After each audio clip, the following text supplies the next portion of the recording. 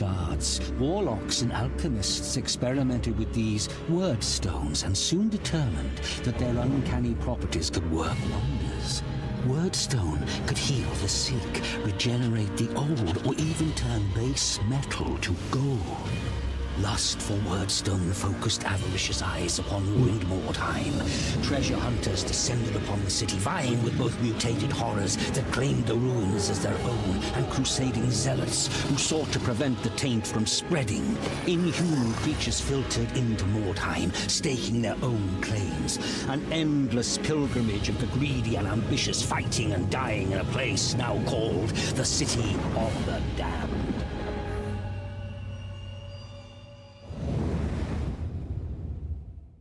All right.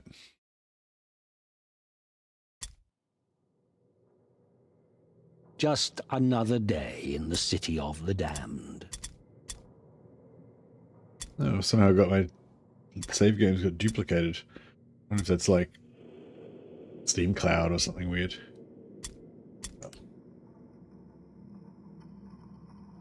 Hey, Cloak Monkey. Yeah, Phil. Yeah, so I thought I was kind of thinking of having a day off today, but then I thought, oh, maybe I'll just smash out a few missions in our new Khorne Warband in Mordheim. Because yeah, Mordheim is one of those sort of games that takes a lot of hours, like a lot of grinding to get anywhere. So yeah, so I thought if I could maybe smash out a big session today, and that way we can, you know, for people who are watching the VODs or whatever, they can kind of you know, flick through and see progress being made. So yeah, so if you guys have watched my vampire series, I explained kind of at length at the start what my strategy was with that, which is basically that you choose one or two heroes and try to level them up and keep them safe, and use all the rest of you guys as kind of like a blade of armor and sacrifice them if necessary. So I'm going to go for a bit of a different strategy with this one, which is that I'm going to focus on trying to level up tanks to protect my other guys. Basically, and also we're going to try and save money is like one of our primary objectives, so that we can buy already leveled up characters.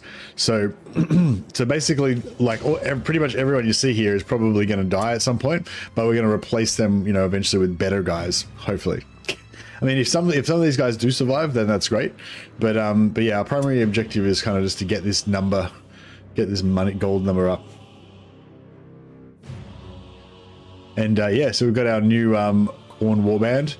I think this guy's my favorite so far, just because of his looks. Just because it's his mad mutant tentacle arm of power. But yeah, I don't know. I kind of want to build him as a tank, but I haven't fully decided yet. But yeah, we're not really gonna level him up too much. We're just going to be pounding through missions, trying to earn gold. That's the mission. That's the goal.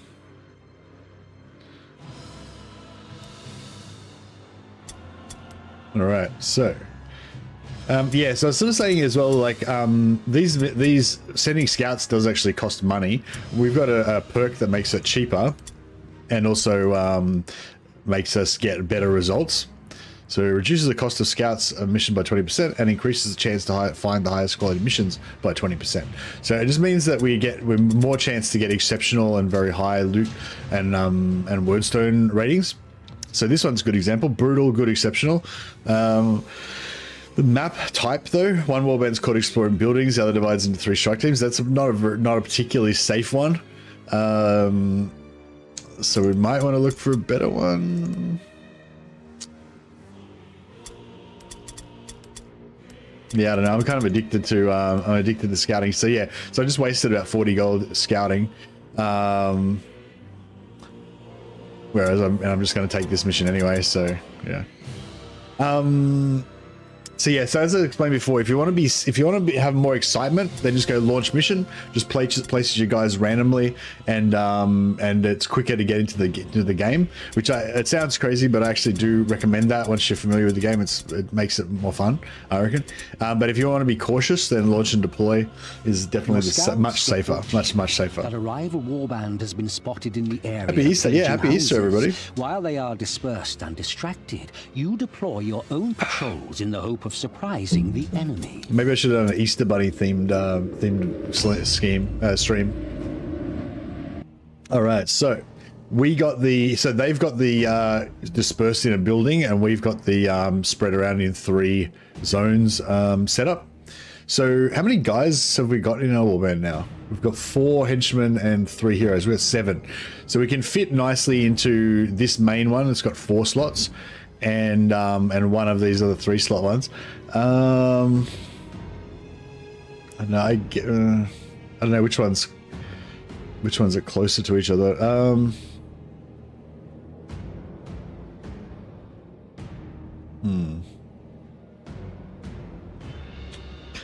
I guess there's a bit of wordstone here, so maybe if we concentrate on going across here and down here, maybe these guys can stay on this side of the buildings, so they're further away from their main base.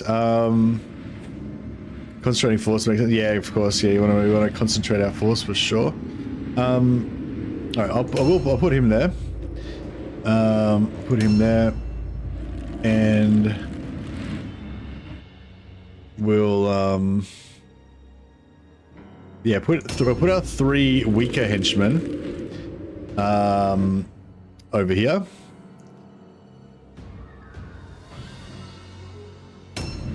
Oh no, we got a brethren. I accidentally had him equipped. I didn't actually want to use him, but he was just randomly. I didn't check my setup, so he's not actually part of our band. Oh, I've actually got an extra guy now. Oh, I've actually got 8. We've actually got 8 guys. Oh no, we don't. No, that's fine. So that's actually my lord. I got mixed up. I thought that was one of the brethren henchmen. So I put him in the wrong place, but that's okay. So my plan was to keep our 3 heroes plus our leveled up henchmen together in the 4-slot area, but I accidentally placed this guy incorrectly. But that's okay. So yeah, so we'll run down this corridor down that direction towards where our allies are, and yeah, hopefully we'll kind of aim to, like, these guys come across here, grab those, aim to kind of go down there, and these guys can come down here and try and fight around here. But yeah, they're going to be all in here, so it could be messy. We'll see how it goes. Hey, Adadumth, welcome. So yeah, I don't know, it might be a bit of a quieter stream today, because normally I stream Warhammer first and then I host onto the Mordheim stream that kind of pumps up the numbers a little bit. But yeah, so this is going to be pure Mordheim stream, so it might be a bit quieter, but oh, here we go. We got an enemy.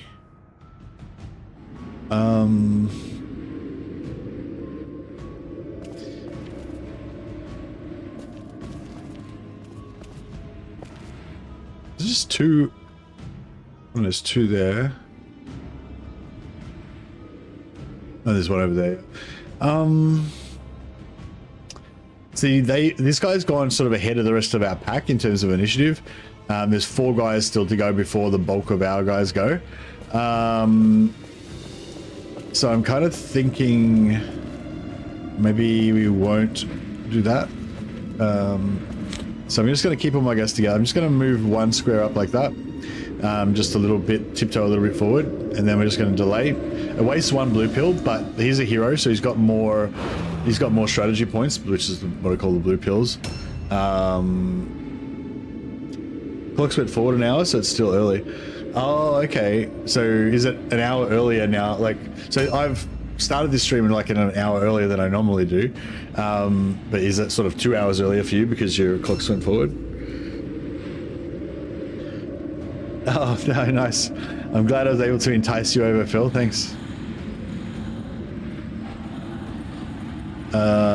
Yeah, so this guy I kind of want to wait as well, just to be safe.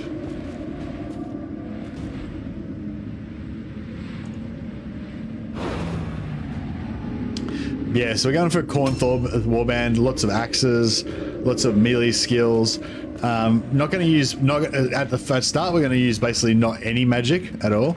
But I'm going to eventually probably use Blood Offering, which is the Khorne spell, basically, that these guys can do. And maybe Weapons of Destruction on the main guy. Also want to get like the blood offering skill that gives you extra armor piercing damage and stuff.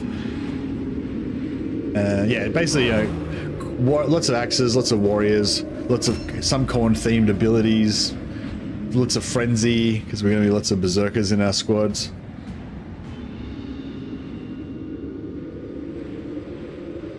I don't think I'll go 100% axes though, because I feel like, you know, it's nice to have a little bit of, you know, variety in our squads.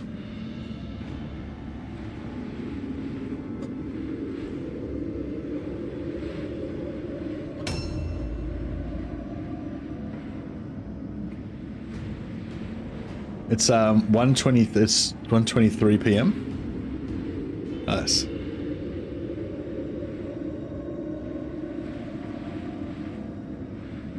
Yeah, so I tried something different this time. So last time I did I started the first stream and I called it like starting a new vampire warband from level 0, and then I just kept the same title, episode 1, episode 2, episode 3. So this time I'm gonna like, yeah, change it to like, you know, rank 2+ or whatever, so that it won't, hopefully that'll make more sense to people. All right, well, it looks like no one's interfering with our run to group up our guys.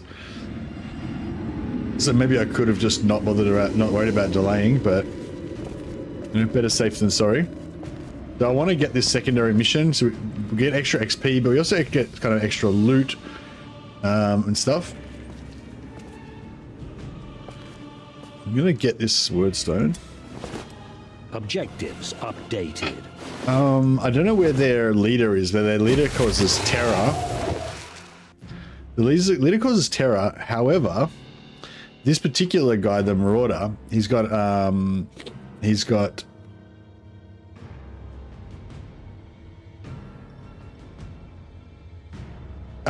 last stand. He cannot disengage or flee, and he's immune to all alone. But he's not immune to fear and terror. But I think our henchmen, the Dark Souls, are. So anyway, so yeah, so what I might do is we could put him in ambush stance.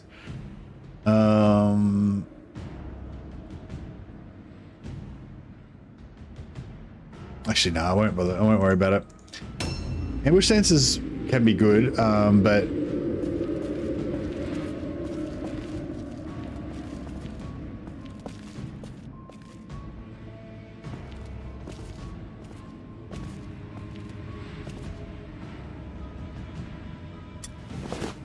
Objectives updated.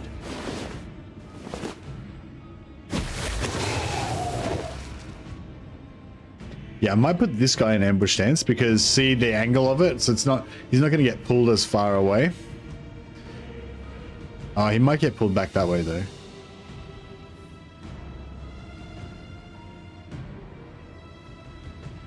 Yeah, that's right.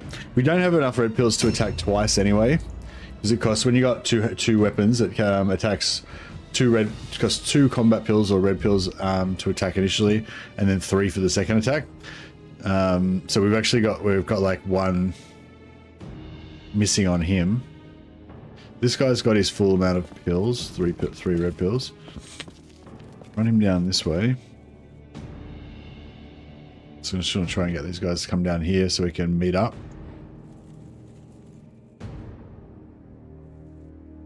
Watch out for that potential trap there.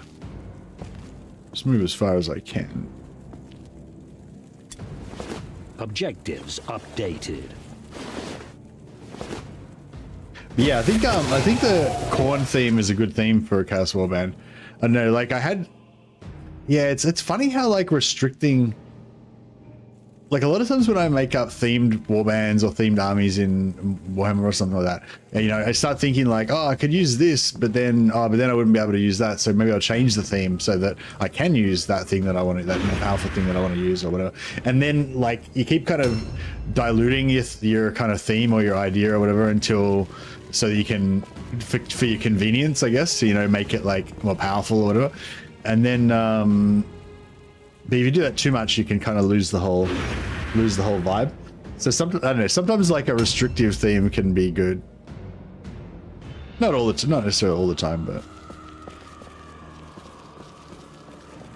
but yeah. So if you want to do like a more of an Overwatch ranged heavy Chaos Warband, which I guess is possible.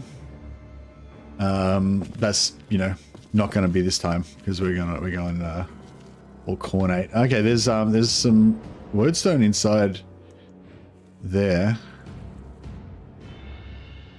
Oh no, it's not in there. It's up the other end.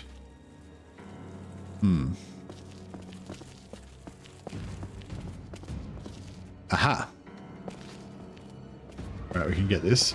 Come in here, grab it. So these aren't worth that much, but we're trying to get the secondary objective. Hey, Benji.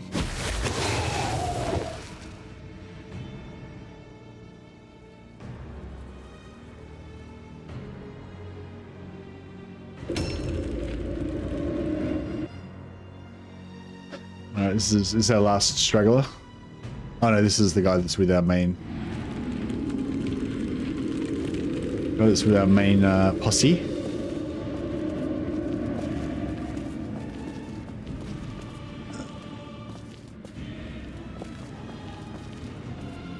Yeah, I don't really want to put these guys in ambush stance in case their ambush gets screwed up and then the enemy gets them.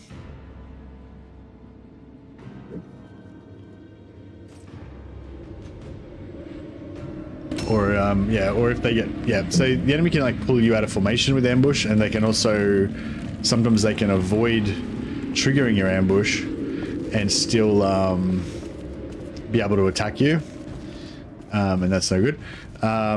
So yeah, so these ones on the external, like I don't want to get pulled too far out, but like I could put this guy here and put him in ambush stance because like no one's really going to go after this. No, they're not going to run through all my other guys and attack this guy probably. So this guy is actually, red pills are going to be wasted this turn unless he gets to attack somebody. So I'll put him in ambush so that if somebody attacks this marauder, for example, and then somebody else tries to come around the back of the marauder and double team him, then this guy is going to intercept that second guy and pick him up so that he won't be able to stack up on my marauder. A new round. In this early phase, that's like your main thing. You just want to make sure no one stacks up because none of you guys have any defense. So if they get two enemies on one, then they're basically going to die.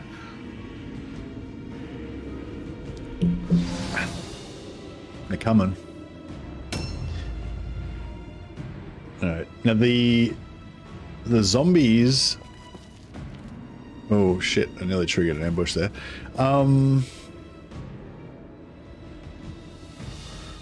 We could.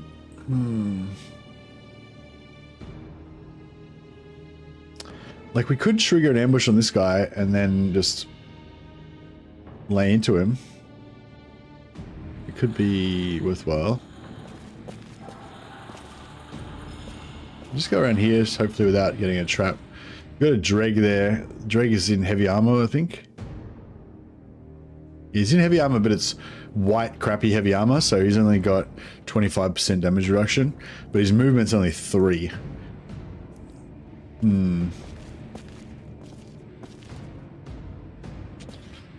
What's this ghoul got? It's got a one-handed spear. Okay, so he's not going to do that much damage, at least. If it was like a big one-hander that was going to do a massive charge hit on me, that would be bad. Objectives but updated. I think...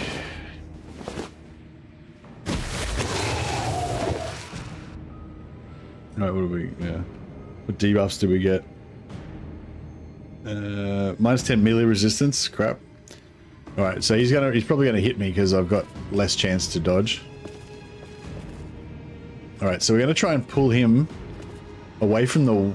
Ooh.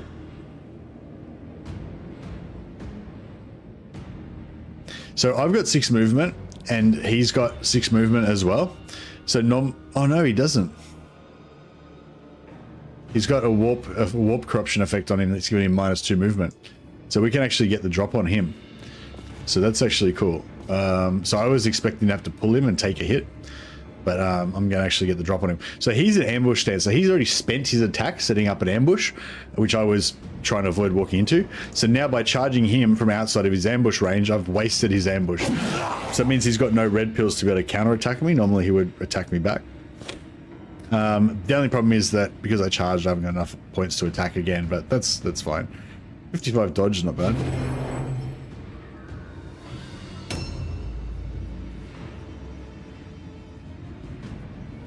So yeah, so that doorway is kind of blocked, so no enemies can come through and help him, which is cool. The only bad thing is that we're going to be tied up with this zombie. Killing the zombie is like of limited value to us. They don't count for morale.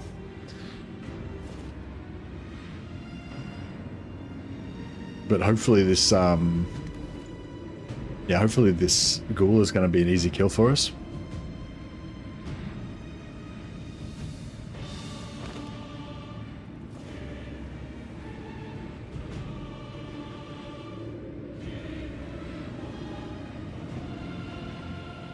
Yeah, I like the look of this Chaos Priest dude. What's his class actually called? He's a Doom Weaver. He's like a Chaos Priest sort of guy. Alright, we'll walk in so that we can get 2 attacks.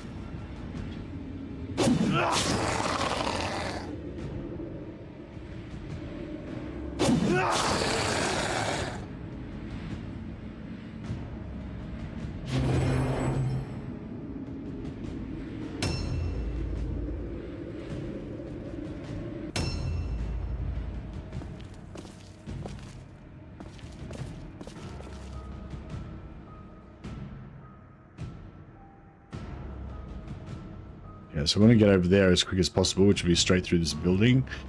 That intro is blocked, but we might be able to. Oh, yep, looks like we can just go straight through here, which might be a good idea.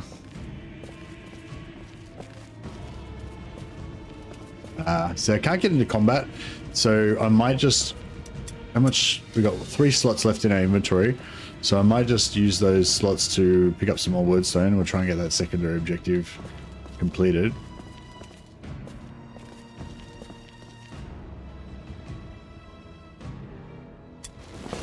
Objectives updated.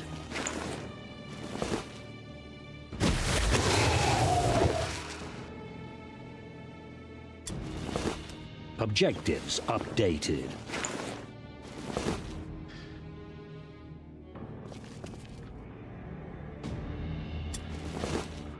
Right. Objective completed. We've got the objective completed. So as long as none of our guys die, then that's we're already partway there. I'll try and sneak a little bit of extra movement out of this. Got 3 slots, so we can't get on top of that ghoul, but what we could do is stack up 3-on-1 on this guy. It's a bit crap, like splitting our forces, but and we're probably not going to be able to kill him in one shot. Oh, actually, I don't have enough movement to get him. Crap.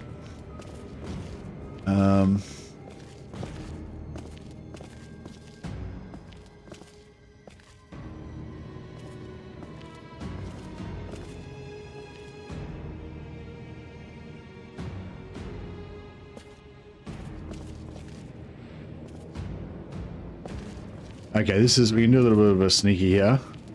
So we go there. And then the... Can't quite get around.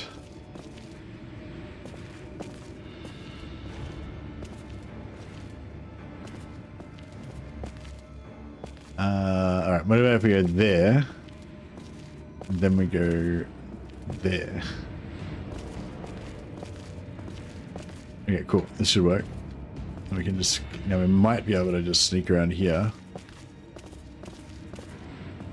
If there's no trap right here.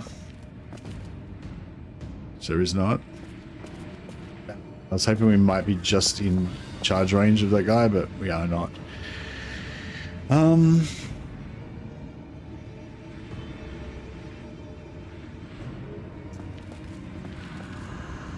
Alright, well, I'll put myself in ambush stance, because when that dreg moves, we'll be able to charge him.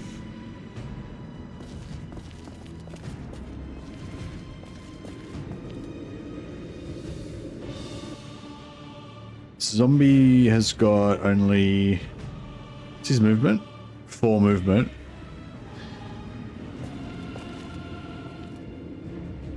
So that's 6 meter range there.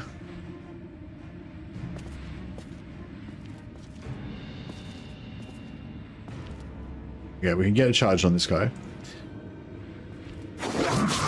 Oh, big crit. That was nice.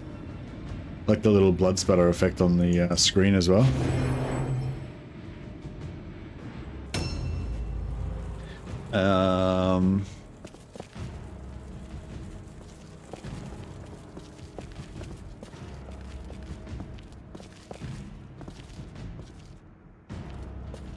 Try and scam as much movement as we can out of this.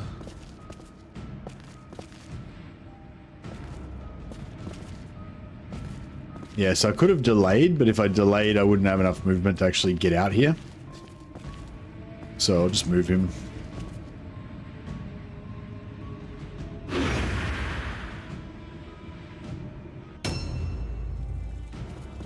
Yeah, so when this dreg moves, he's going to pull my lord further, you know, further towards his guys and away from us, which is not super awesome, but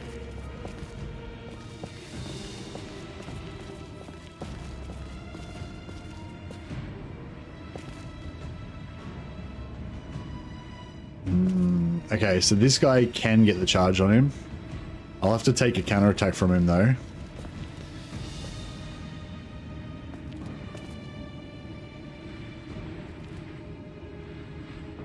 But let's do it.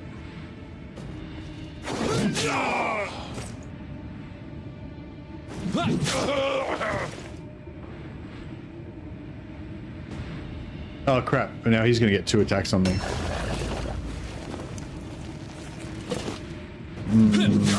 Yeah, maybe I shouldn't have done that. It's a mistake. Oh well, at least that means that, you know, he doesn't get to hit my leader. No, he was a pretty, you know, low level, not very valuable character.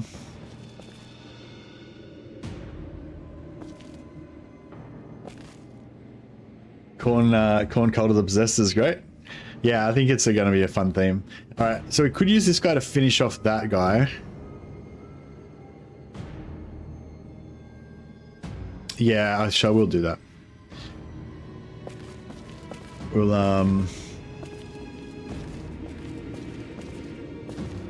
excuse me. Yeah, we'll finish off this guy.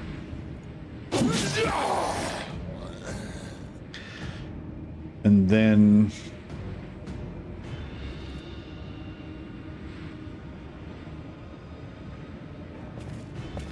I'll take a charge from this guy.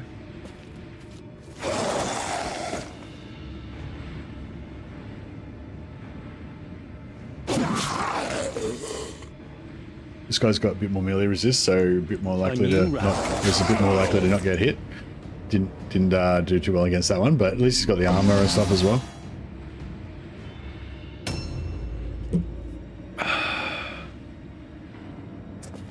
Now, can't get through there. It's annoying.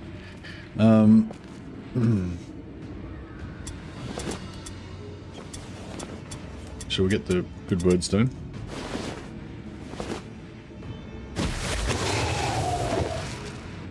What did you just cop them? That's right. Alright, cool. Let's get this guy around here and we'll stack up on this dreg.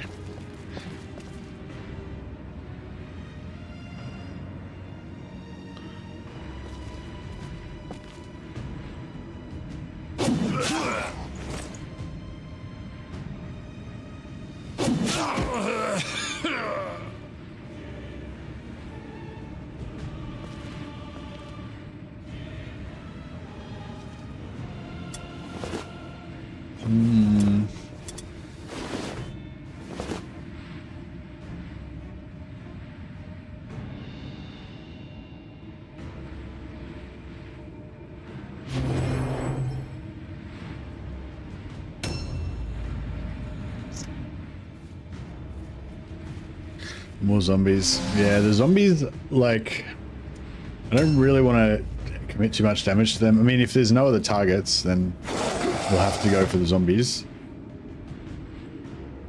But if we can rout them without having to deal with the zombies, yeah, actually, I think if we run over and steal their flag off of their cart, then that might end the mission without us having to fight our way through all these zombies.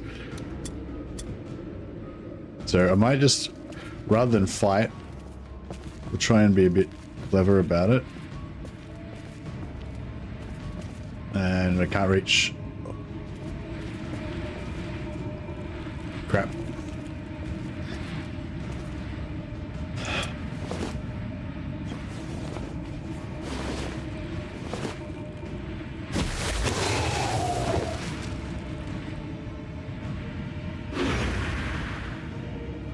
He needs a helmet for sure.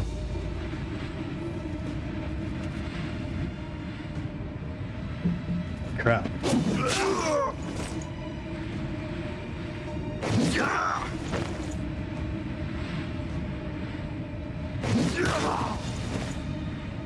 So that was really bad. So not only did we not get the, didn't get to steal their thing, but we also got tied up with their lord on top of their wagon. So we now can't access their wagon to steal their flag,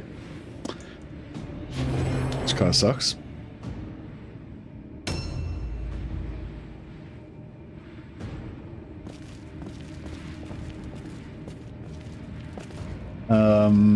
These guys nicely are immune to psychology, like they're immune to all alone fear and terror, so I don't have to worry about their lord incapacitating me or anything. Make sure no one else is going to pick us up.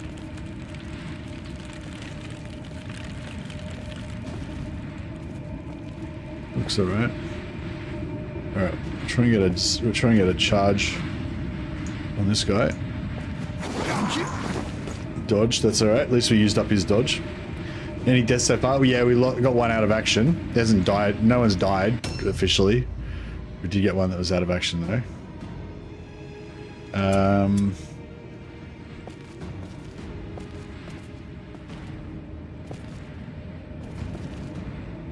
Alright, this guy's not immune to terror. So I might just charge. Just so at least we know we get one hit on him. Assuming he hits. Failed the terror test, yeah. So if I had walked in, then I would have lost a bunch of action points, so I wouldn't have been able to make a second attack anyway. So at least we got the charge for the 50% extra damage.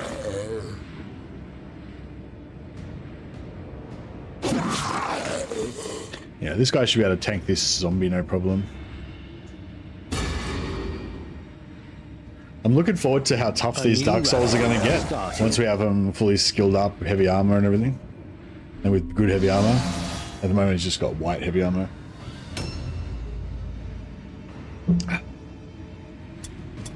I've still got there's some wordstone on this guy's body here that we need to loot. This guy as well is not immune to terror, so I was charging. He failed again, so yeah, at least we get that big hit from the initial charge.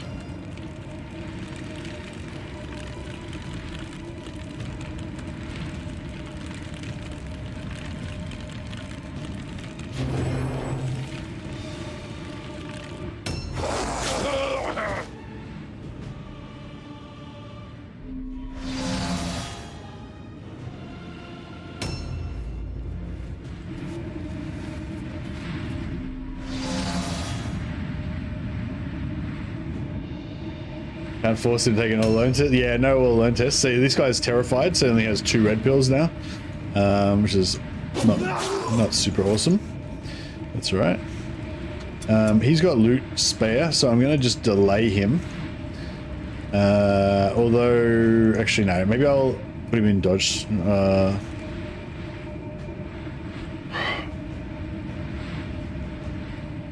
I'll give him the dodge chance, just to give him more chance of survival. Not going to make much difference, but... Haha!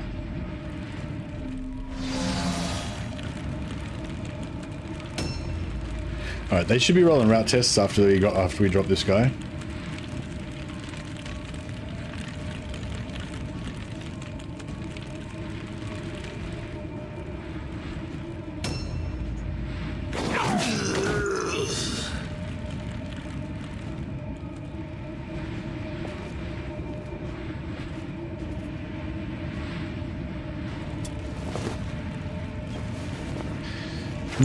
Yeah, so he's got all this loot, but it's I'm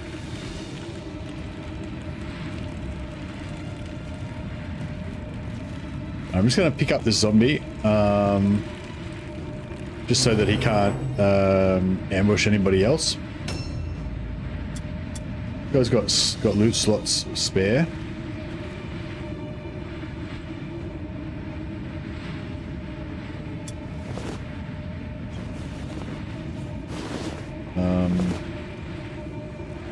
So I'll see if I can. You see the their resolve, their like leadership in the top left there, 17/23. So that means they're below the threshold that they're going to break now. So hopefully they're going to rout. And we've essentially already won. But we shall see. Oh, I thought there was. Oh, maybe, I don't know. Maybe I already looted it. I thought there was wordstone on there, on that body. Alas. But yeah, one of our henchmen died. One of our henchmen went down, but overall, I think we were doing all right in this one. Pretty good performance. No one too important died.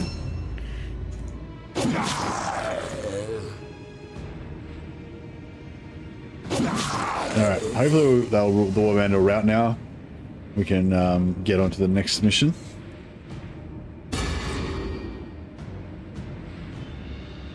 A new round has started. Nice. That's what henchmen are for? Yeah, exactly. Alright, let's see if we lose. We've got a purple healing draft. Yeah, so we're really hoping to get like a blue or a purple weapon. If we can just get one blue or purple weapon, then at least we can make one guy into like our specialist damage dealer. And you kind of build our team more around him. Worthy of the dark blessings of chaos. Each victory you render to the Shadow Lord brings you that much closer to your destiny. Destiny.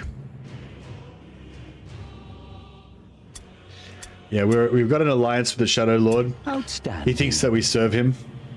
We're no mere slaves of Bellicor. We serve him on the Skull Throne. Remarkable. Nice progress. Severed arm. Alright. It is what it is.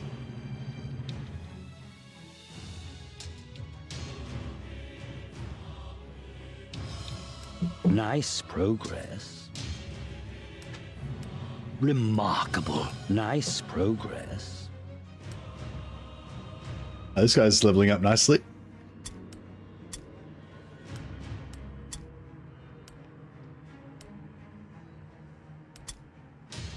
Now, although I do want to get, like I was saying, I want to build up some tanks in this one to protect our damage dealers. I took this guy because he was already rank 4, so he was able to equip heavy armor and stuff. So basically, he's sort of high enough level to get the skills that make him kind of functional. Because if he didn't have heavy armor proficiency and knowledge Mordheim, then he would only have 4 movement, so it'd be too slow. He'd be getting caught out of position all the time and dying and whatever. So I took him at level 4 so that he would be basically able to take these 2 skills so he could keep up with the rest of our warband. But also, you know, he's better because he's got heavy armor and more survival and stuff. The only problem is that henchmen don't have the same potential, so he can only ever have a maximum of 4 red pills, so he's never going to have the damage dealing potential of our heroes. Can have 9 red pills, right? 9 attacking points for attacking.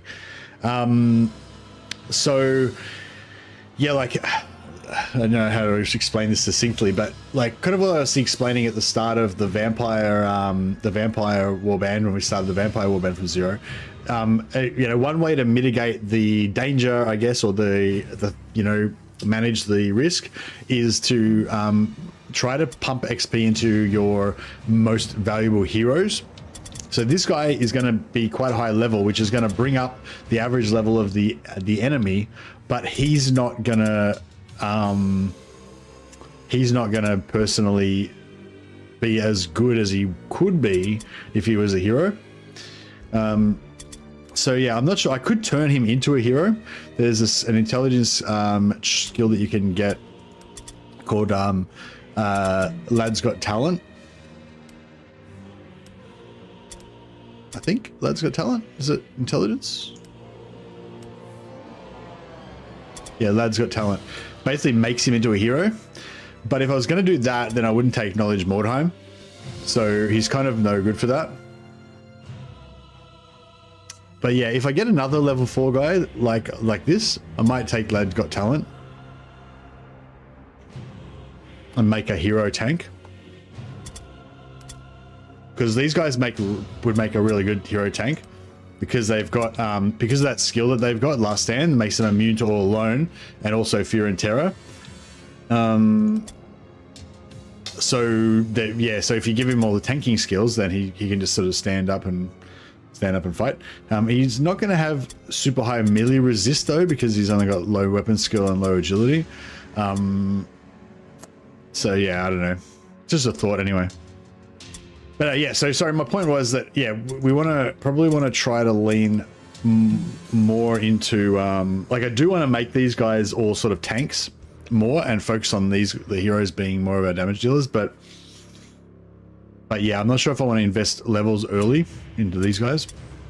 So we'll see how we go.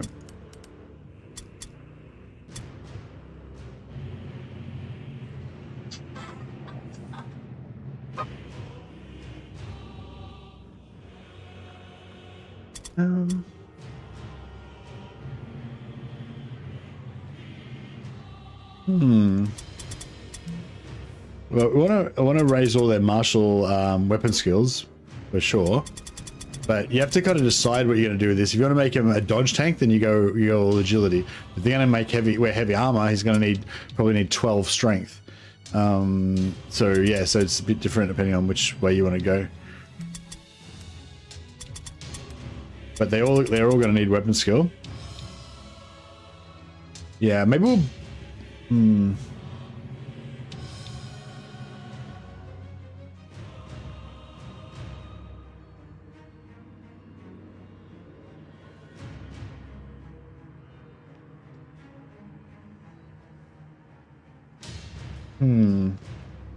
Yeah, maybe we'll sack this guy.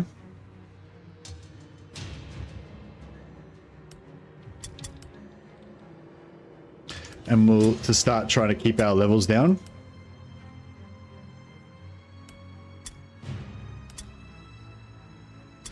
We've got 2 spares.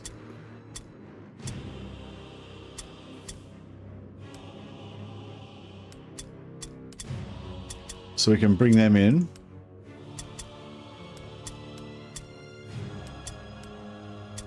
And we can hire this guy Hellfire as well. We don't want him. And we'll hire 1 new Dark Soul. So yeah, so the reason I'm doing that is because it keeps our average levels low. So we're not going to be fighting as many high level characters. Yeah, we've got this guy who's like level 6. So he's kind of ruining it a little bit, but you know.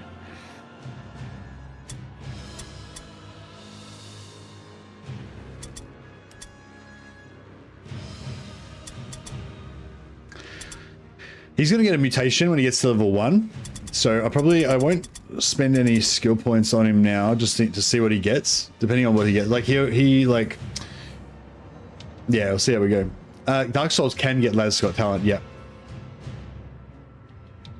So like that, yeah, it's sort of weird. Like they've got that Last Stand skill that makes them really good as a tank, because they can tank like 5 dudes and not care that they're surrounded, but they don't have really high melee resist potential like some other characters.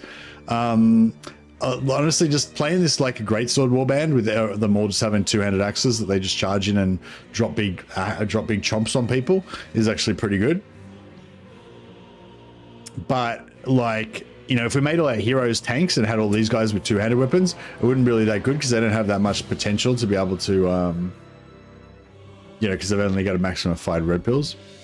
Anyway, let's keep potentially trying to get more money. So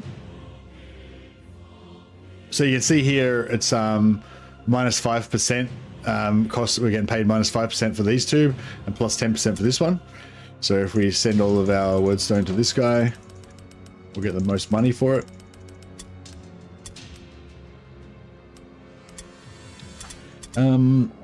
Yeah, I think I'm at the moment what I'm looking for is I'm looking for hired swords.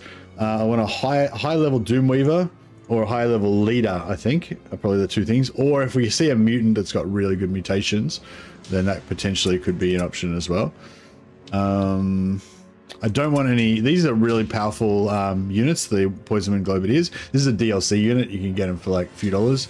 But yeah, I wouldn't recommend buying it unless you're interested in Skaven. But yeah, this is really powerful, but I don't want, you know, I don't want a Skaven in a Khorne themed warband because he doesn't go with our theme. But yeah, so like, this guy's level 7, but he doesn't have the mutations that I want.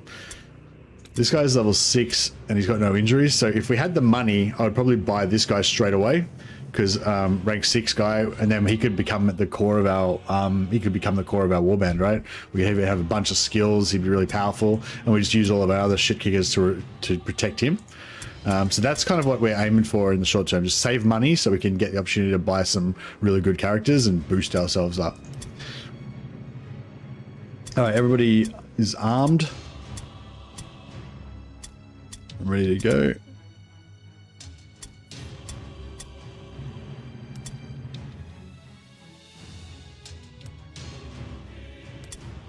New hired swords are available. We've got new hired swords again.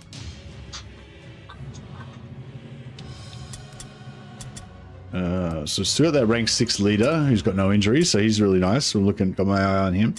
Rank 7 will be even better, but you know. Rank 2, rank 4. Oh, here we go, a new mutant. So what's this guy got? He's got Clairvoyance. Increases chance to pass perception tests by 100% and removes cost. Okay, that's actually kind of interesting. There's another character that gets a skill similar to that. It gives you plus 50% chance for perception tests and removes the cost. It actually,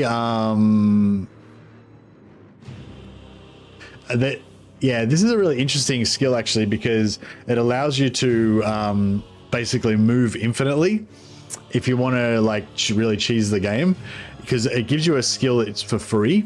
So you can like, basically you can like move a tiny little fraction that doesn't quite use up any of your strategy points, and then use perception, which will put your marker in that new spot, like half a meter away, and then move another half a meter, perception, half a meter, perception, half a meter, perception. So yeah, I don't know if we want to do the max cheese faction way, but it could actually be kind of interesting to do that. Melee and range resistance plus 10%. That's actually pretty cool. If we want to go like a dodge melee resist build, the only thing is if he gets another mutation and he loses an arm, then he wouldn't be able to do the melee resist build anymore.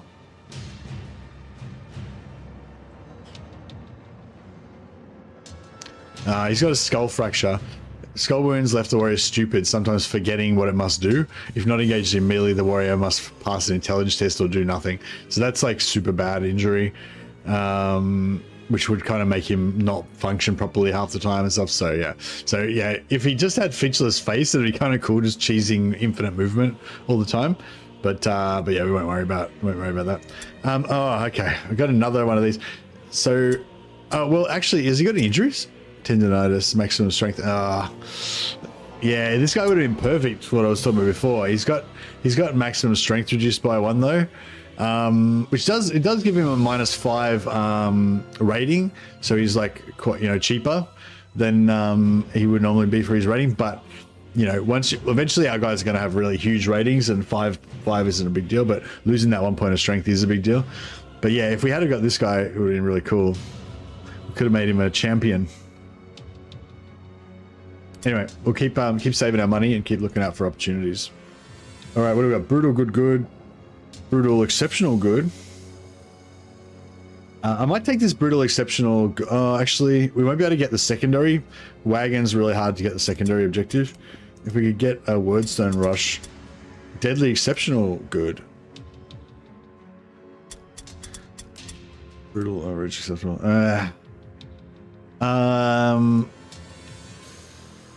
Exceptional good.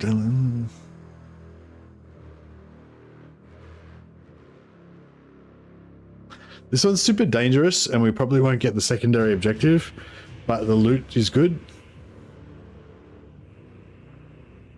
Alright, I'm going to do this one, the deadly one, but I'm going to manually deploy my guys to make it a little bit safer, because it's a really dangerous map. To engage a rival warband, the horrific manifestation of the ghostly town crier causes both groups of warriors to flee in terror. Yeah, Dark Souls can get Lads Got Talent, so yeah, I think I'm going to build a Dark Soul tank. Scattered in their flight, I'm not sure if I'll keep him in like the end game kind of version, but he might not be, you know, he might move into our B team or whatever eventually. But yeah, I think he'll be really good to. Oh, what? Did we get ambushed? Okay, so I think we got ambushed. I wasn't paying attention. So we don't get to place. So even though I chose to place my units, both sides scattered in fear. Oh, was that the setup? I didn't read it properly.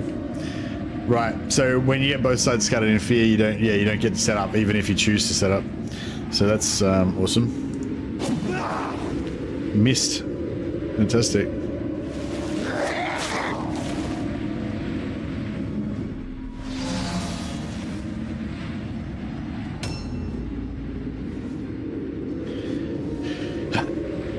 Oh, well, so much for our plans. All our dudes are gonna die now, probably. The best laid plans, eh? So in this one, they have 50% more health than us, and they do 45% more health, sorry, and they do 45% more damage. So basically, if we get into fair fights, like if we match up all of our guys in one-on-one fights against them, then we die. So it's like, positioning is really important, and because of the setup, because of the setup, I'm not going to be able to control the engagement. So it's going to go badly for us.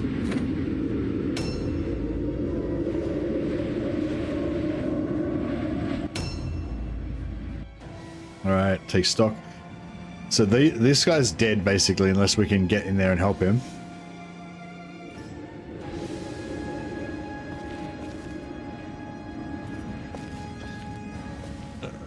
Yeah, we won't worry about trying to loot anything.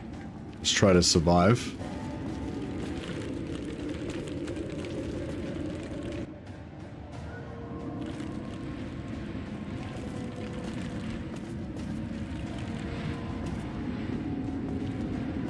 Okay, this is actually really good for us. As long as we can stack up on this side, then we can stop that guy. So if it was his turn next, he'd be able to move that other guy through that doorway, right?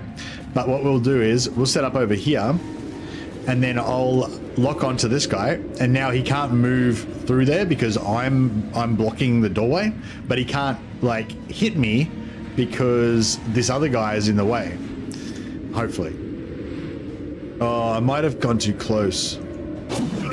Oh shit, actually I might have gone too close and stuck part of my circle out the door. We'll see how we go.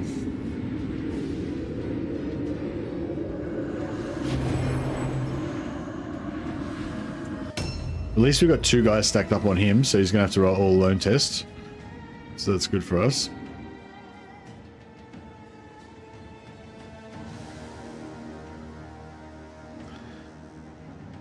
Okay.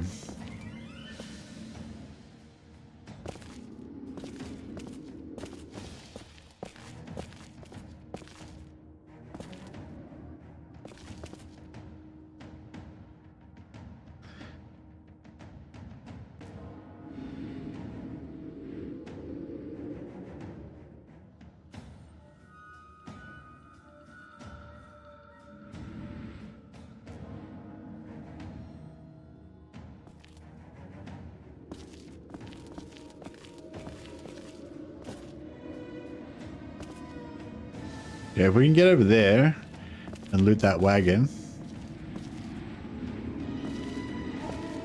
That's basically as if we just got a free kill, which is really good for us.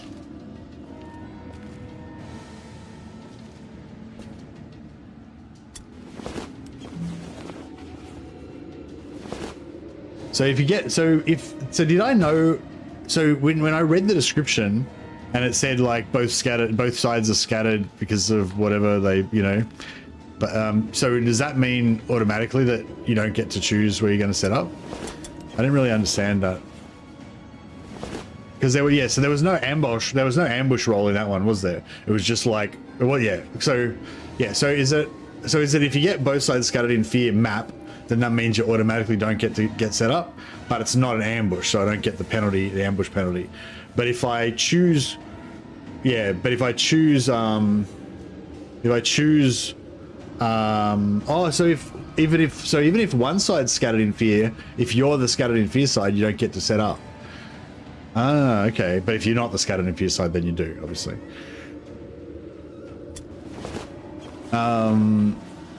Interesting. We can tiptoe back. We've still got one blue pill. We can tiptoe back over here again, just to get a little bit more movement. That's interesting. So yeah, because most of the time I just do auto setup anyway, so I don't really notice what's going on with it. But yeah, so that's interesting to know. So if it says scattered in fear, then you don't get to set up, even if you choose to set up. And also, regardless of what the map says, sometimes you get an ambush event or whatever that just throws the thing out the window, and then it's just like, you know, all bets are off. All right, we need to try to group up. So I'll try and just get back this direction a bit. I might not charge, just so that we don't, you know, so that we have a bit of control over where we go. How do we get out of here? There is a staircase, so that's one blue pill. Does that get us closer? That's two. So it'd be one to move and one to jump down.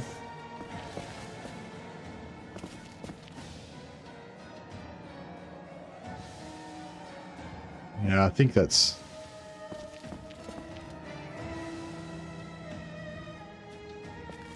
about the same. Oh, okay. Well, I guess we could... get some loot while we're here. May as well.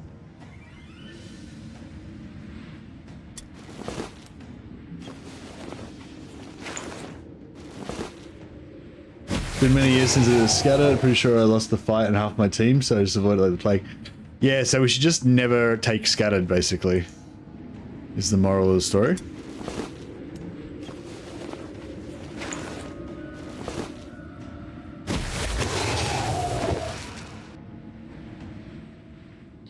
That's it. If you've got a lot of tanks, especially dodge tanks, then it makes you a lot more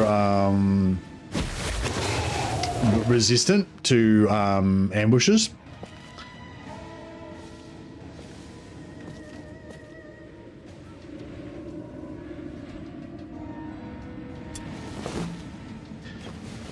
But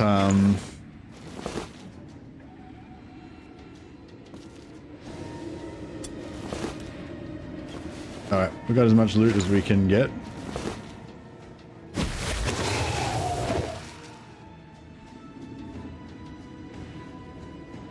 We didn't get any armor reduction. I mean, we got armor reduction. We didn't get any movement reduction. So we might... Oh. Yeah, we can't charge. It'd be cool if I could charge in there, but... like, I don't think I could get any further...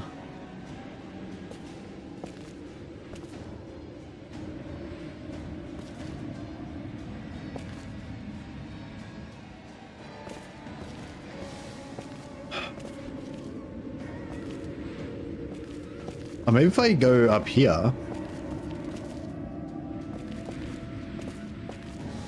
was that?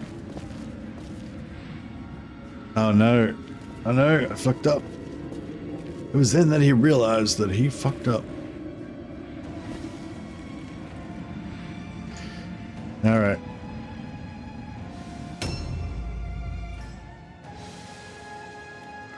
Alright, this guy...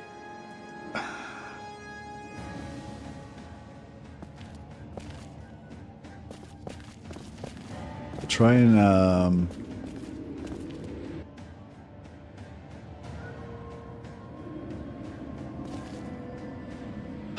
I could run through there and try and help kill these guys, which I think would probably be a good idea. Oh shit. Alright, well that happened.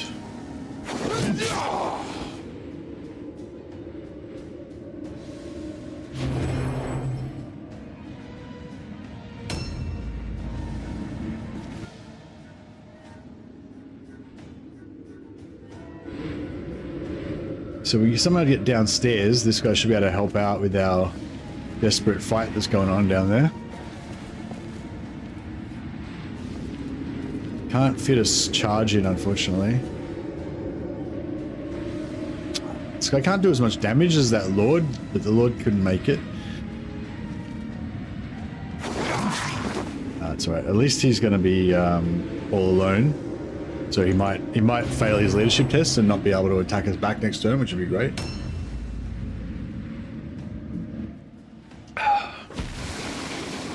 Suck it. Have a trap. Oh, that was a big halberd charge. Luckily that missed.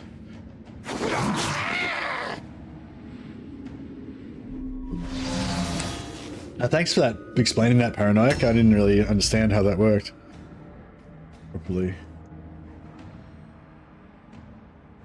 So I was going to go down and engage this other hero because he's our objective with the skull on it, but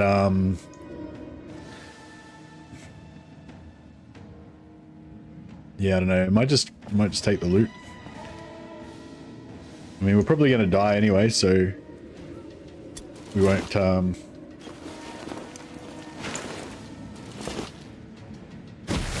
I don't know. I mean, this is actually not working out as bad as I thought. Like when I saw that first hero getting pinned, I thought, oh, this is, you know, the worst possible scenario. You know, exactly like what nightmares are made of, you know. But it looks like we're going to save him, so it's actually not looking that bad.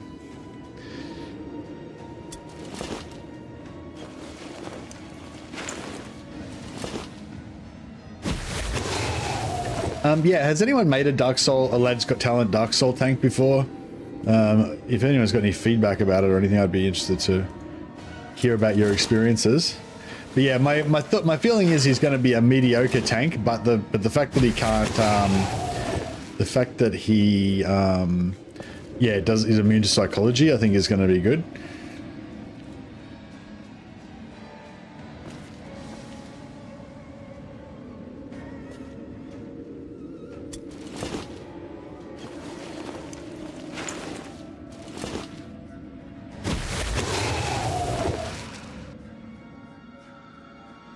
What penalties did we get? We've got -5 weapon skill, -5 weapon skill. Okay, so he's not going to be very accurate.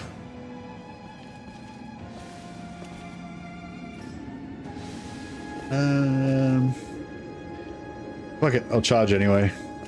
Yeah, he missed.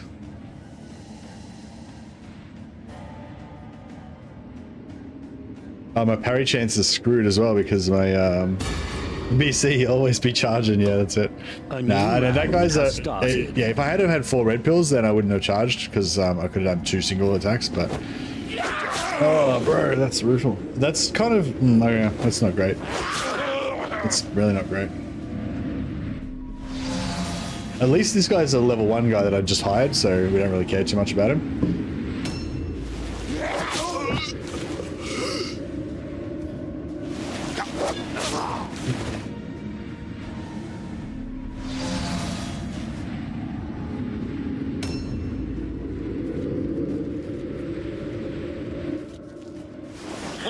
Yeah, these dudes all doing 50% extra damage as well, or 45% extra damage.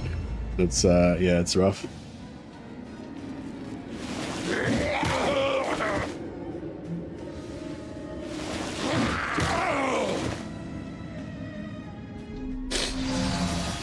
Excuse me. All right. Yeah, that heavy armor is nice though. Isn't it? Reducing that damage. All right, 71%. Let's go. Fuck, he's got a dodge as well, so even if we hit him, he's probably dodged it anyway. Dodge fail, good. Okay, so at least he stripped his dodge, so now the Marauder can have free attacks on him. I don't think he's gonna have enough damage to finish him though. Oh, bro, so many rats. No, they're swarming all over us. This is the problem with Skaven, you know, they're so fast. They get to you from everywhere all over the map. Like that Vampire Warband was really slow, so they you know, we were able to isolate them and take them out one by one. Whereas yeah, we're just instantly in combat with their entire warband, and yeah, it's not good fun.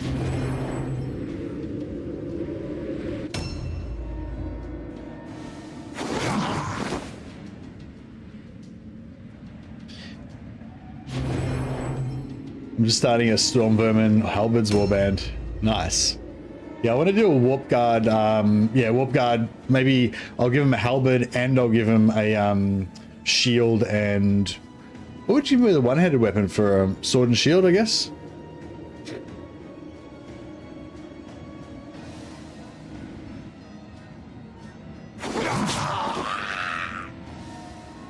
Yeah, check this guy out, taking 3 Skaven at once. He doesn't give a shit.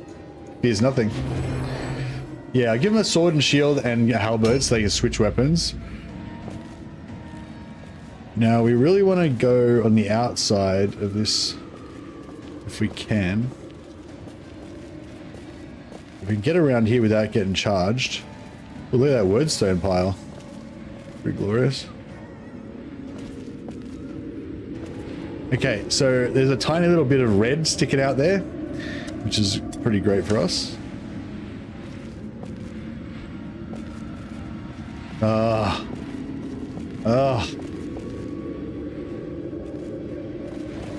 There isn't, it's not sticking out enough.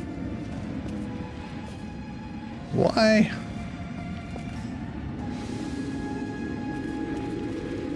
Sometimes if you get the right angle, you can kind of just somehow hit it still, but it's not working. Damn, if that was sticking out.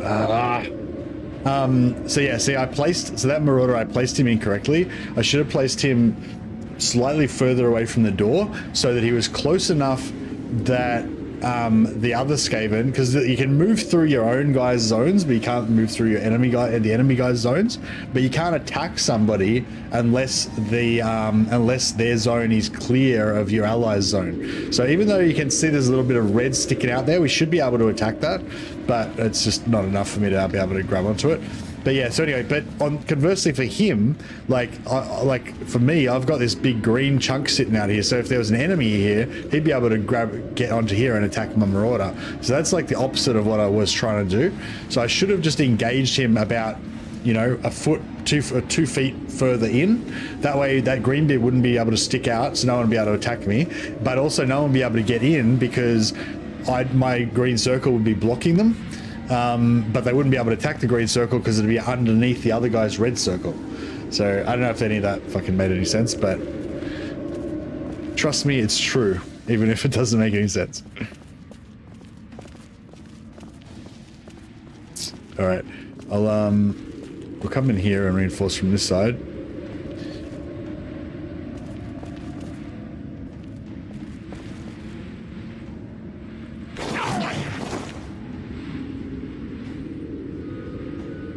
Oh, is this the same dude? Did he just like run around? Oh, this is the same guy. This is the guy that was there. He ran all the way around here and he's on this side now. Have an axe to the face, you dick.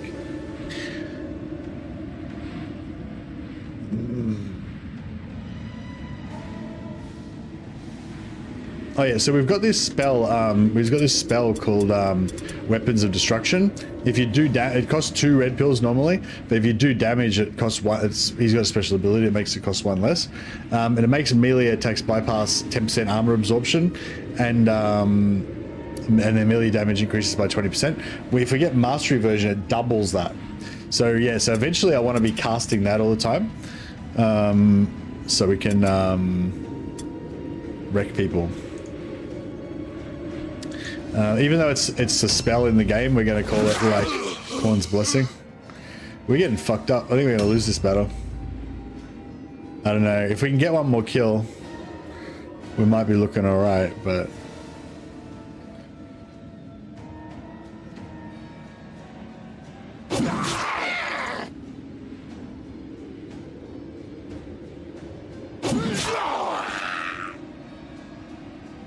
So it doesn't really matter if we lose and if a few guys die or whatever, as long as we're making progress, you know. Round has started. And like that progress means not losing gold. At this point, means not losing gold.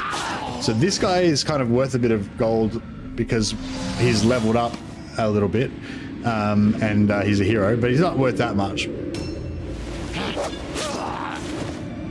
Like none of them are really worth that much, but the new guys. The new Dark Souls that we just got level 0, they're basically worth nothing. So they're the ones that are dead, that have already died, they were expendable basically. This guy is our most expensive guy. So if we lose him, it's going to be a bit of a waste.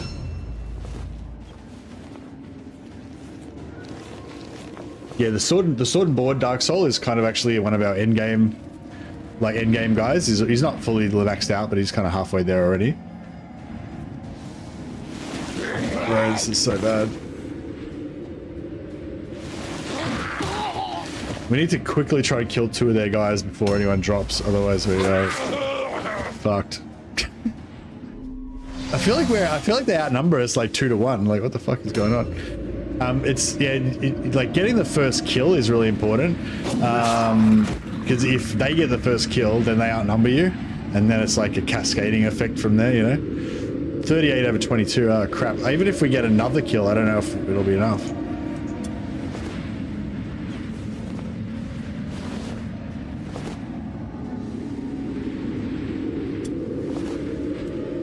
Objective complete. Objectives updated. There are 6 different factions, Dangerous Dave. You get 4 in the main, 4 in the base game, and there's 2 that you can get with DLC as well.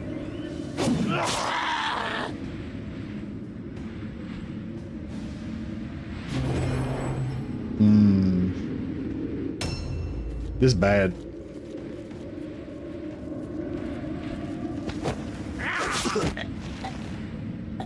Yeah, we're done. We're done. We ain't walking away from this one.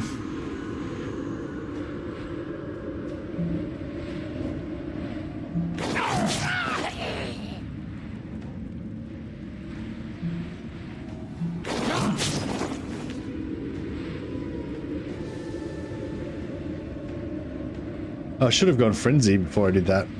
Would have dropped him maybe.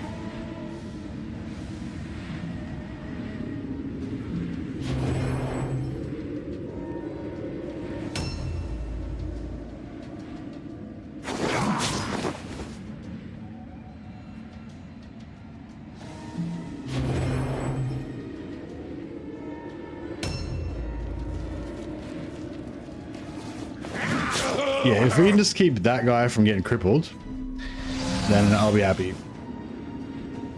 Even though he's a bit of a handicap.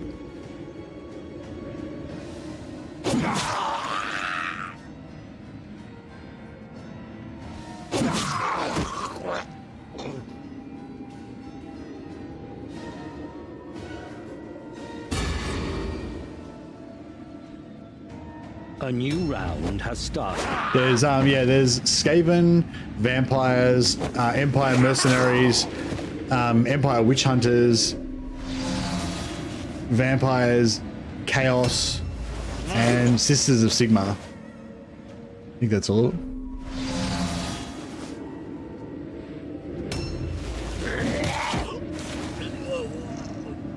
Your warband morale is critically low. So we're gonna probably route. At least if we route, then we don't have to take any more punishment, and we're out.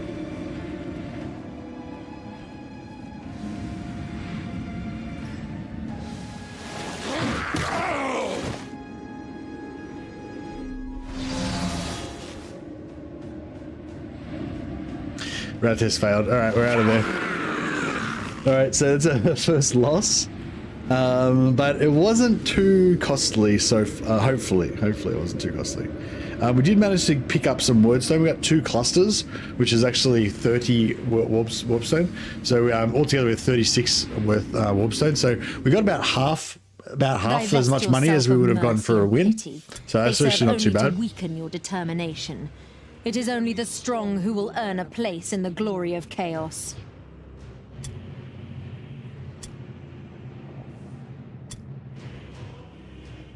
Fortunate return. He returned without losing any equipment. That was pretty good. Without losing any additional equipment. They stole my weapon. They looted one of his weapons. Oh no, he only had a 2-handed weapon. Sorry, no, that's right. Oh, what? Internal wound. Warrior loses 1 offense point. Okay, so he's crippled for life. He's done. Outstanding. So that's going to cost us a bit. We have to pay for a replacement for him. This guy didn't get any injuries, so he's alright. Fortunate return. Okay, good.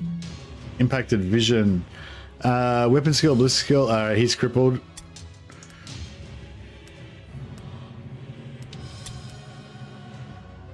This guy didn't get injured, which is good.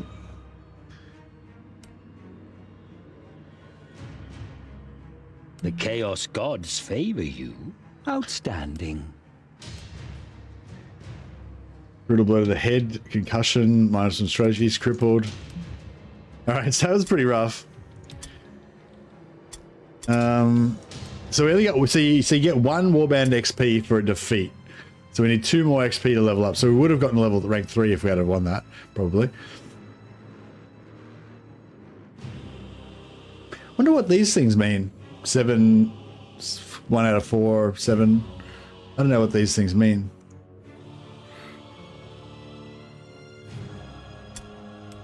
Alright, gotta pay our doctor's bill, pay our wages bill. And then, yeah, this guy's crippled. He's got a -1 offense point, which is like the worst thing that can happen to you. So we'll get rid of him. This guy actually got an extra face, gives him increased dodge and parry chance, so that's pretty good for him. His dodge is up to 50% now, so he's got a little bit of agility, which is not bad.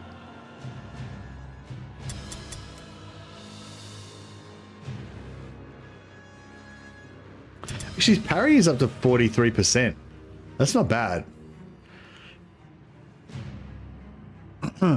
So what we to capitalize on that, rather than going for dodge, we could go for a dodge build. Well, I guess dodge is better than parry, but what we can do is instead of giving him 2 axes, we'll give him an axe and a sword, or a mace and a sword, and then the sword will allow him to actually use his parry ability.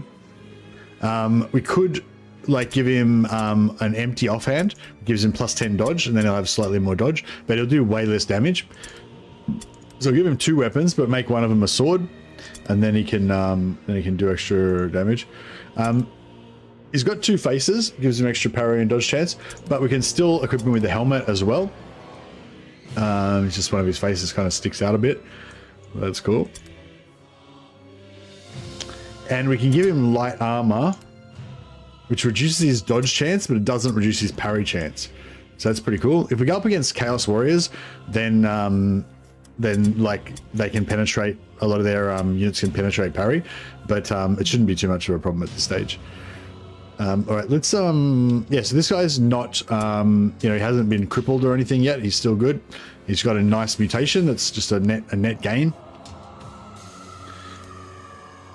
So I might take a bit of time to corn him up a bit.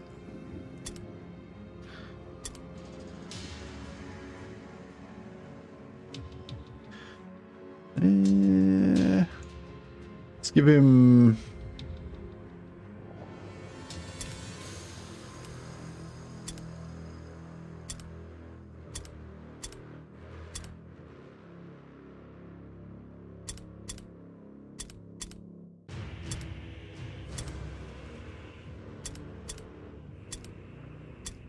I don't like these the black neck piece. It looks kind of cool, I reckon.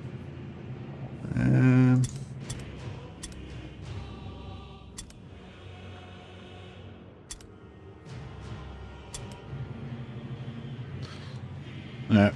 What arms have we got? Oh, there's only one arm? Alright.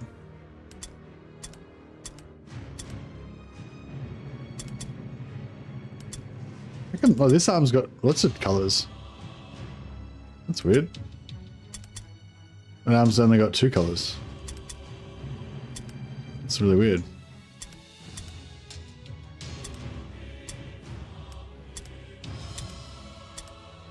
Give him a red armband.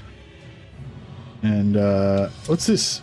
Boots. Oh, he's got feet and legs. What's his feet? What's his feet do?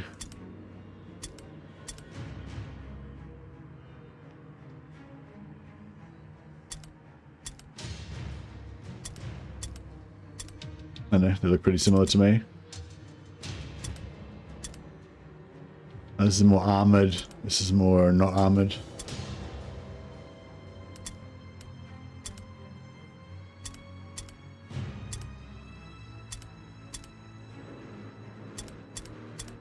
Got red, or we got black. The black's pretty good. He's gonna get mutated, so most of the customizations won't matter. Yeah, true. True. And he's got the he's got the loincloth.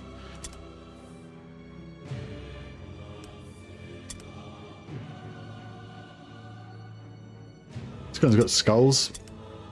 So I guess skulls is a superior setup.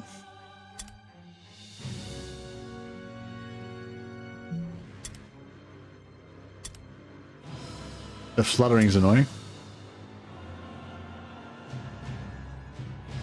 And the belt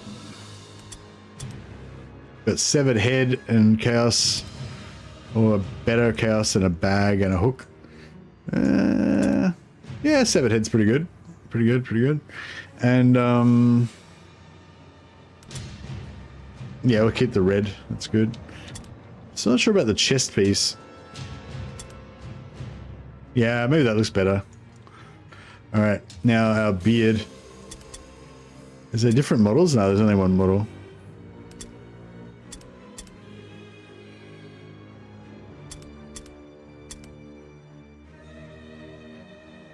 Yeah, I'll keep it.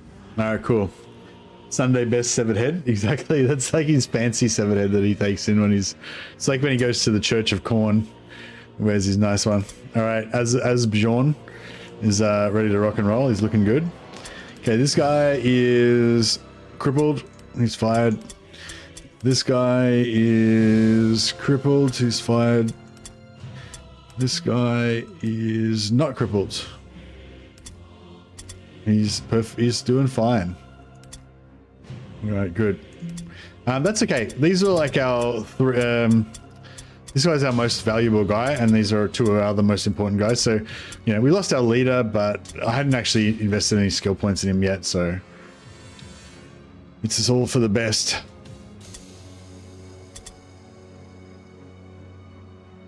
Yeah, we don't have enough money to buy this nice leader that I wanted to get, but we're still saving up for him. Yeah, that's pretty much our goal right now. If we can get 2,298 gold before this guy disappears from our options, then that's what we want. So we're gonna have to spend 64 on this guy, unfortunately. It's a bit of a hit to our savings, but it is what it is.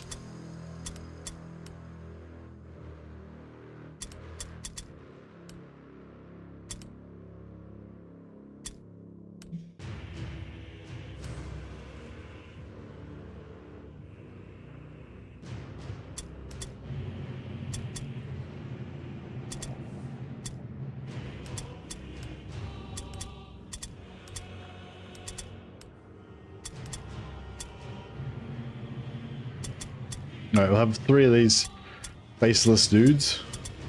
And we'll have our one and Rual as our like leveled up tanky warrior. Forget it. Yeah, this is actually the Corpse Grinders Guild. So we're actually still like pretending to be like a legitimate human guild. They're the Corpse Grinders Guild. They've got a bit of a reputation for being a bit macabre. a bit of gallows humor and stuff around the workplace, but no one knows that they're actually secretly murder worshipping cultists. All right, so yeah, so we did get a bunch of wordstones, so we can send that off. So yeah, let's get plus 50% extra value if we sell it here. Get a bit more gold. We can go to the shop and sell stuff. So some of these things that we got are actually worth a pretty penny. Healing drafts are actually pretty cool. I'll save them until if we need it, like to get like if it's the last thing last bit of money that we need to buy the hero, then I might sell them. But otherwise, I might save them up because it's useful once you get like some really good, really valuable characters, and you want to protect them.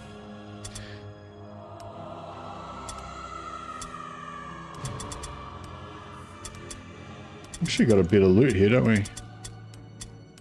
Like a lot of the stuff we can't use.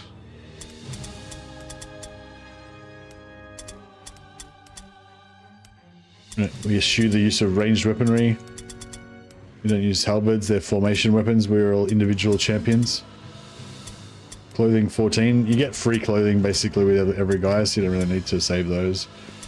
Some shields could be good. Flails, I don't think we can use flails. Armbands. I think everybody who needs an armband comes with a free armband, so you don't need those.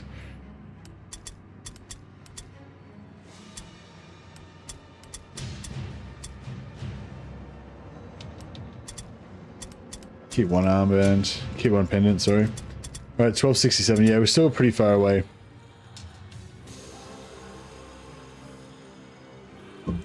From our objective, but that's alright. We're up to 1500. We're not too far away.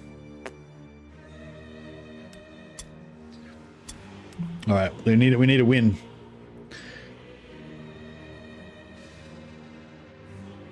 One man is caught exploring buildings. Okay, so caught exploring buildings is alright. That one you still get to set up, you guys. It's only like the scattered, scared by something that I think is the bad one.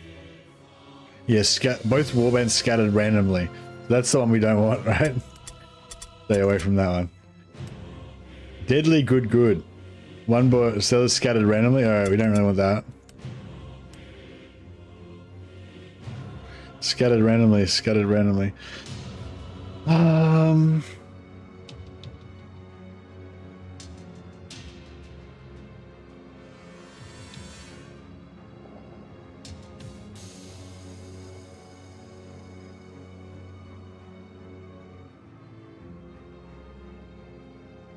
Fuck it, let's have another crack. Let's roll the dice. So yeah, so I think even though I choose launch and deploy, I think it's actually going to just randomly decide where our dudes go. Small groups of enemy warriors have been discovered across the area, scattered in fright. Before they can regroup, you break your warband into 3 patrols to intercept and engage your disorganized rivals. Oh, okay, cool. So we get to place our guys. They don't get to place theirs. So this is good. How many guys have we got? 8? 7. We've got 7. So we put 4 here, 3 there. Or...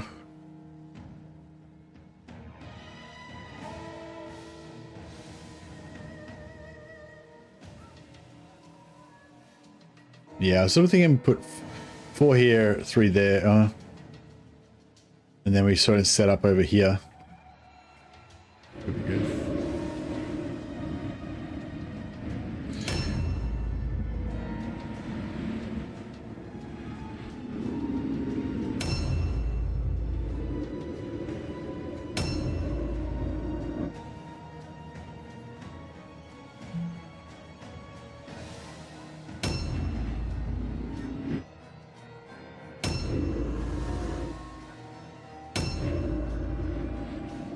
No. Hey, Deathsnut, welcome, buddy. Happy Easter to you too. This guy looks cool. He looks chaosy as fuck. I like him. He doesn't have super high leadership though, so we might want to give him a pendant. Although he does have a pretty cool looking helmet. Lucky, yeah, I was pretty lucky with the start roll. Alright. Yeah, because it's sort of dark, you can't really see, but this guy's wearing bright red clothing, indicating his allegiance to Khorne. And he eschews magical spells in favor of his strength of arm, his mighty mutated right arm.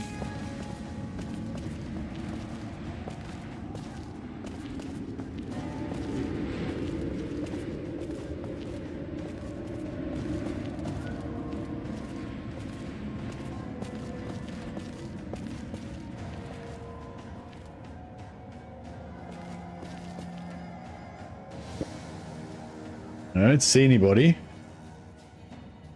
So yeah, so we're going to try and stack up around here. Go in and get this wordstone. We need to get 10 in order to win.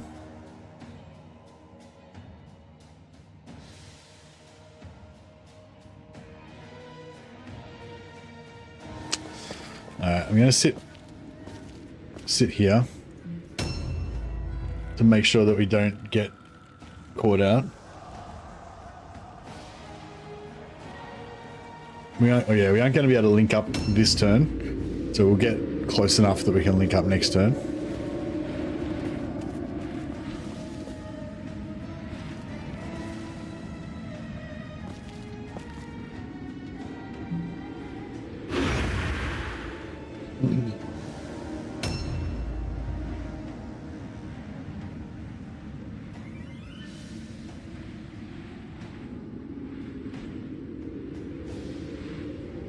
Smog from the Sahara? Oh, smog from Sahara dust, right. That sucks.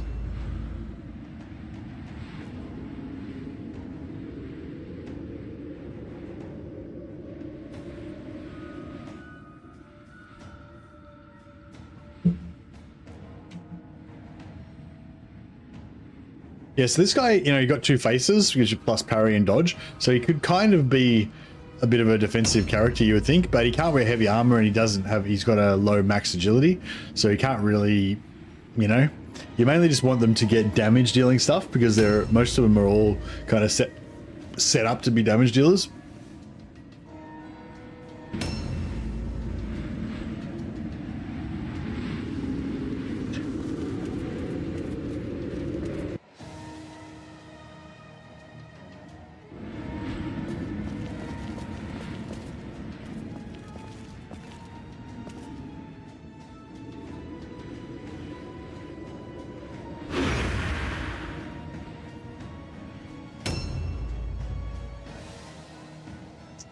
Alright. So we want to go northeast. Use our little compass to figure out where northeast is.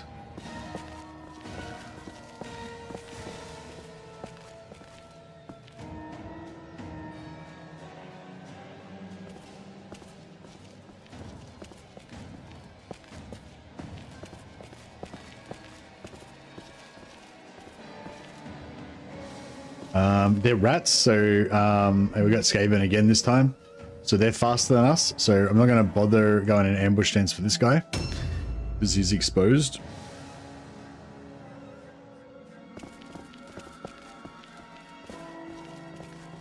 Let's just dodge that in case there's a trap.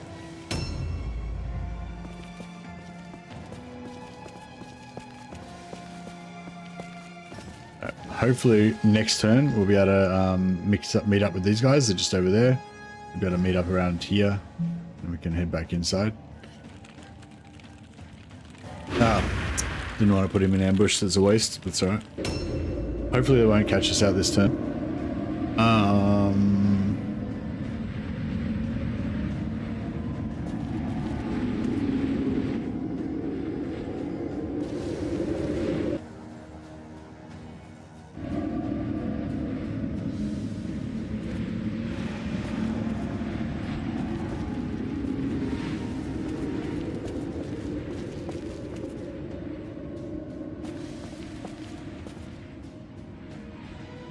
A new round has started.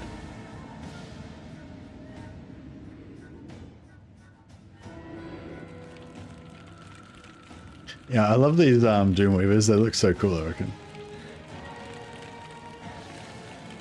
You could have a little bit more aggressive tattoo options. It would be good if there was different skins that you could choose for them.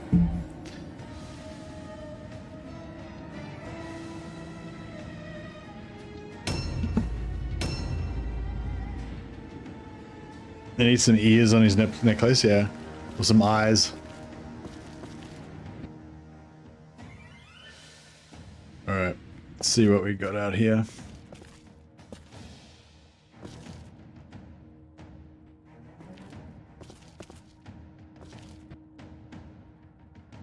So I want to go there. Yeah, I don't know. Maybe we should just fight in the open. Yeah, I don't know. If we just fight out in the open, that might be the way to go. Oh, this is not bad.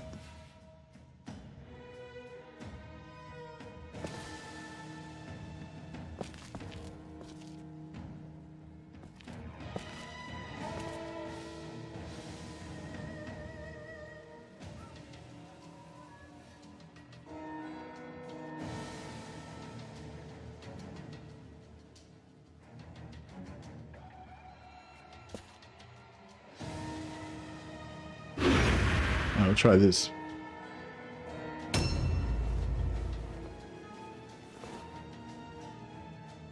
Even though they outrange us, hopefully when he runs past this corner, boom. Yeah, nice. So he could have gotten, like, if he'd come from the other direction, he could have charged me from outside of my ambush range.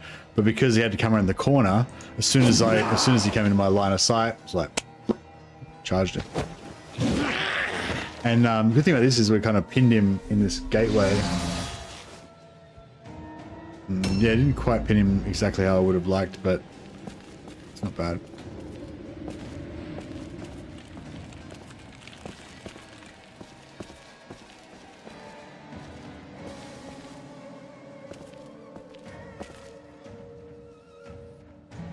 Yeah, unfortunately I couldn't walk in, but at least we got all alone on him.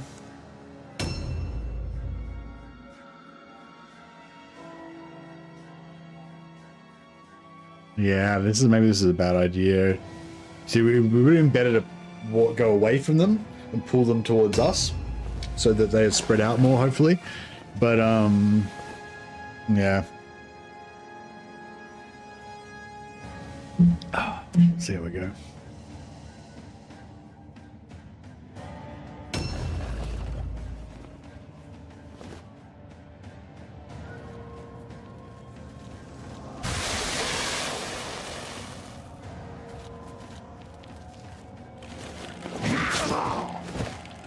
Brutal. All right.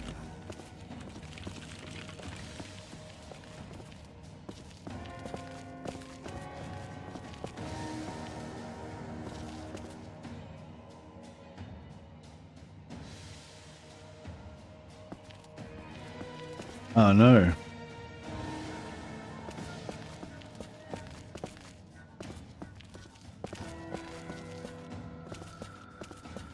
Can't quite get the charge on him. All right, we'll sit. I'll sit.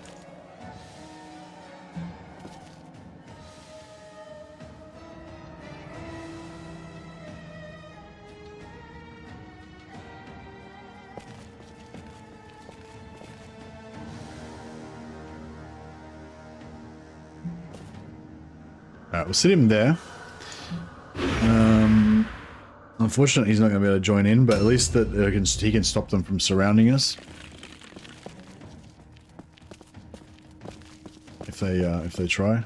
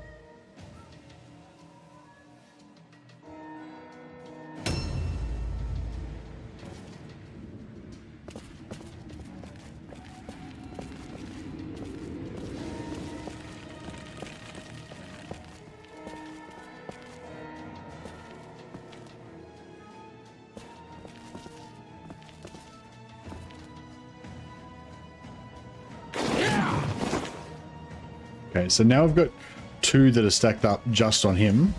So he's going to have to roll an all-alone test. And if we get 2... If we get 2 stacked up just on the other one as well...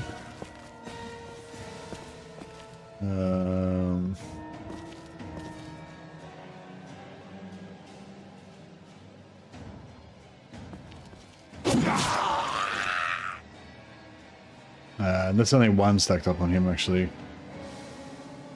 That's alright. A new round has started. Yeah, it's our hero's gonna die. Oh, beautiful. No attacks from him. We get to, all 3 of us get free attacks on him, which is glorious.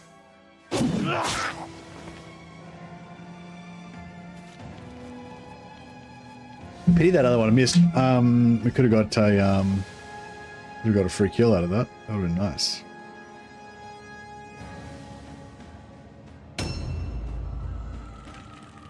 Now this guy's now got all alone because my Doomweaver was engaged with 2 different guys, so he didn't count for all alone. But now he's not engaged with the other guy, so now these 2 are both stacking up on this other rat. So we might get another all alone as long as this guy doesn't kill my Doomweaver.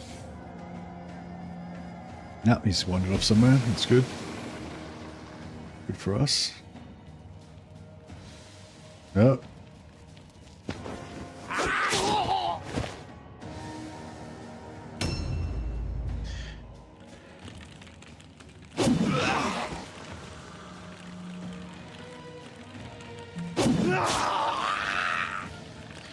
Alright, we'll try and put a dodge on. Might give him a chance to survive. I don't think he's going to tank this halberd hit, but...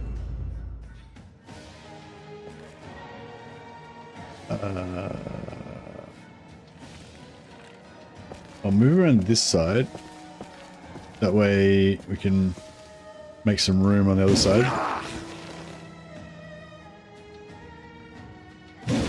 Also now we've got 3 different targets for this guy to go for. So hopefully he won't hit my Doomweaver, and also if he runs, we might get 3 attacks on him. Which would be glorious. Perfect intercept. So the door's blocked, so they can't get any more reinforcements in. But we can still stack 3 guys on this guy in the doorway. So that's really good for us, really bad for them. This was a nice little ambush setup. You noticed I was like stacking them all around the door so we could get that. Oh, he passed his all-alone check, unfortunately. Luckily, our dodge held.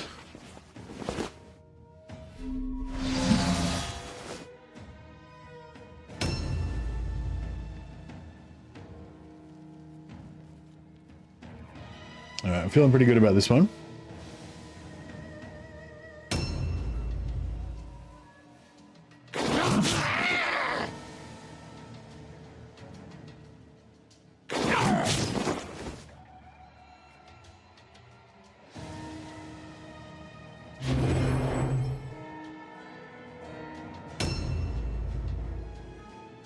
Now, if we can sneak someone through here without getting caught.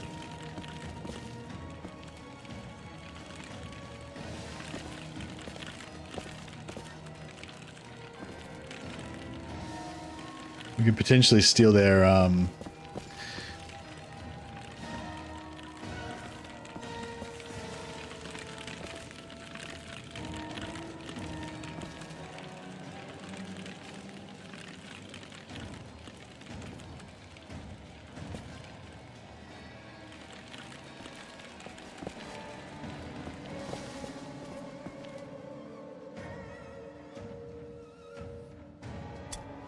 Alright, so so this guy's got 37 hit points, so we could one-shot him.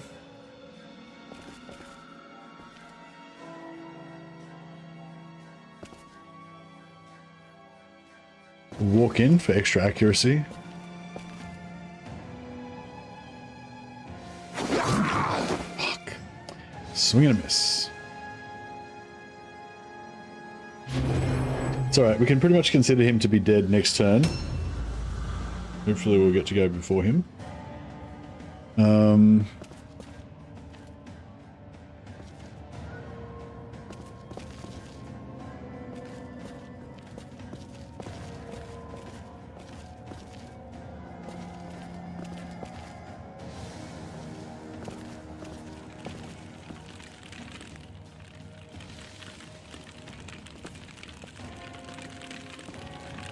Yeah, I'm just going to set him up here with a... Then this guy have to roll a lone check. He'll probably kill himself, run away and kill himself. And then we'll put 2 on this guy in the doorway. Oh, no, actually we don't have another spare one, do we? Should have, yeah, I should have put that other guy, that spare guy on this guy.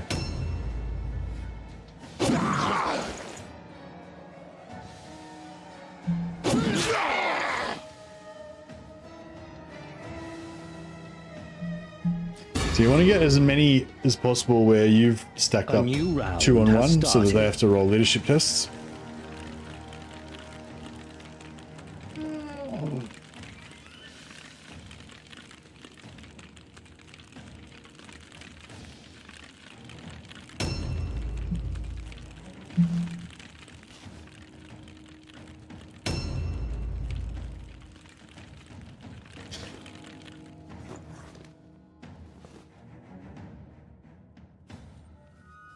It'd be good if we get some cool mutations that look ornate.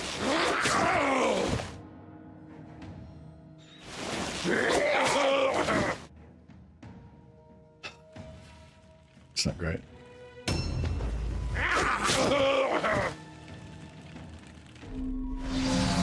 No free kills for us.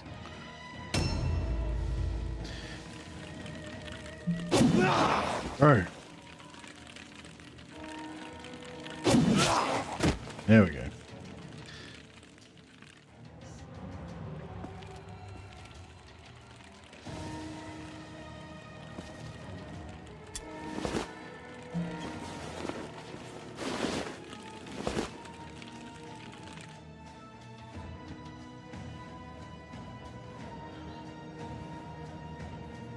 All right. Oh, I can't quite sneak past this guy. What we might do is just fuck.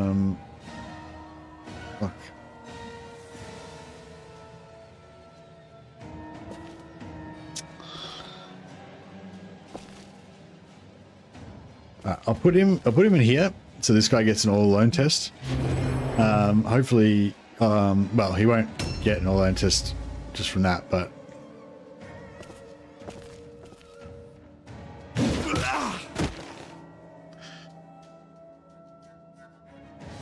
which one's 49? Is that this guy? Yeah, yeah.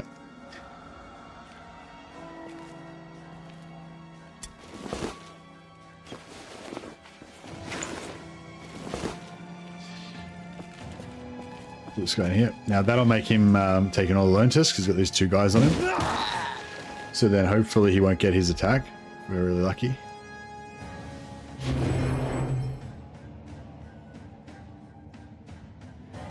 He passed. That's right. That's what expendable henchmen are for.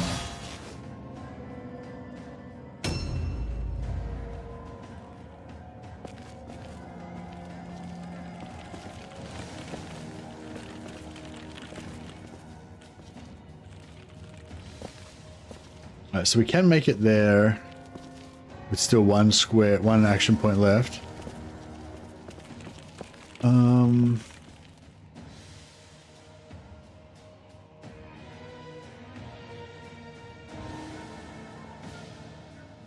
Yeah, I think it's kind of worth it actually. Yeah, maybe I will do that.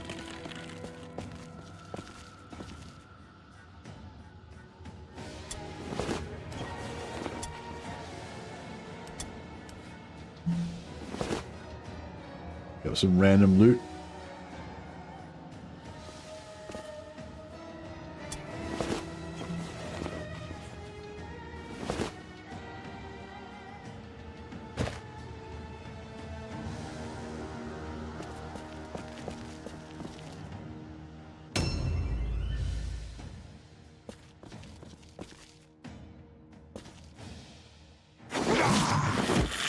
Alright, nice. That's it. We got him routed now.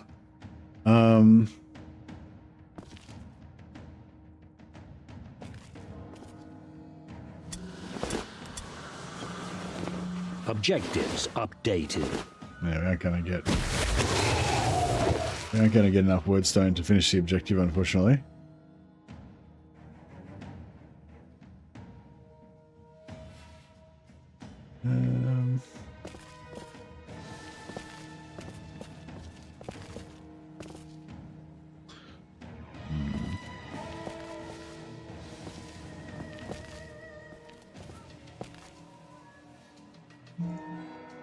That's it. Game over. All right, we won that one. Quick and easy. Didn't get the secondary objective, unfortunately, but hopefully our guy will survive without being crippled. Well.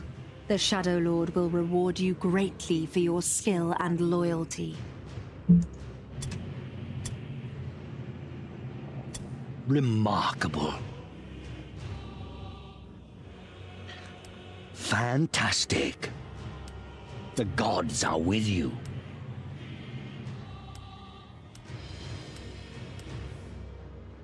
Full recovery, nice. Don't have to pay for a new guy. Your warband is getting stronger. Oh, nice. We got rank 3. We got one more henchman slot, and we got another reserve slot. Cool. So now we can have 5 dudes. We got a blue clothing, so that means somebody can become a really good dodger now. Still haven't got any decent weapons, but that's all right.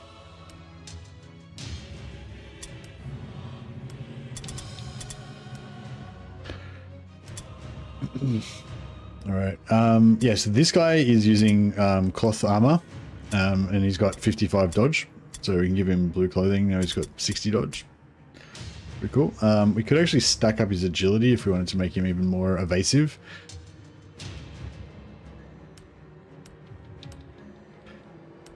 So we get him up to 80 dodge. It's like, it's still not like reliable, but it's, you know, it's pretty decent. I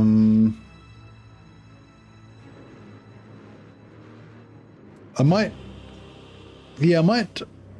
do that actually. Make this guy a bit of an evader tank.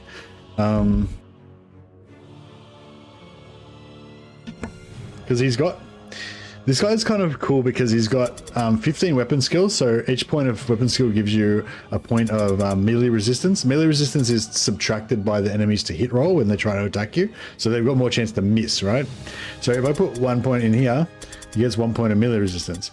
And if I put points in agility, each of those gives you 1 point of melee resistance, right? So you're getting lots of melee. 17 agility and 15 weapon skill means 32 total points of melee resistance once those are both maxed out. So that makes him really good. Plus, he can get weapon skill skills, and he can take shield specialization. You only need 9 weapon skill for that. That gives you another 10% melee resistance, so that'd put it up to 30%. Plus, I think shields might already have default melee resistance on them, do they? Yeah, they have default melee resistance on them as well. And also you can get yeah, so we get shield specialist mastery, 10% melee resistance. Plus you can enchant a shield with the 12% melee resist enchant, etc, etc. So you end up being able to, we can probably stack his melee resistance up to like 70 or 80. You know, another thing you can do is alertness. You can get a skill called awareness. We can get level 1 awareness, gives us 5% melee resistance. Or if we use a book, if we use an awareness book, we could get our maximum increase to 15, and then we'll be able to get another +5, plus 10 melee resistance. Plus, I think there's something else that these guys have that's special that they can do with melee resistance as well. Forget what it is now though. Oh yes, Daub of Obscurity, another +10 melee resistance. So yeah, we can make these guys like really hard to hit basically. The only thing is with that, you need 15 intelligence. So you need 15 intelligence for that. You need to use a book of alertness for 15, and then you need to put another 15 points into that. So that means you've got 30 points spent here, and he's only got 6 leadership. So you really need, you really need a lot of leadership for that. I'll just quickly bring up the. So yeah, so I mean, this is a bit of a waste of time because I'm not planning on actually leveling this guy up right now. But just demonstrating how you make builds and stuff, how you figure out how to make builds and stuff. Yeah, if I just bring up my Mordheim character planner. If anyone needs to use the Mordheim character planner, I'll just pop a link in there for you as well.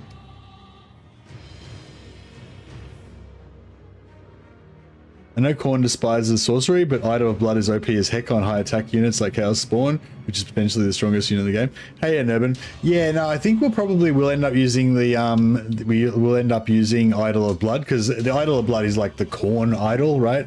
So maybe we can think of him as not so much magic, but like a Khorne, you know, a Khorne prayer or something like that, you know. I don't know. At the moment, we're just going no magic at all, but we'll probably end up using just Idol of Blood and Weapons of Destruction, because they're both very like aggressive war type spells. I think it's cool to have like blood priests, you know, blood cultists or whatever, that can summon the power of Khorne or whatever. But for now we're going to go pure Khorne. But anyway, back to the thing at hand. So we're going to Doomweaver, right? So if we went like 15 intelligence so that we could get Daub of Obscurity, we'd only have 8 points left. So then we're going to get alertness, right? So then what we'd have to do is you'd have to take a book of alertness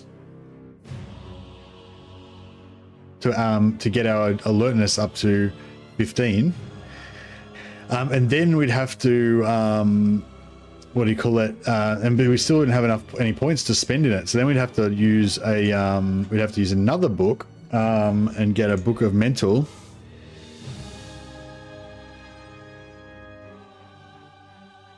And that'd give us 3 more points to spend. So then we could put that into alertness. And then we've only got 4 leadership. So this is the problem, like, you could potentially make this like crazy tank that would be like super high melee resistance, but he'd only have 4 leadership. So as soon as he got like 2 guys on him, he would rout. So it's like, I mean, you know, and then when he routes, they wouldn't be able to hit him, so he'd just run away. It'd be kind of cool, I guess. Actually, that's kind of cool. Blood priests are actually called blood fathers. That's pretty cool. But actually, that could be cool. He could just run away all the time, and he's just impossible to hit, so it's fine. So yeah, so basically, the end result would look something like this.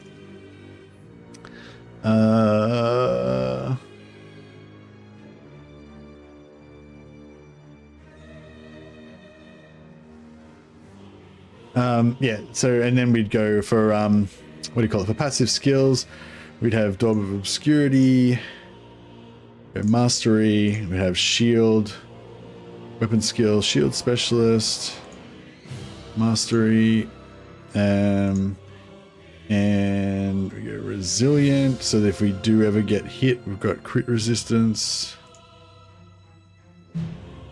We give him, Body, Cloth, Masterwork, or we could go light as well if you wanted to give him a little bit of resistance.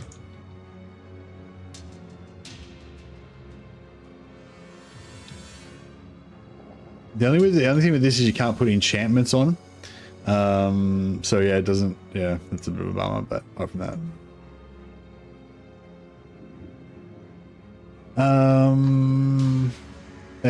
Blah blah. So yeah, so for passives we go Daub of Obscurity, Shield Specialist, Resilient, and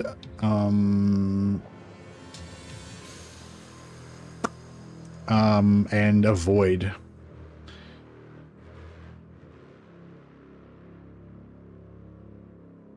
Oh no, sorry, we could go awareness, yeah.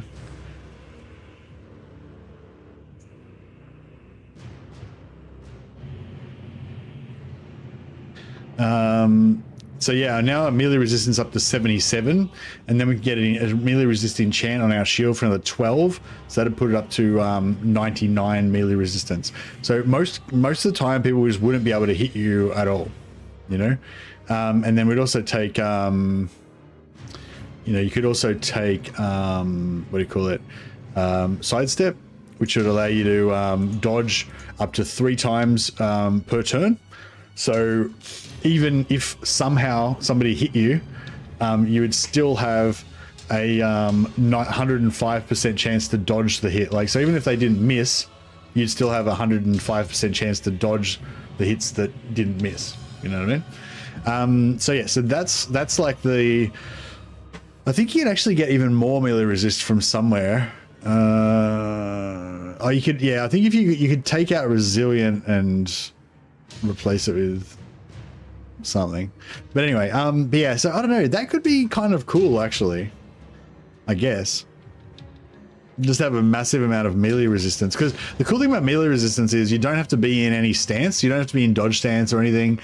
Even if you charge them and you're not in any stance and they counter attack you, like they just miss, you know. So yeah, it's pretty cool. Also, like, you can wear heavy armor with it as well if you want. It'll ruin your movement, but yeah, it doesn't reduce your melee resistance. It'll reduce your dodge chance, but it won't reduce your melee resistance. So you could even, if you wanted to, you could even give him heavy armor.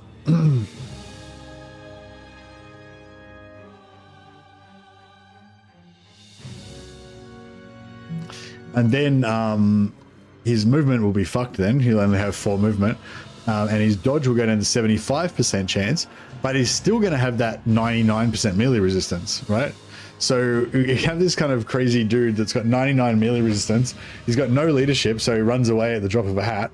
But if he does run away and everybody gets to hit him, but they all miss anyway, and even if they do hit him, he's got heaps of armor. That's, I don't know. It's just, it could be funny anyway. But yeah, I don't know.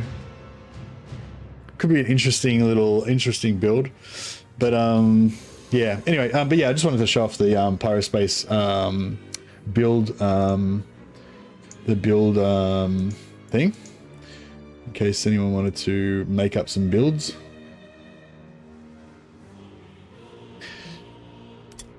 But anyway, yeah, so this guy this isn't going to be our end game team, you know. This is just kind of our team for now. Our main job is just to save money right now. So we're still getting most money from sending to Black Pit, so we'll keep sending to Black Pit.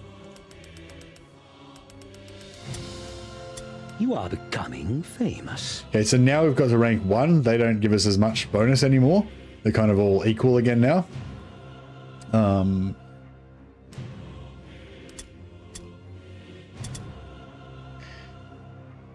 Now, nobody's wounded or anything. We do need to replace one of our dead guys though. Just replace him with another level 1, level 0 guy. So yeah, so we've managed to keep Raal alive. He's up to level 7 now. Like, I potentially would like to keep investing in him and leveling him up with better skills and stuff, but because he's kind of like an end game henchman. I don't really like using them though. Like, it might even be a good idea to put him in reserve and save him until the rest of our squad kind of catches up, because at the moment he's level rank 7 and everyone else is like rank 0 and whatever, so he's like really pushing our average level up, which means that we're, you know, potentially going to go up against some pretty scary opponents. So yes, it's a bit of a worry, but not too bad. Give him a cool helmet.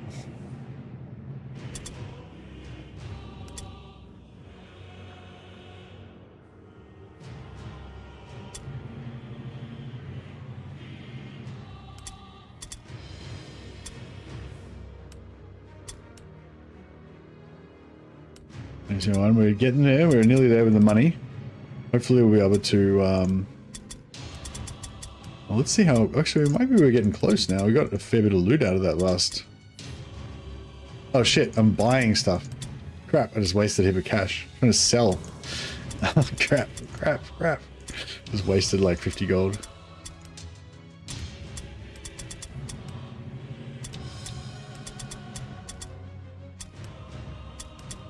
Alright, that didn't help at all.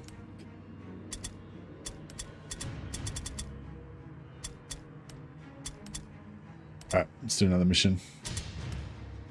Alright, Wordstone is good for us. Brutal exceptional. Both warbands scattered randomly scared by something. Okay, so that one's a bad one. We don't really want to do that. Want a safer one. Brutal exceptional good. One is divided into 3 strike teams, the other one's scattered randomly, so that one's another bad one. Deadly good. 3 strike teams and disperse. I mean, that's better than scattered. Average poor.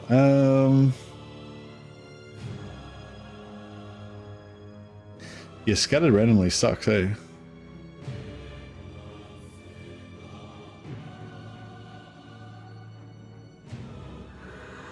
deadly.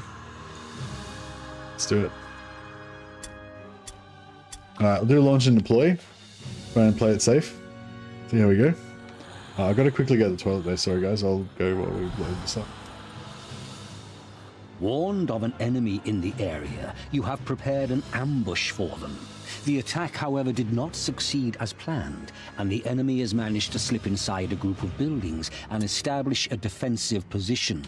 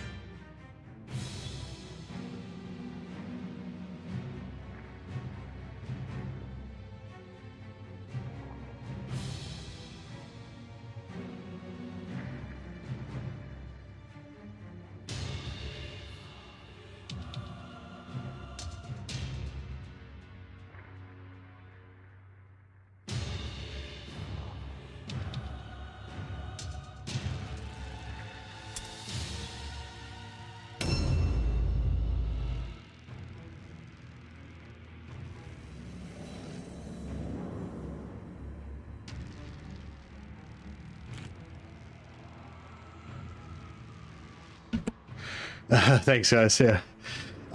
Yeah. So when that happens, like you get these ambush events every now and again, and when the ambush events happen, basically all bets are off. Like whatever it said, like if it said in the thing that you were gonna be able to set up you guys, if you chose to be able to set up you guys and you get ambushed, then you don't get to.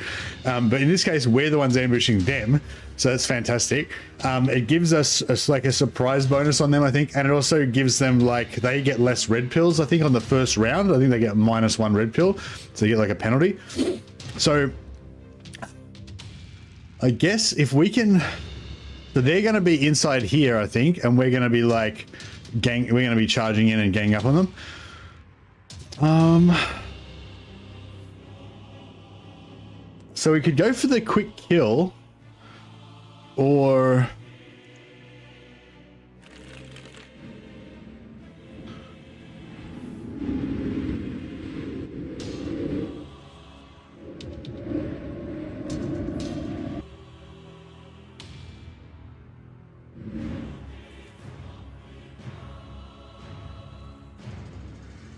so their wagon's inside the building just over there.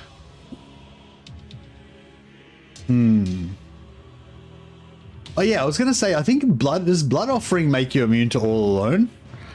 So we might actually be able to build that guy so that with blood offering, so that not blood offering, Idol of Blood. I think Idol of Blood might make you immune to all alone. I can't remember. If it does, then that might fix our leadership problem. So that actually build might actually be pretty viable without running away.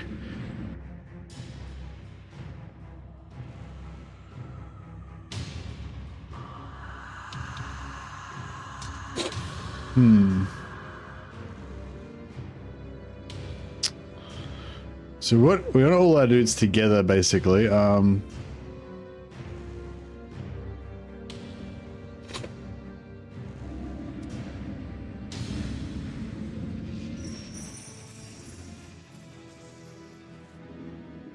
there's no point setting up here, even though they're right in there. We can't. There's no open doors, so we can't really get the bonus, get the advantage. What the fuck? There's like no open doors in the whole thing. It's all locked up. This is total bullshit.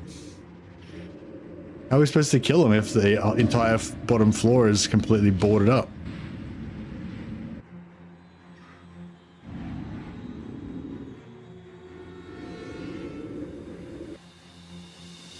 We can get into this building, but I'm not sure if there's anybody in there. Yeah, the door, all the doors are blocked. I reckon we must, if we go in there, that must work. Surely.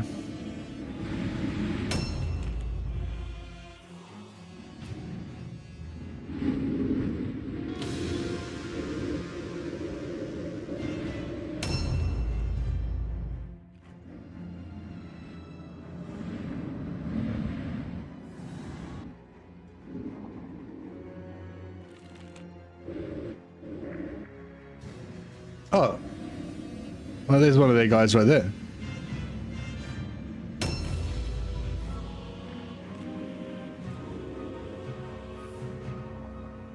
Oh, they're scattered all around the place. Not just in there.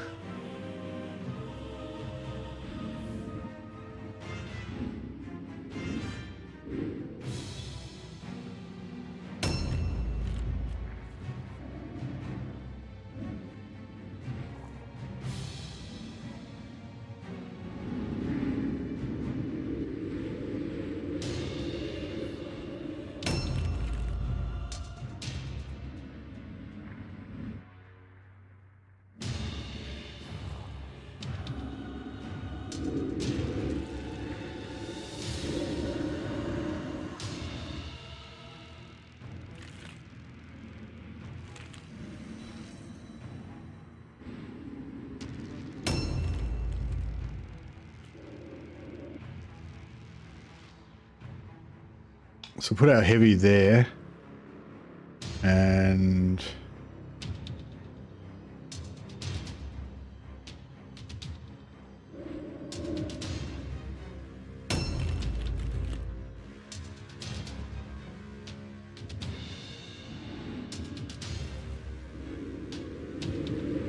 all right, let's do this. Oh man, they're faster than us. That's crap. Spread out and get the wordstone. Yeah, I mean, I probably should have, but I wanted to make sure we win. Nice.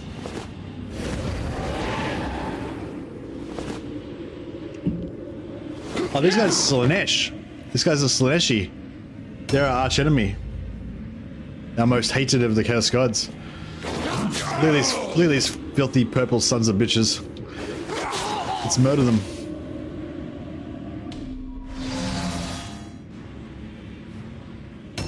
Kill most of them and get the warpstone. Yeah, no, I think that once we've killed a few of them, they'll rout and we won't get an opportunity to collect the warpstone, unfortunately.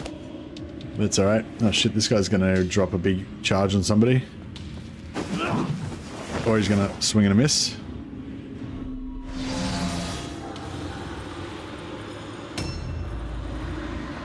He looks angry. See, luckily our dude's immune to all alone checks, so he doesn't care. Yeah, you're right. I probably should have gone for the warpstone first and just not tried to, you know.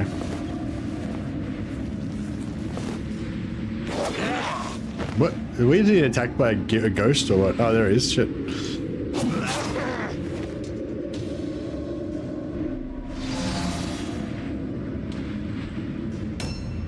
Why has this guy got a shield?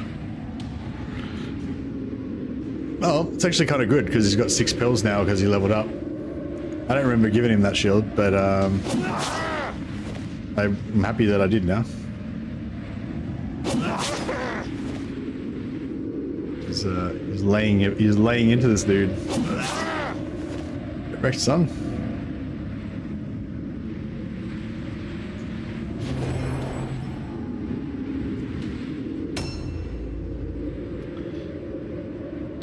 All right.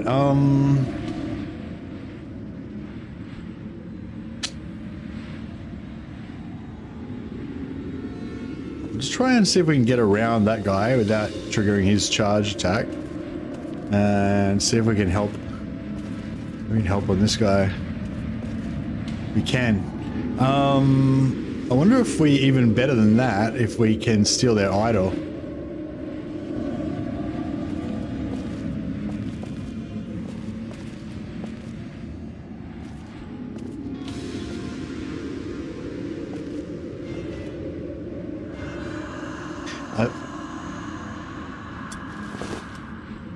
Nice. Alright. Steal their idol gives us a bit of a morale boost.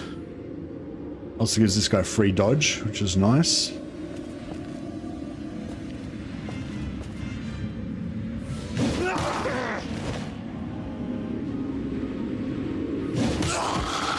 And we are off to the races. It's a good start. Don't need any of that crap.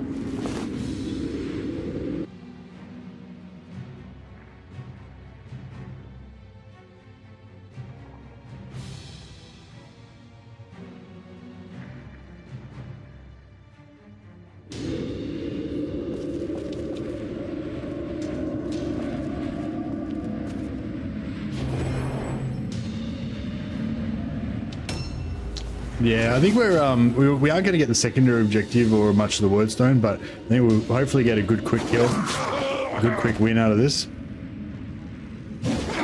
Hey, Captain Codpieces, Captain Codpiece. This is looking okay, I think. Looking all right. I like this chaos versus chaos fight, especially versus our arch enemies of Slaanesh.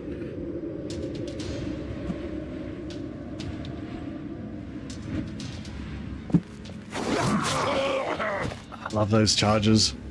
Oh, that counter is pretty heavy.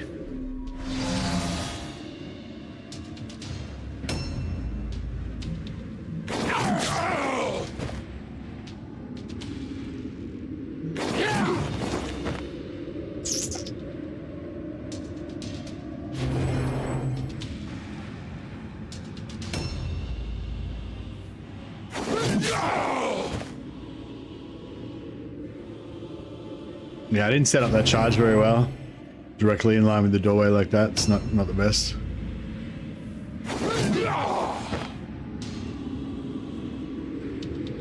But it is what it is.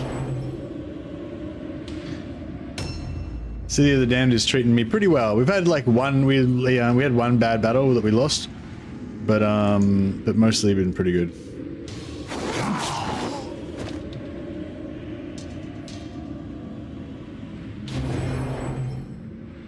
It's always fun when you start a new warband as well. These guys are pretty fresh, so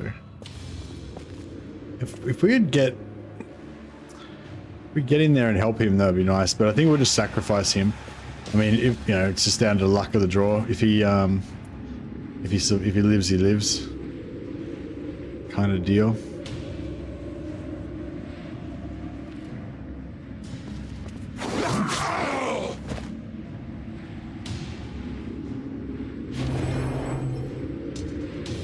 Yeah, it's the invisible mutation. That was weird. I don't know what happened there.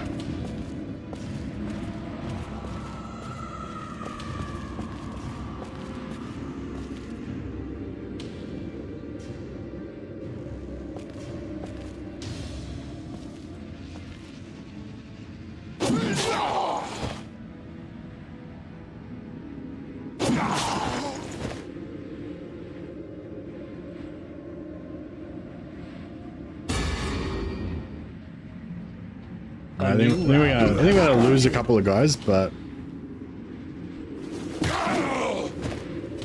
hopefully we'll be right.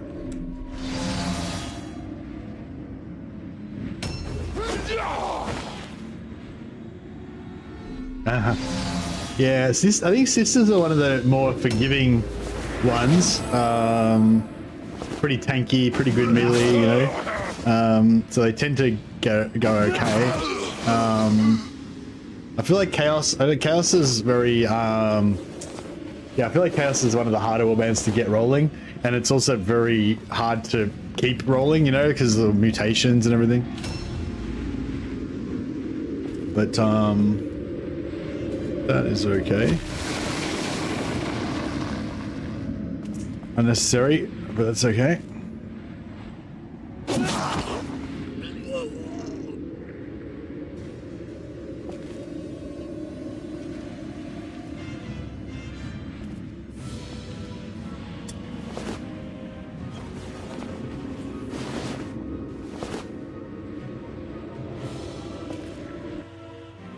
So they've already, essentially they've already routed.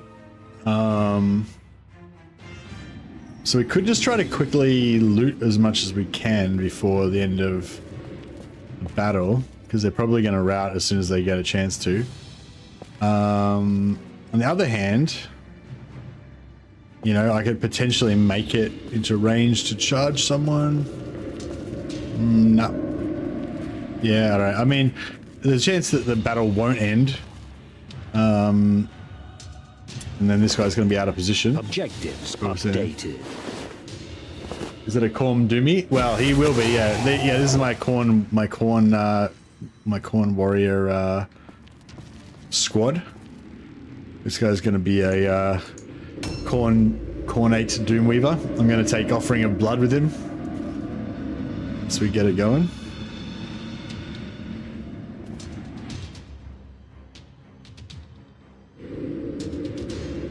Let's smash this guy.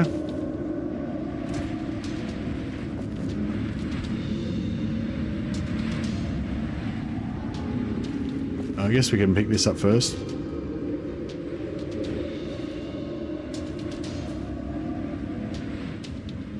Can I pick that up?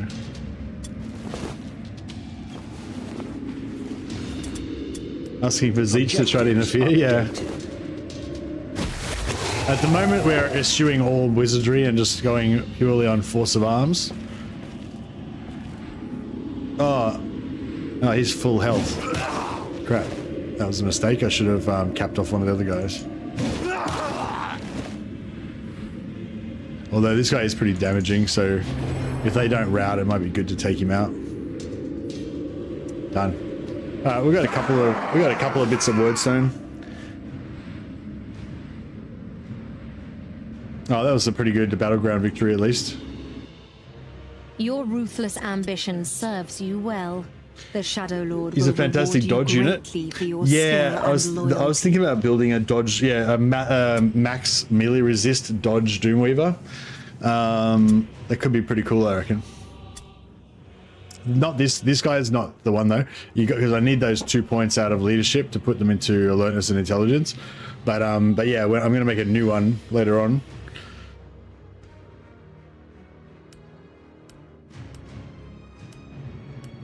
The gods are with you. Job, yeah. Remarkable. Like once we get into late game, we've got books and everything. We can make him a full melee resist beast.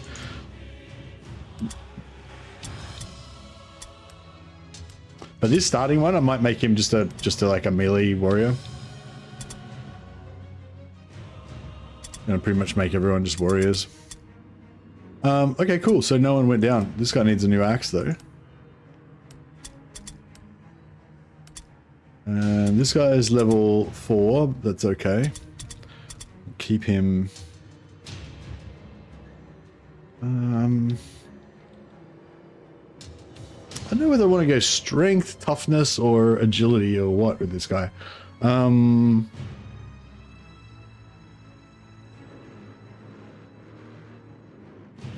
guess I want to just go health, make him just a beast.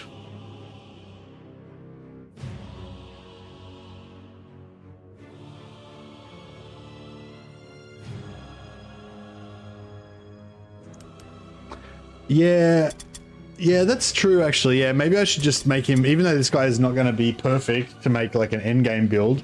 He'd be actually, we can make, actually that's cool. Yeah, instead of making like a 99 melee resist end game version, we'll just make him a 94 melee resist cheap version. So only just go for level 1 awareness instead of level 2. Yeah, that'll work. Yeah, good call. All right, cool. Thanks for that.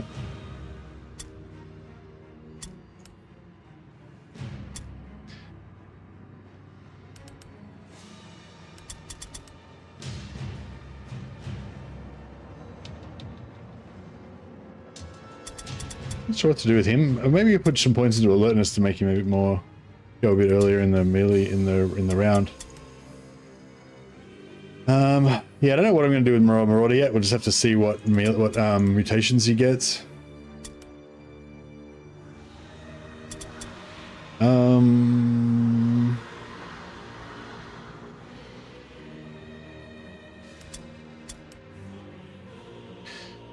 the Magister is sort of weird how he starts off with he starts off with 6 agility.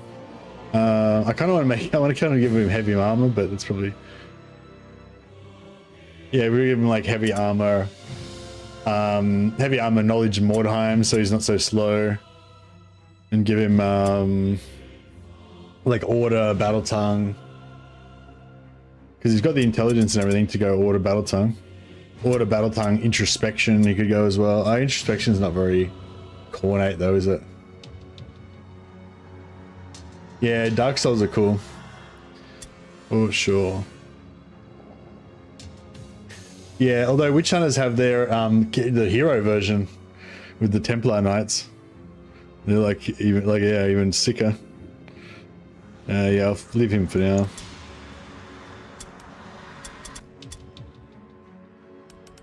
Stun resist, a bit more damage. We just so we don't spend so much money on keep recycling henchmen already. We'll keep him until they get to level 2, but we don't want to get him get too high. I mean, you can keep selling, you can keep them at level 0 all the time, but it gets a bit expensive recycling them all the time.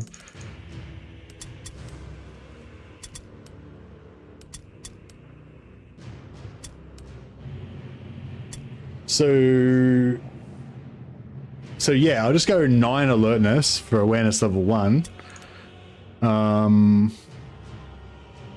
What level intelligence do we need for Daub? Intelligence 15. Yeah, so we're going to just go intelligence 15.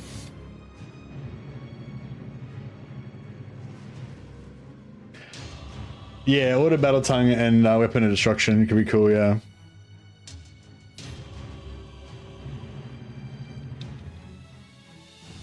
And I was kind of thinking of making him like a tank with heavy armor, but then he'll fail his magic. He'll fail when he tries to cast Weapon of Destruction all the time. But it could be fun. But he'll be kind of flexible.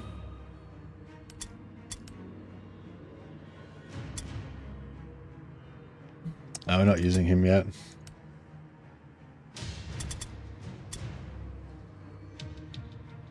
Yeah, leadership's pretty much useless on these guys, isn't it? Unless you want to give him like insult or something. Awareness is kind of useless as well.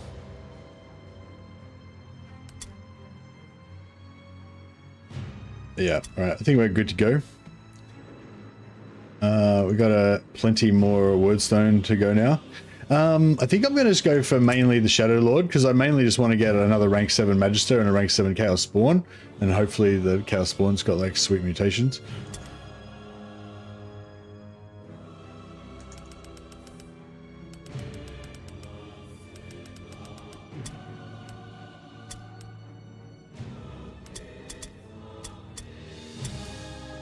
Market stock has been replenished. Hey, beep beep. Alright, what do we got? No.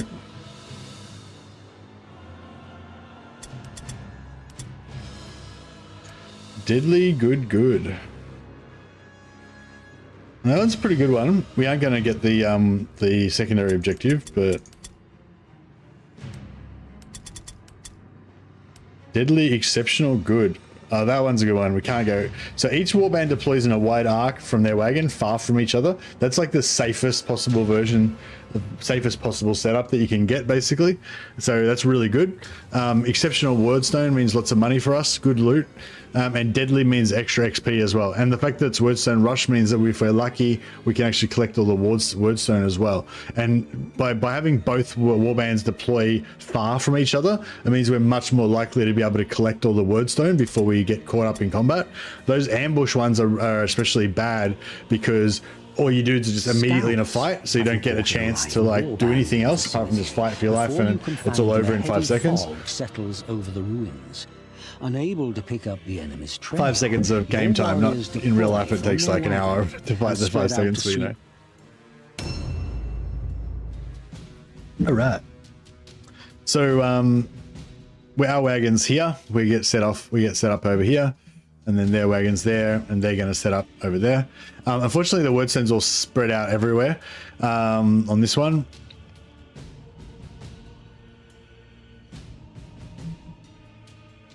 Well, there's 3 over there. That's a good spot.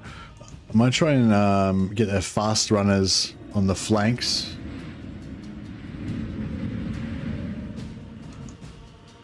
Yeah, I might try and get this fast guy out here to grab those.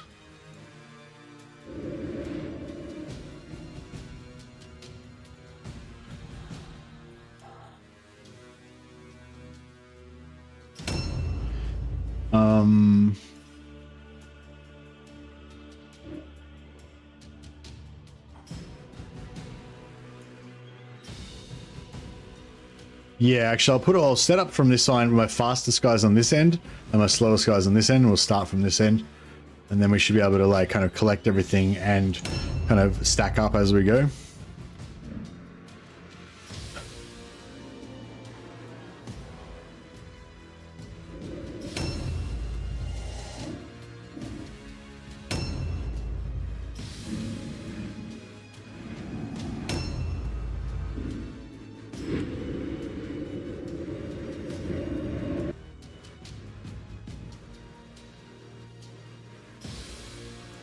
That's pretty good, I guess. It's close to that.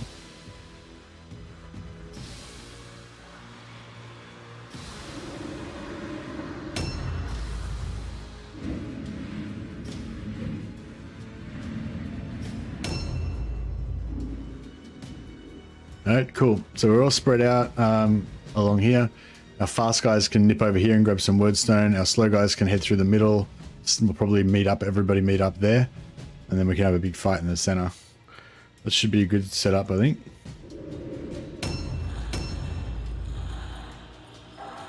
Oh yeah, what are we fighting? Witch hunters. A nemesis. They're hunting us.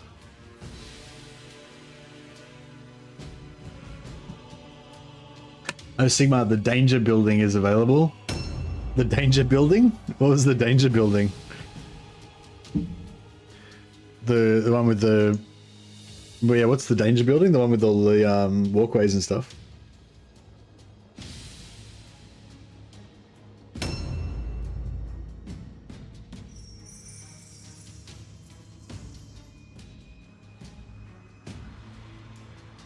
Well, the reason why I like putting heavy armor on my battle tongue order guys is because assuming you've used all of your red pills and all of your blue pills to like pump everybody else up, then you can at least just run in and body tank somebody because you know you got the heavy armor and high toughness and whatever. So and he's gonna be like, he's not gonna be alone, he's gonna be hanging out with a bunch of dudes hopefully. But yeah.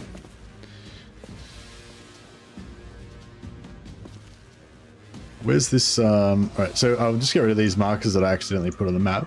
So I'll put a marker there, so there's some wordstone there. Forward spot spawns where you can get spots out in the middle of the field. Yeah, like over here you mean, yeah. I was thinking about that, but yeah, there's no warp zone near there, and you know. Yeah, I think you know, it's always a good idea to try to keep you guys together if you can.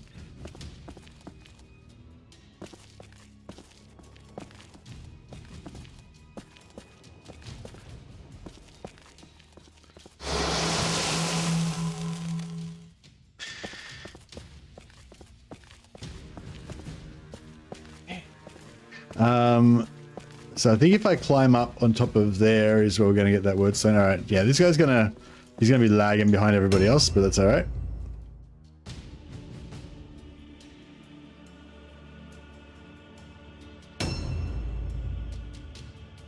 So he's got that one. This guy could maybe go like bing bing.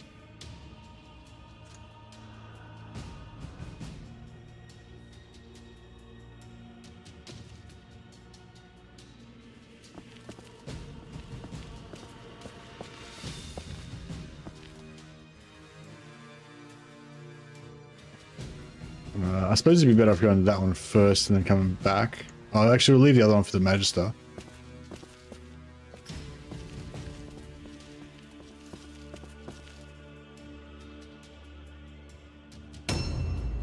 Yeah, so it's probably going to take like 2 or 3 turns before we actually get into the middle. I do love high initiative, yeah, true. Yeah, no, I think like the most overpowered thing basically is to set up as far away from the enemy as you can get, and then move further away from them, you know, and just have all you guys together. Ideally, when you're surrounded by a wall or something that's got limited access points, but then you know, obviously you're not going to get the objectives done and stuff. That's not the right place to go, is it?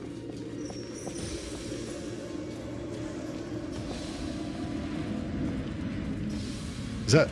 Oh, that's it there. Cool.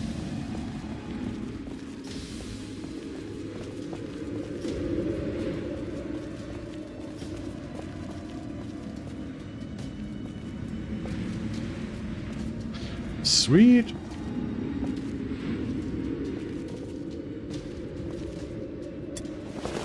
Objectives updated.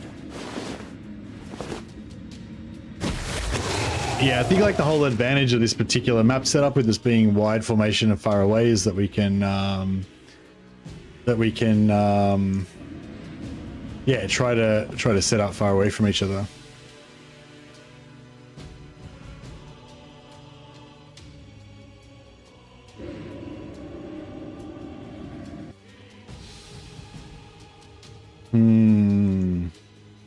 It's actually going to be hard to get 10 on this one because they're so spread out.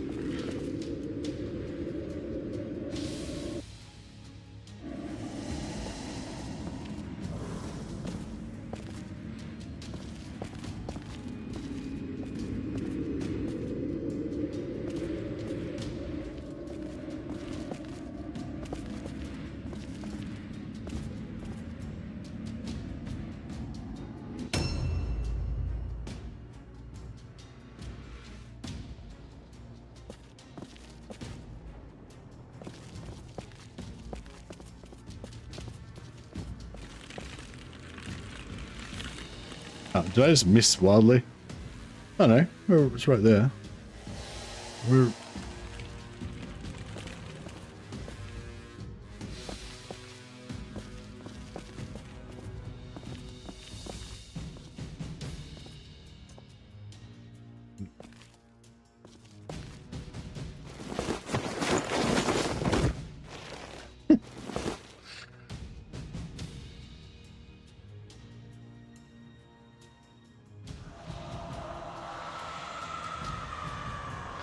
Yeah, exactly. Yeah, like basically, yeah. My theory is the further away that you can get, the more likely the enemy is to spread out. I mean, they don't always, especially if it's like Skaven or something where they've all got really high movement. There's more chance that they're not gonna screw up. But yeah, I find just generally the further away you go, the better off you'll be.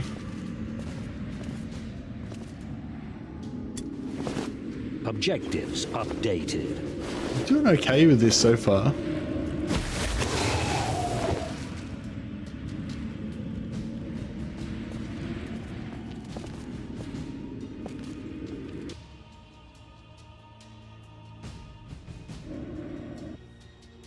Yeah, that guy can try and collect that. This guy will try and group up with the other brother over here. There's a gap through there, isn't there? Yeah.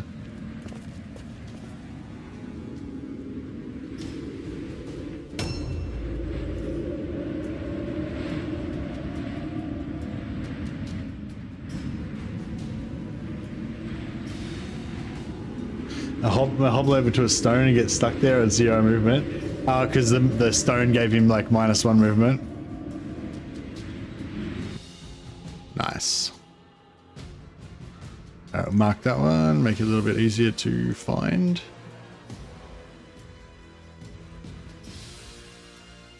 Just left click to mark the map. Sometimes makes it easier just to orient yourself where the loots are at.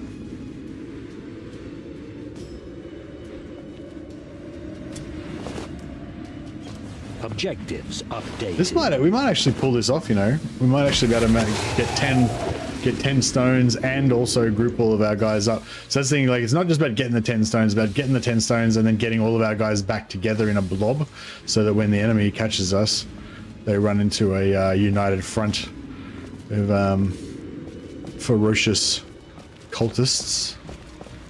Ah, motherfucker. I hate these little gaps like this where it's like, it looks like you can go through there, but you can't. Is there an alternative?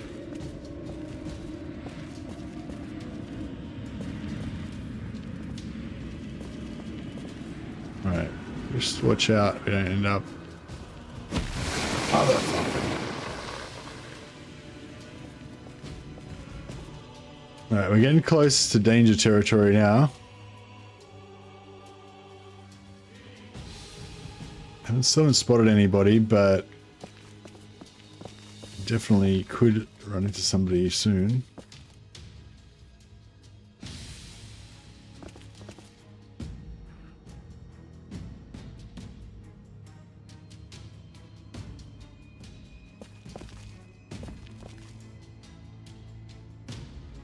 How the fuck do you get inside that building? Alright, let's see how we go. Missing leg, yeah.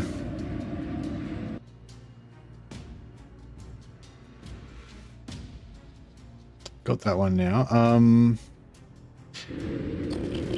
know if I should send this guy around to back up the other guy, or if that's just kind of sending more good after bad kind of thing.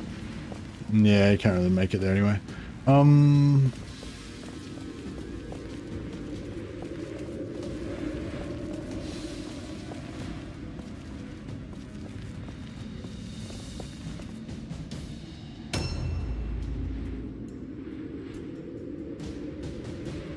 So if we get 7, then I reckon we'll be able to loot 3 off the enemies as they come towards us. But yeah, we'll have to see how we go.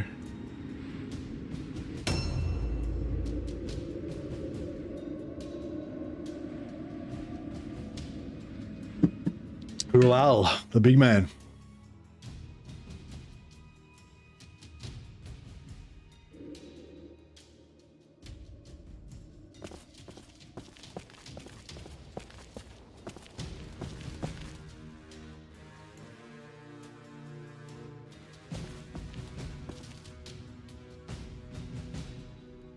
Have you been using your spare weapon slot for initiative boost?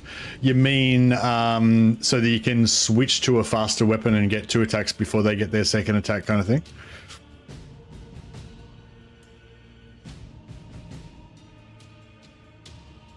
Nah. But that's an interesting technique. Maybe I should give it a try. What's best for initiative? Maces.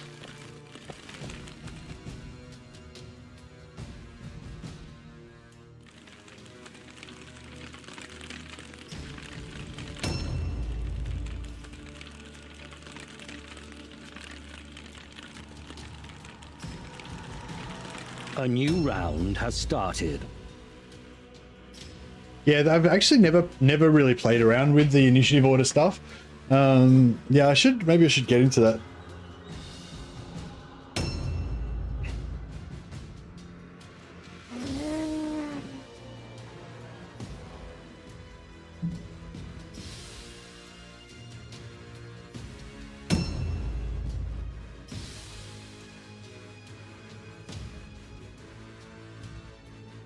Yeah, what's the fastest and slowest?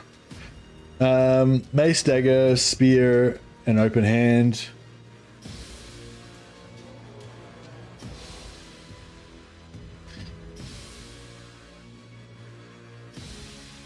Yeah, mace is good because it still does a bit of damage and it gives you the accuracy bonus. Dagger and spear like kind of don't do much damage though. Hey, is mace low damage too? What's the slowest weapon? Hammer? Oh, two-handed weapons with two-handed hammer or something would be the slowest, wouldn't it? Alright, let's see if we can... Hammer, yeah. Okay, so we should get like everybody with hammers. Give everyone hammers in one weapon setup and give them like double hammers. Objectives and the other updated. And the other ones with dagger and empty offhand or double maces. Objectives updated.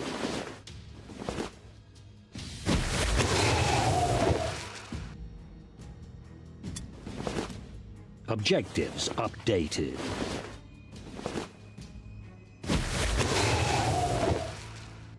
Oh, cool. Maybe we can...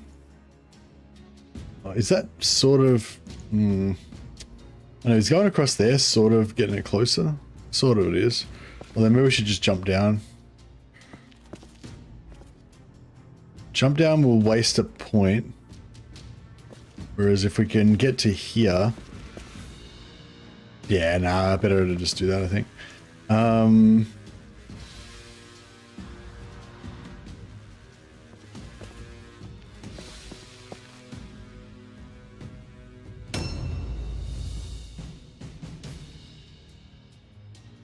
Very hard to get better initiative than double dagger. Oh, he's offhand. He's offhand. He's offhand. Empty offhand plus 10.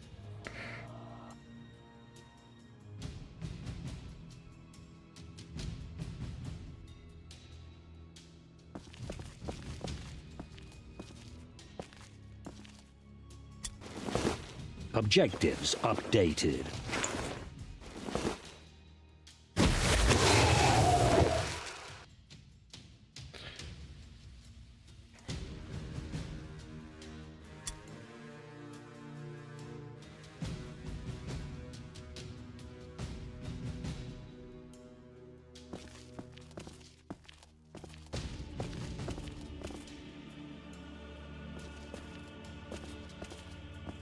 This is such a, so it's funny how last battle we just didn't do any looting at all. It was just like a all-out fucking bloodbath right from the start, and then this one's just like no combat at all. It's just like a friendly little scout around the ruins to get as much loot as we can get. All right, I think we got 7 now. I think that's enough. We'll just group up now and fight. Objectives and we should be able to. updated. Hopefully, we should be able to loot 2 or 3 loots, 2 or 3 from the enemies. Oh, we might still get another 1 or 2. We get one there, one there. Yeah, we get 2 more actually. So that'll be good.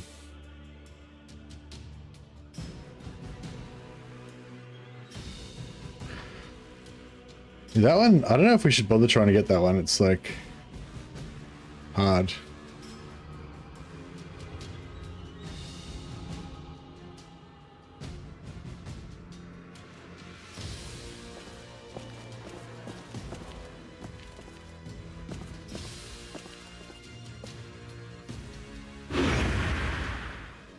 Mace dagger is my preferred. There's no spear. My brain is just like, but free dodge. Even though the reason 50%. Yeah, it's hard. It's like, I think in early game, you know, you may as well just don't even worry about defense because it's not reliable, and yeah, it's better to just stack as much offense as you can stack, really. But yeah, I'm a bit dubious about switching weapons though, because you know you lose the red pills and the blue pills and everything. But yeah, I guess it could be really good if you've got extra pills, especially when you start off, because you've got the 2-handed weapon and you can only attack once, and you got 3 red pills and stuff. So I dig that. Oh yeah, where's this? Oh, that's it there. Oh, cool. Okay, sweet. Objectives updated. But yeah, I guess I'm just like dubious, like, because you switch weapons, then you're stuck with this other weapon setup that isn't the weapon setup you really want, and you know, potentially you get engaged by somebody else, and I don't know. But yeah, I guess I don't know. Maybe, yeah, I'll try it out, and like I'll probably figure out that it's really OP, and I should just always do that from now on. But yeah, thanks for thanks for the suggestion, man. That's the most interesting bit of Mordheim tip that anyone's given me for a while. I'm intrigued. Alright, we're well and truly got enough wordstone now. So it's about time we find some enemies to slay. Alright, here we go. Yeah, it might actually might be better to pull back to here, because this open area here is great because we can swarm them and get all of our guys in and do heaps of damage and stuff. But if we can pull back to behind here, we're much likely to have them feeding through just one at a time, which is pretty sexy.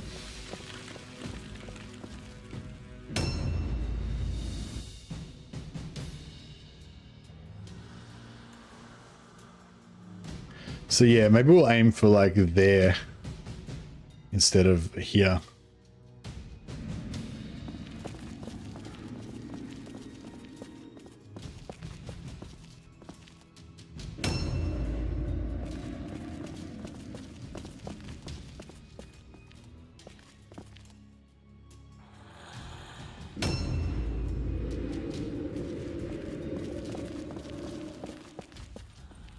Got a little dreg squad.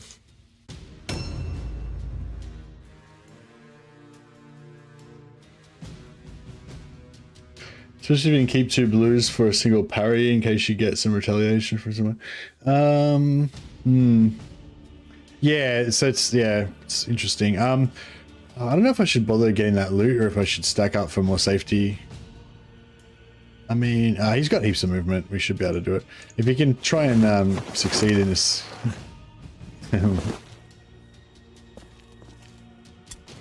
Yeah, this is like the most safest, most this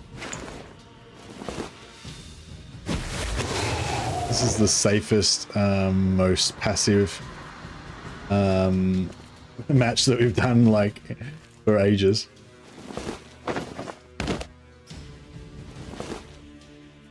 It is a deadly mission though, I think, right? So once we get in underway, it's probably still going to be a bit hairy, but we'll see how we go. I hope that paladin doesn't catch my marauder, otherwise the whole plan's all fucked. We have to all run up and try and stack up on the marauder.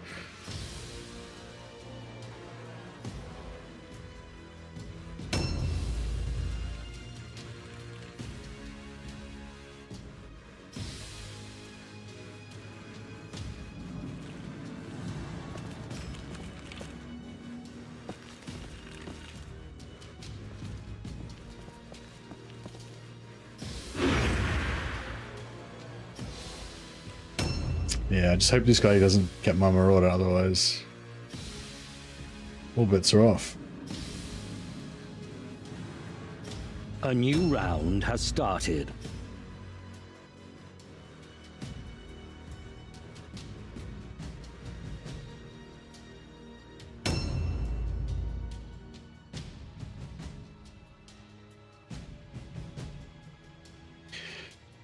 As web henchman? What's a web henchman?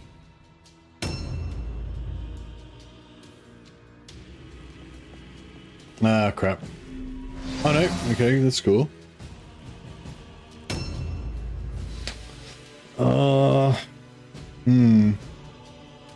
Hard to resist a lone dude, but yeah, I still think if we can get them all back here, that's going to be pretty good. Move forward and just delay. We'll save this guy for...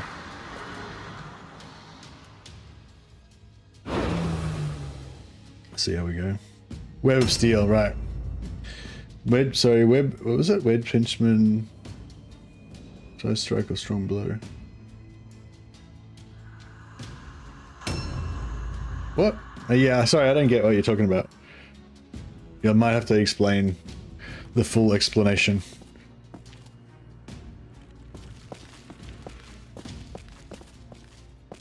Of what technique you're using there. I'll keep this guy in reserve back here a bit.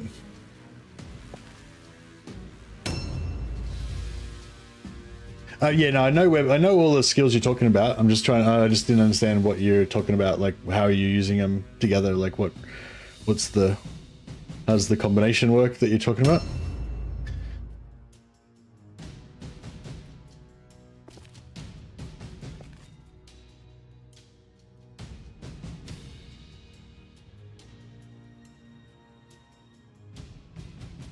All right, we'll delay one more time.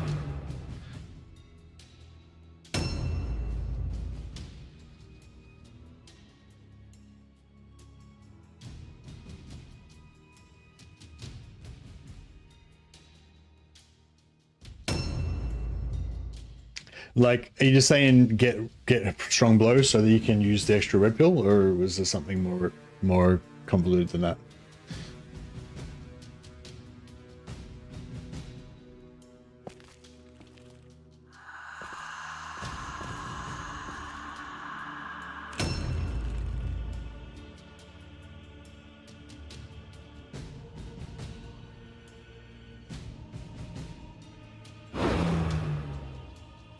I hate trying to delay with two different characters. It's like, yeah, we may as well just not even bother, eh?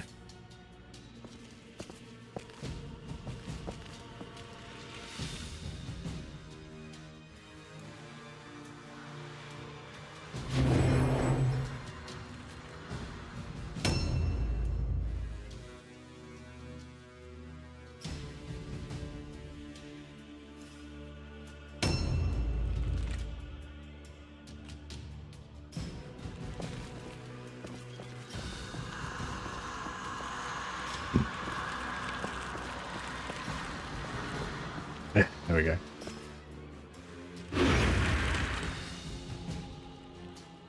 So Strongbow and Precise Strike both cost 3, as does Charge. Then you set up parry. You counter after parry for 1 red. So you get 2 counters, 3 total attacks plus 1.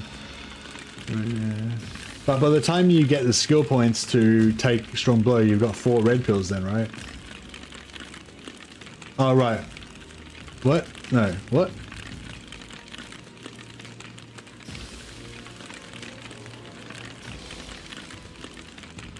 Okay, so Strong Blow costs 3.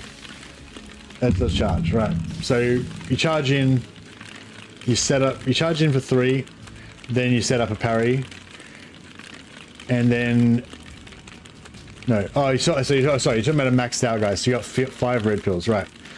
So you charge in. No.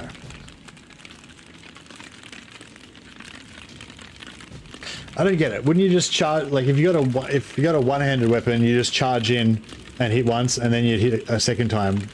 And if you've got a heavy weapon, you just walk in and hit once, and then hit a second time. like, how does... Yeah, fuck, I don't know. It's probably like too complex. It's probably too hard to explain for in chat, in like typing.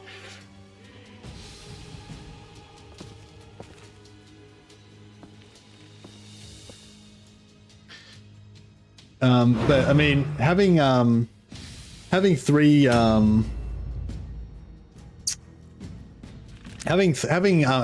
one attack that costs 3 red pills is pretty cool though, just so that if you have an extra red pill you can use it up in general, if that's what you mean. I would agree. I'll just move him in here so he can guard the door.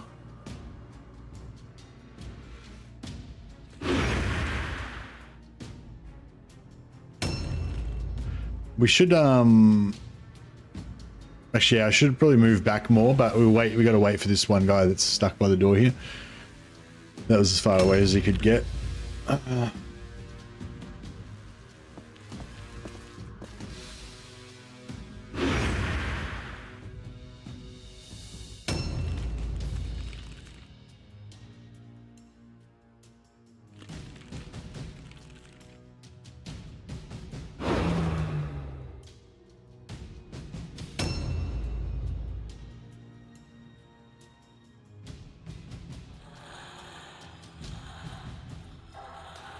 So yeah, so what I'm doing now is like kind of the most boring and cheesy way to play the game, you know. I mean, it's effective though, you know. So instead of going in here and engaging the guys that I saw, I just keep running away and try to string them out. It's pretty cheesy and kind of weak way to play the game, I guess. But it is effective. And very safe.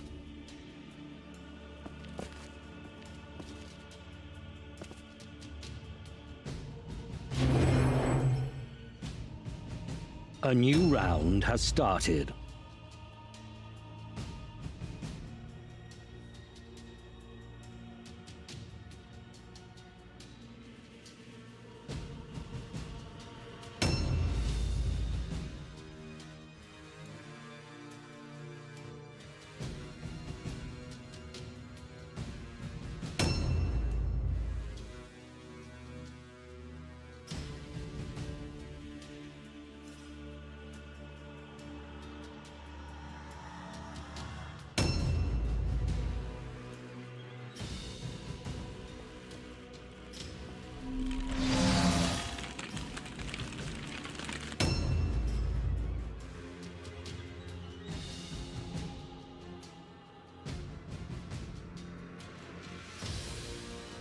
Oh right. So sorry. So the whole point of what you're saying basically is that you can count on the enemies probably having 2 attacks, so you want to have 2 counters. Is that pretty much the gist of it? Right. So if you're a parry build, then you want 2 red pills. You want to save 2 red pills if you're going to get 2 parries. Good call. Good call. Yeah, I actually don't really I don't really worry about, well, when I used to play before, I used to go much more on dodge builds and parry builds and melee resist builds, and basically tank. You know, I'd pull with tanks, and then I'd block off areas with tanks to isolate things, and you know, I'd use a lot of tank related tactics. You know what I mean? Whereas now, a few years later, like I haven't played the game for a few years. Now I've come back to the game, and now I'm using a lot. I don't really use tanks at all. I pretty much just use all damage and just, you know, just try and kill them before they get a turn. Just like, yeah. Just use the sort of just use the sort of XCOM 2 strategy of killing them before they get to move. But yeah, I think, you know, maybe we can mix the two together a little bit.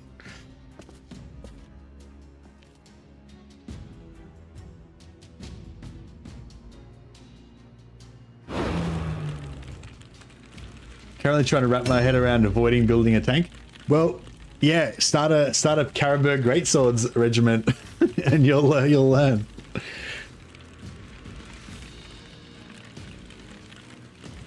So yeah, basically because I made a themed warband based on the Caribou Greatswords, or the Empire Greatswords. So every one of my mercs has heavy armor and a greatsword. Like, that's the rule. So when they start off, they only have 4 movement, and yeah, it's just, you can imagine, like, obviously you know the game quite well, so you would probably understand how fucked it is trying to fight a warband where every dude has heavy armor and a greatsword, like from level 1. Like the whole way through, they always use only heavy armor and a greatsword. It's like nothing works. Like, you can't do dodge builds, you can't do parry builds, you can't do melee resist builds. Fucking you can't do anything.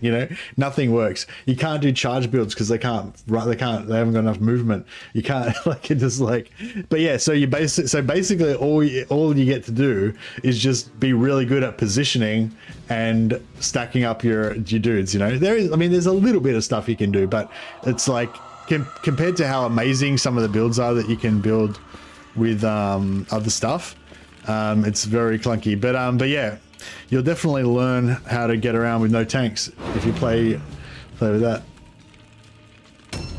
They have guard stance. Yeah, they do have guard stance, although I'm sort of thinking maybe guard stance is only 5% on a henchman. I'm thinking maybe I'll go for guard. Maybe I've got guard stance on a couple. I'm thinking I may be going for the melee resist stance, because at least that's 10% melee resist, so it's not great, but there's slightly more chance they might miss.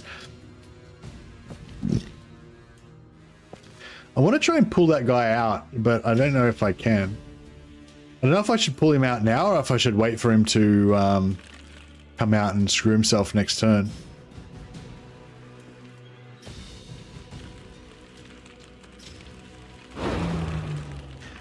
Hey Vale Summers, do you recommend this game for someone who enjoyed Total War Warhammer? I recommend this game for anyone who enjoys turn-based combat. But what was I going to say? But you can get it on special. So I don't think it's currently on special on Steam, but every time there's a Steam sale, this game goes on sale for like 90% off. So you should be able to buy this game for like $2. If it's not on Steam sale right now, but I bet you can get it on sale from somewhere else. So if we just look up Mordheim on Instant Gaming, Mordheim Instant Gaming. Yeah, it's $1.66. So you get a Steam key from Instant Gaming. Instant Gaming is a reputable gaming site, so you don't have to worry about them ripping you off or anything. You just go to Instant Gaming, buy this game for $1.66. So basically, my thing is, I recommend this game to fucking anybody for $1.66. Like, I would recommend this game to you even if you paid the full price of $24, but there's no reason that you should do that, because you can get it right now for $1.66. Australian, that is. American would probably be $1 or something. But yeah, so basically, I recommend this game to everybody, and I don't feel bad. I don't feel like there's any risk that anyone's going to come back to me and be like, I resent spending that $1.66. I don't think I got my money's worth. No, it's a really good game. Green Man has the 2 DLC and main game for $7.50. Oh, okay, nice. Yeah, so yeah, Green Man, Good Old Gamers, Instant Gaming, CD Keys, any of those places. Just make sure that if you want a Steam key, just make sure you're getting a Steam key. So Instant Gaming's got a CD key. I'm not sure about the others, but yeah. Okay, so we could try and see if we can pull this guy out with the pull this guy's charge out. There we go. Oof, nice.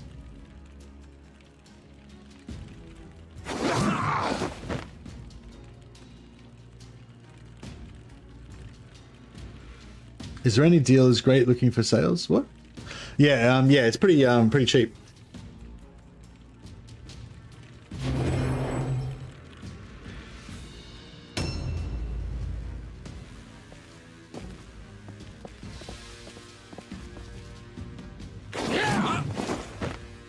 Bro.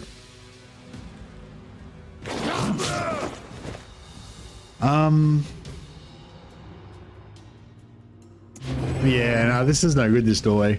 Yeah, no, I shouldn't have pulled him out. I should have pulled back and let him sit there. Yeah, the problem with this doorway is that fuck. Yeah, the problem with this one is we probably aren't going to finish him in one turn, and then we're going to have guys that are going to be stuck. They're going to be stuck inside here, and then we're going to get into like 1v1 and 2v1 situations, and it's going to be all fucked up. I'll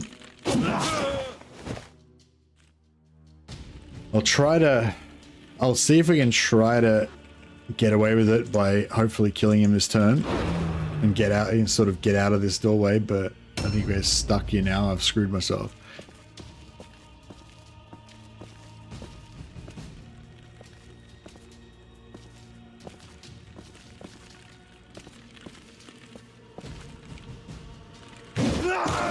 Well, we might get away with it.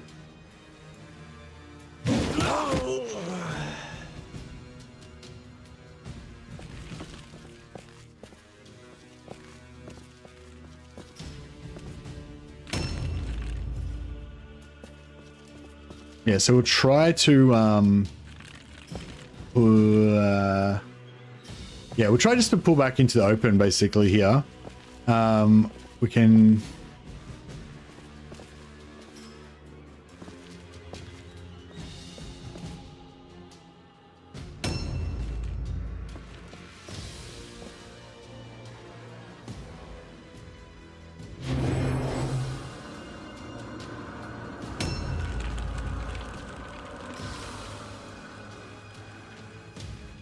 Hey, yeah, David Wimmer, welcome. Yeah, we're going for a themed Khorne Warband. We're serving the Blood God today.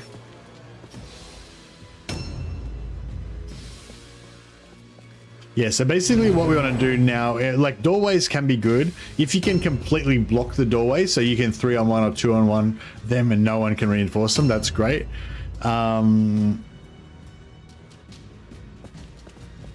But if you can't like completely block the doorway, then they're not great. So yeah, just pulling back and having a full open field where we can just fully surround them with 5-on-1, that's pretty good. So we'll do that. We'll go for that.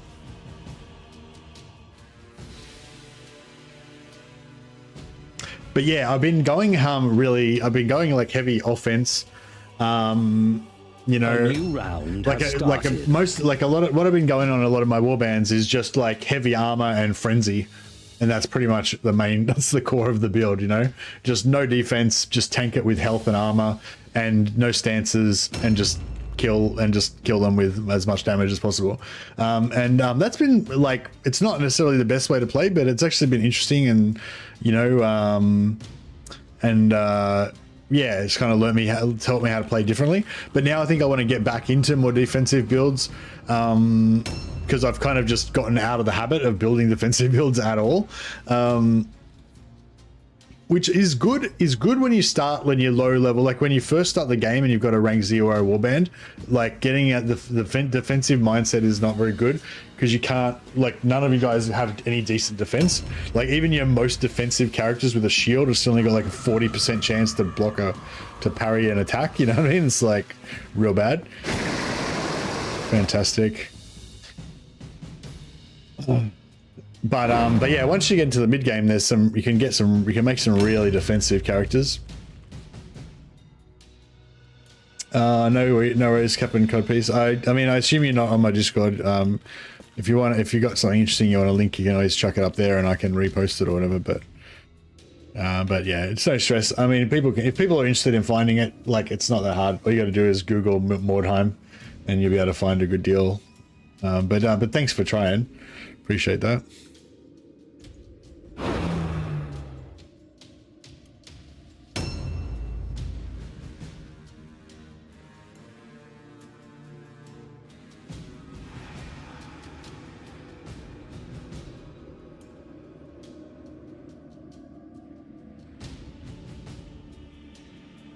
Did the guy you just killed drop some loot? Oh yeah, I didn't even bother looting him. Good point, Opera. Yeah, I didn't even bother looting him. I was so focused on just getting the objective done and keeping all my guys alive.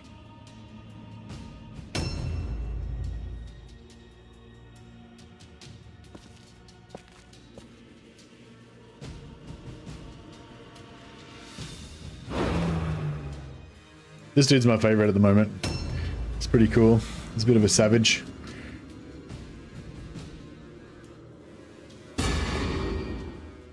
Do you know how to keep looted weapons in a bag? Do you know how to keep weapons in a bag? Yeah, but what do you mean? Like loot a weapon and then put it in a bag? So no, I guess would be the short answer. I'm not sure what you're talking about.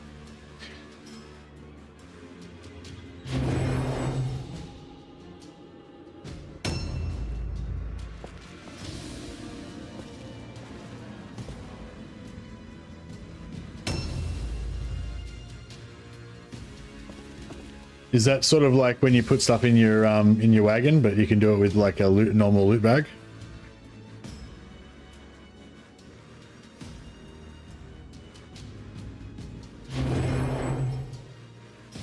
If you take a weapon out and put it back, it won't disappear. It won't disappear after the end turn.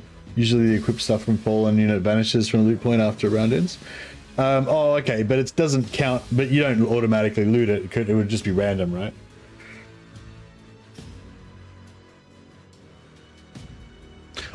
But then when you get your battlefield loot at the end, if you win, you get a percentage of all the loot, including the stuff that's still in the bag. Is that what you're saying? Oh, left there for another unit to loot. Oh, okay, cool. Do you know if nobody loots it, does it count as battlefield loot and you have a percentage chance of picking it up like anything else, or is that stuff separate?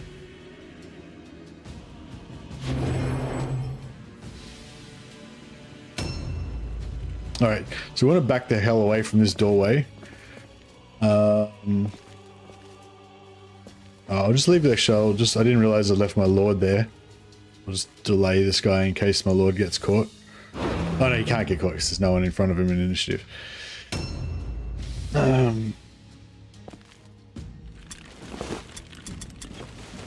Thanks, thanks for that. I totally, yeah. Thanks for Opera Mouse. And yeah, totally hadn't even thought about looting. That would be good. No, sorry, only stuff untouched is looted. Oh, okay. Does that apply to all loot? So if I loot something that otherwise would have been picked up by the auto loot, then won't be looted if I touch it.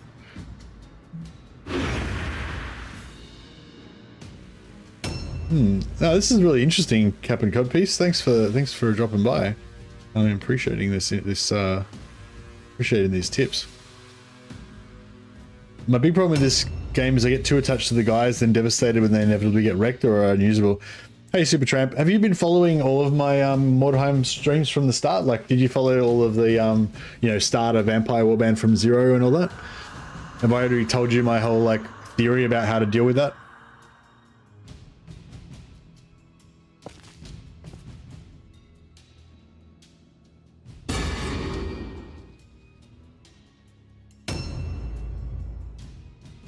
This guy's damaged, so keep him out.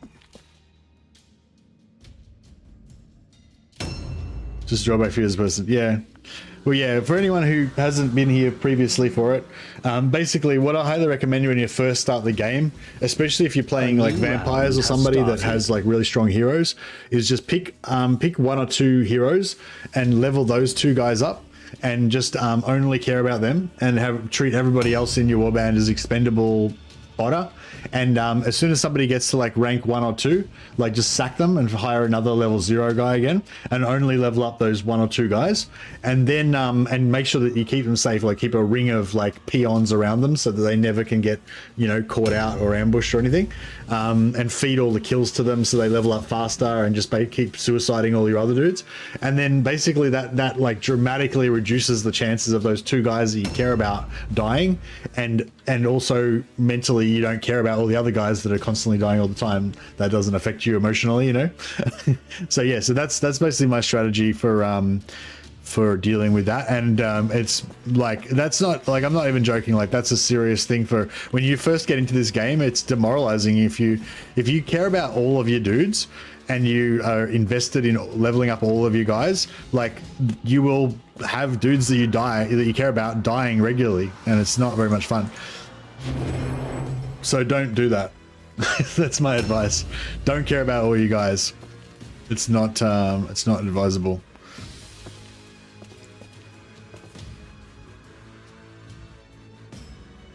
I wonder if these AI is actually going to ever find us over here or what.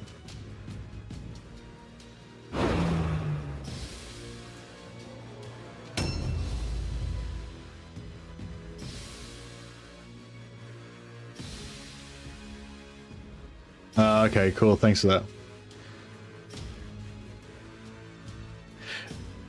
You can care about dudes, but only care about the dudes that are going to live.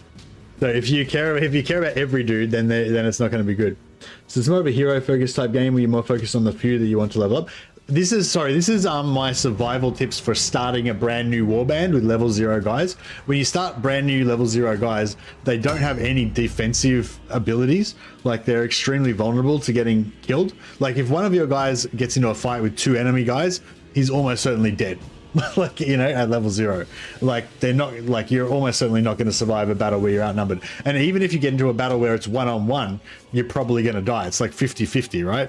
So the chances are that like a lot of you guys are going to die. Like they might survive 1 mission, they might survive 2 missions, but you know, over a long enough amount of missions, like all of your peons are going to get murdered at some point, right?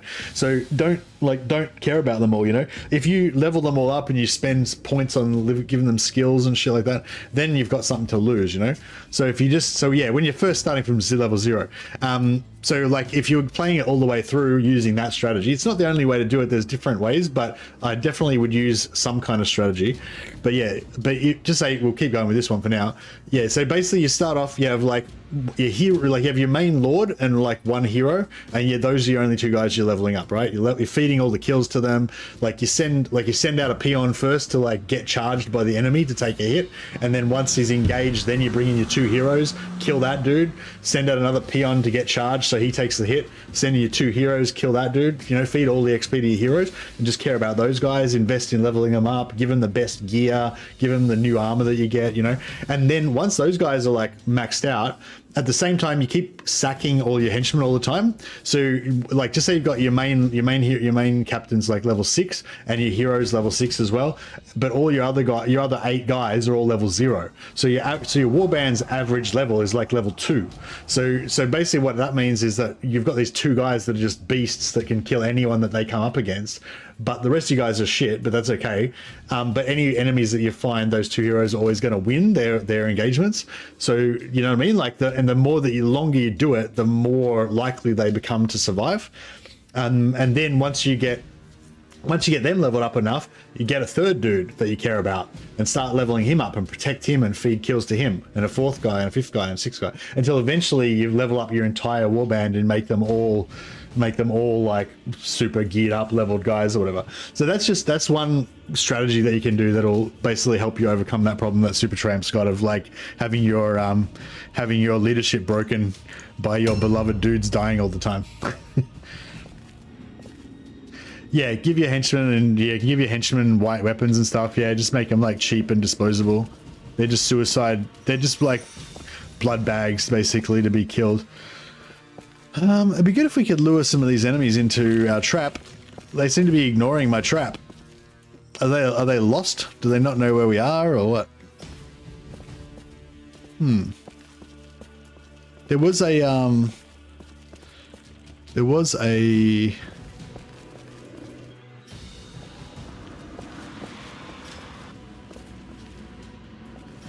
a Templar Knight over there, but oh, here we go. All right, maybe we'll come down the corridor. Maybe we'll just stay right there. And maybe we'll come down the corridor down this way. Go after this flagellant.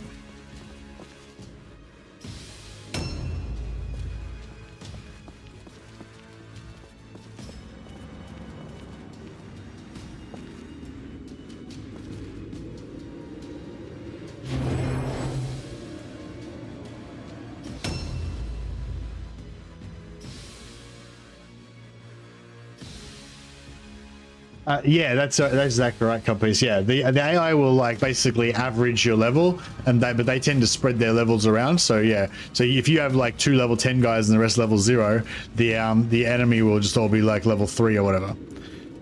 So your heroes will be really strong.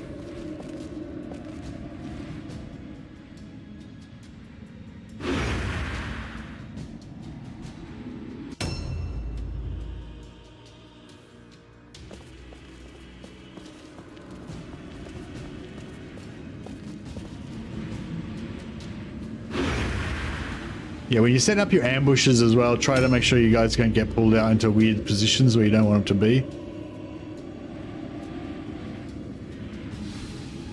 But yeah, so I'm probably not going to play another mission this way. I just kind of want to demonstrate it for you guys. But this is like, yeah, this is basically the cheesiest and like boringest way to play the game, where you just pull all you guys away from the enemy and then set up in a really good defensive position and just wait for them to send their guys in one at a time. It's really strong. Like it'll be extremely safe and make you like, you know, like win and stuff. But it's really boring, and it'll like waste your soul, you know, and make you not enjoy the game as much.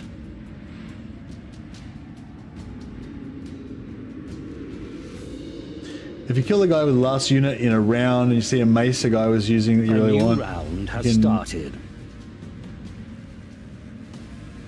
Yeah, no, I get what you're saying. Yeah, no, thanks for that tip, Captain Codbeast. So I have to remember that. So yeah, so anything that's been touched will disappear at the end and won't get auto-looted. But if you pick it up and put it back down again, it won't... totally, I didn't place that ambush correctly exactly, but that's all right. To have a counter-attack at least. But yeah, and the weapons that usually disappear at the end of the round, if you pick them up and put it back down again, at least they will stay there and give you an opportunity to loot them with a different character if you want. And the good thing about that is if you've got a full inventory, like just say you've got like 3, you know, if you got 3 wordstone clusters and you've got no room to pick anything up, you can switch a wordstone cluster for that purple greatsword that you really want, and then switch it back again, and then, you know, without losing anything or using any movement, and then you've got that weapon sitting there for next turn if you want it. Oh, bro, can't make it on that side. All right, see, this is kind of bad, right? Because if I want to hit this guy, I can make it on this side, but then I'll be blocking that doorway. I don't necessarily want my favorite dude like blocking that doorway. So what I'm going to do is go back and try to scrounge a tiny little bit of extra movement out of this guy. If we run in an exact straight line towards the left-hand side of this guy, we might just be able to make it on the far side. Oh, that's so close. So close. All right. I need to put a marker here or something. Oh no, did I make it? I made it. Just made it. Beautiful. All right, so now I'm not blocking that doorway. So I don't want to be blocking the doorway on my side, because that means that I'll be in a one-on-one fight if they come through the door. Castling is what it's usually called. Finding a defensive position around jump ups is very popular too. Castling is a defensive position. What are you talking about? What are we talking about now? We're talking about something different.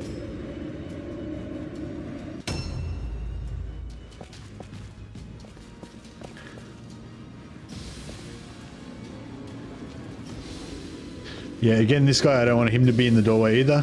I can maybe put a tank in there, but...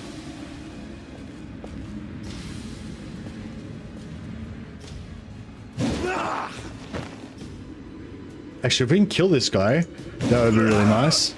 Then we can put an ambush on that doorway. When you block off an area to have the AI throw itself at your stung position. Yeah, exactly. You know, like that. Yeah, what about that map where there's that, like, there's those cobblestone streets or whatever, and there's like the lower level and the higher level, and I can't really describe it, but there's like this area where you kind of go in this corner. There's this kind of corner, but it's like an open area, and there's this big wall with all these, with 2 or 3 jump up positions, and you just sit at the bottom and yeah, wait for the AI to come down one at a time and charge them. Yeah, I'm gonna still try and go. Actually, our Lord can. Yeah, I'll keep this guy here with ambush on the door, so that if we clear this guy out, at least he'll be there on the door. This guy will delay. There's no enemies coming, is there? No. Oh, actually, no. This guy can just stay.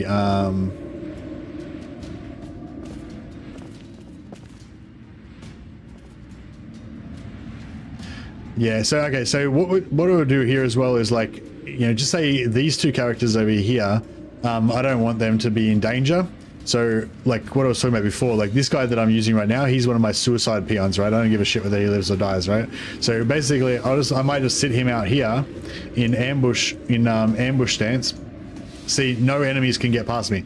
Like, even if they're Skaven, they can charge me from outside of my charge distance. They can only charge me, right? They can't charge my other bros, especially if I go out like this.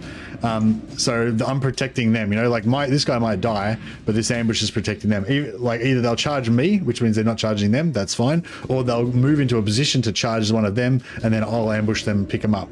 So you kind of, yeah, quite often keep guys in my back row or on the sides in ambush to stop the enemy from flanking.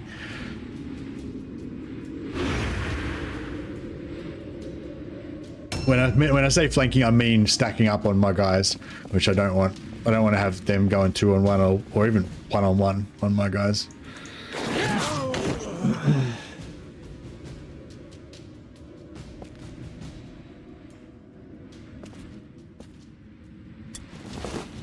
No.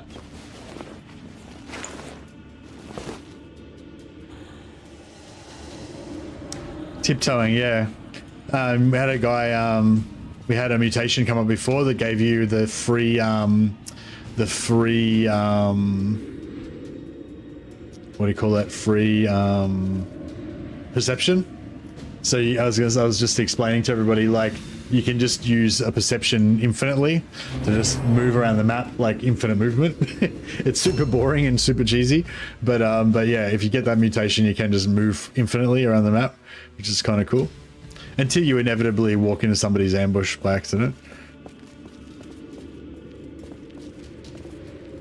This guy he is one of my peons that I don't really care if he lives and dies, but he's got but he's damaged, so we're just going to try and keep him safe.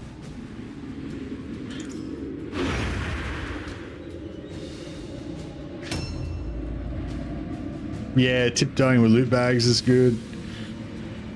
Wordstone clusters, you know, you can walk from one end of the wordstone cluster to the other end. Yeah, faceless, yeah. Yeah, he had faceless, but he had stupidity as well. He had 2 injuries, so I didn't grab him. I was gonna get him just to show off. Like, I wouldn't really use that in my campaigns because of the because it's not very, you know, it's not very immersive, like that kind of cheese stuff. Like, I mean, I'll tiptoe a little bit whenever there's a loot bag or whatever. Don't you worry, I'm no saint. But yeah, but using like the auger for the sisters or something, you know, to just infinitely move around is kind of pretty, you know, it's too cheesy. Like, kind of ruins the game a little bit. But I was gonna get him anyway just to show it off. But yeah, he had stupidity and concussion and shit, so I didn't bother.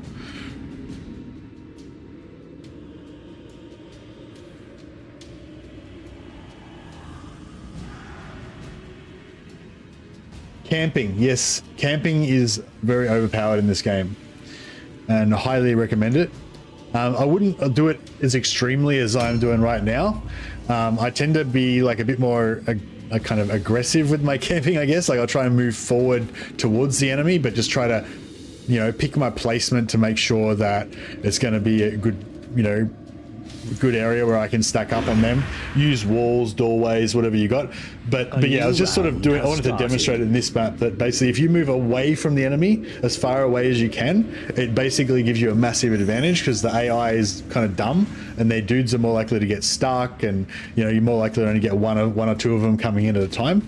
That's why the kind of the worst thing that can happen is when you get ambushed and like you're in a building surrounded by the enemy or something. It's because every one of their dudes is like within charge range of you practically. So it's like the opposite of this. Like, you know, the AI it's much more equal because the AI gets to get all of their guys into combat.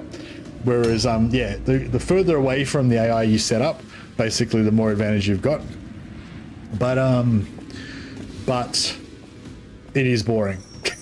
So that's like yeah, a lot of people that like are new to the game, and like how I was saying how I usually always just let the AI set up my guys randomly, and you'd be like horrified of that because it's like, oh my god, that's like suicidal, you guys are gonna die and shit. But it's like, yeah, but it's like, I don't know, like once you get more experience with the game, you realize that it's all about the excitement and the danger, and that's what makes it fun. You can play it so safe that it just loses its joy, you know? I reckon anyway. Where'd that dude go? I'm sure there was a dude just here a second ago, but I don't know where he went. Yeah, I'm losing my patience with this whole camping thing. I think we're gonna try to make something happen here.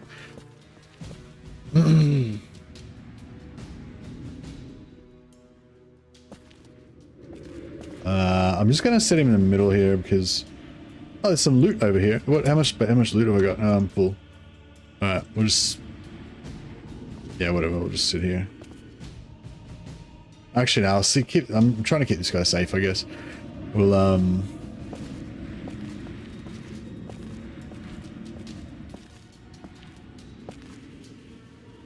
just delay because there is an AI gonna get shot. If you want cheese, vampires, zombies, and gas rats, poison immune with healing. Yeah. I want to make a Skaven. I wanted to make a Skaven warband focusing on gunpowder. So like two of those gas rats, and just basically everybody having all of my heroes having gunpowder weapons, and then just have 5 warp guard bodyguards to basically provide protection for my my ruling class of gunpowder rats. But then I don't know, people are saying how, you know, the gas rats are overpowered and everything, and they probably are like the single like most powerful unit in the whole game, you know, or something, you know. And then that kind of soured me on the idea, like that it was cheesy or whatever. But I wish I hadn't have let myself get soured on the idea, because I feel like theme is super important to me. Yeah, my gunpowder rat theme is pretty strong. Where are these fuckers?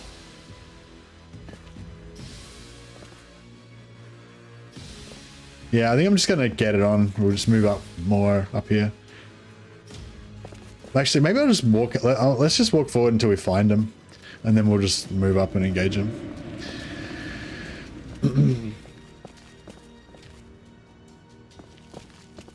They're probably like upstairs or something weird, right?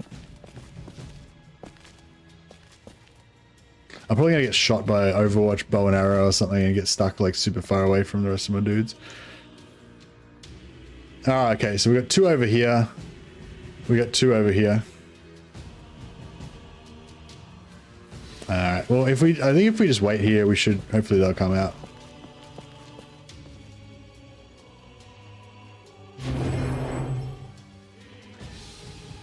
Uh, 100% the most powerful, up there with the Sister Superior and the Warrior Priest. Oh, Sister Superior. You reckon the Sister Superior is one of the most overpowered units? What's your Sister Superior build? What's your OP Sister Superior build?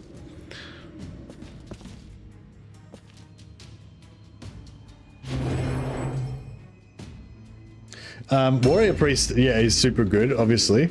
But I'm interested to know what you think, why you think, like, yeah, I'm interested to see what the overpowered Super Sister Superior build, because I always love Sister Superiors because I think they look really cool, and they're just a tough, solid unit for the Sisters, but I never really thought they were particularly cheesy or overpowered or anything.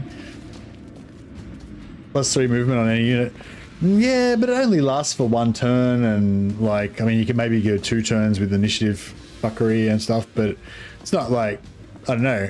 You reckon that's like gas rat level and warrior priest level cheese? One thing I like about Sister Superior is you can make a melee resist build with them, but they're not really perfect for it. But yeah, you can make a sort of melee resist build with them, which is kind of cool. I didn't quite place him correctly. I should have moved him back a little bit more. Hopefully that doesn't come back to bite me on the butt.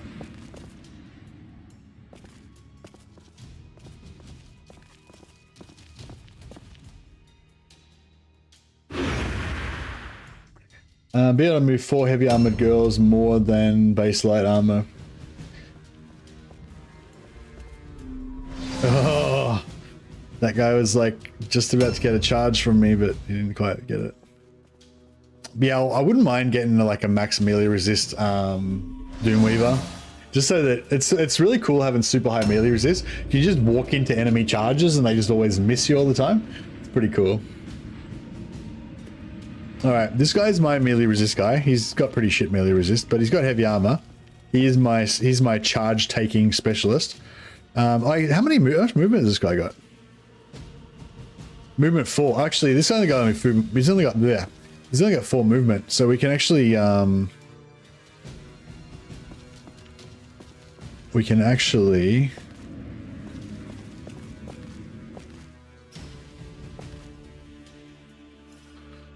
who's the last guy? 24 movement. That's that guy, right?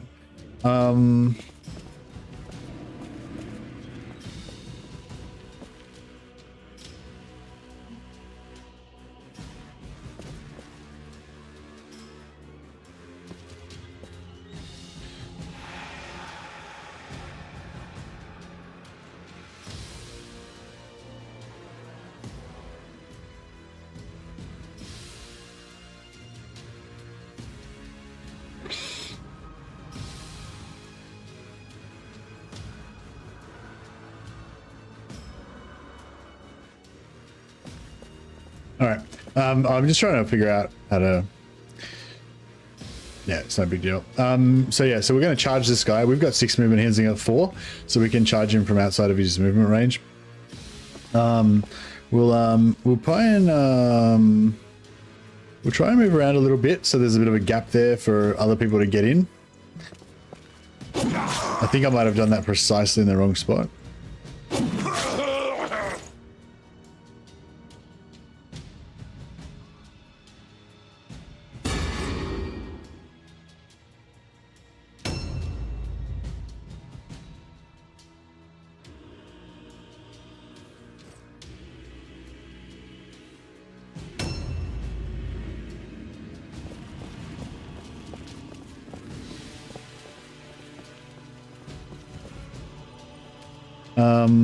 So we can actually fit another guy in there. So I did it in a good spot, actually.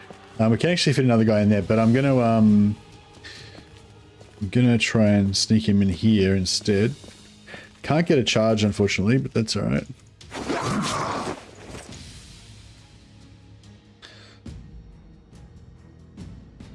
+3 move is an active skill, so you have 5 passive. Yeah, the 5 passive slots is nice, actually. Yeah, just keeps out of the way of their tankiness ability. You build your Sister Superior's tanky.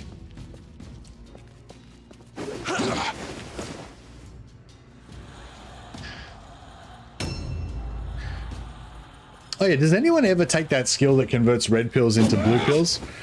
I never really take looters, but yeah, there's a skill that you can take, I can't remember what it's called, but you can basically convert red pills to get like a couple of extra blue pills, so you can move more and loot more and stuff like that. And yeah, I never take those skills.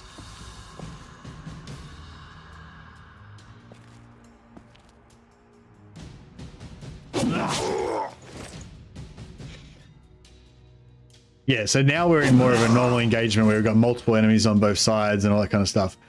We should still be able to handily win this one, I think, but yeah, it's a lot more even now than it was before, where we're like killing, you know, one of their dudes with all of our whole team, but only only once every 10 minutes or something, you know, so it kind of sucked. Oh, I set him up like a millimeter too close to the wall. How lame is that? All right. These guys are immune to all alone.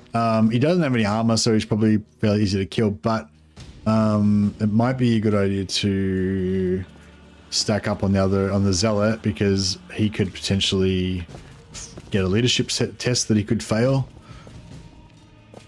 which would be advantageous to us if we don't, because we aren't going to have enough melee power to kill him this turn. But we should be able to stack up 2 guys on him. Those skills are actually OP, especially on archers. Okay.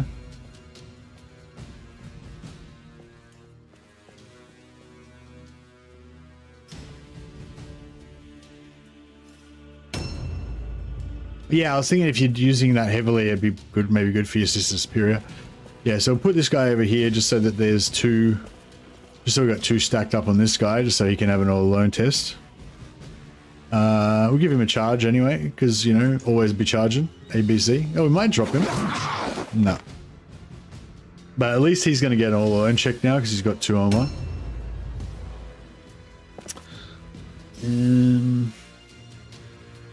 We can't fit another guy on him, can we? I don't think I left room. Oh, maybe. No. Well, we'll get him next turn anyway. Probably not before he gets another action, though.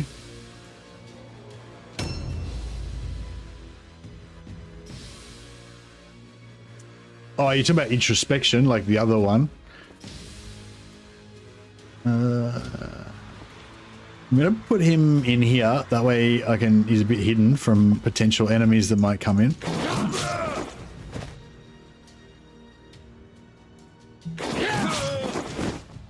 Ah, glorious. All right, charge. It's charge time.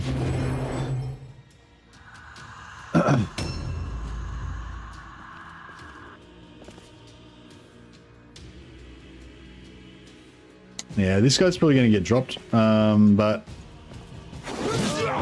he's doing God's work, so...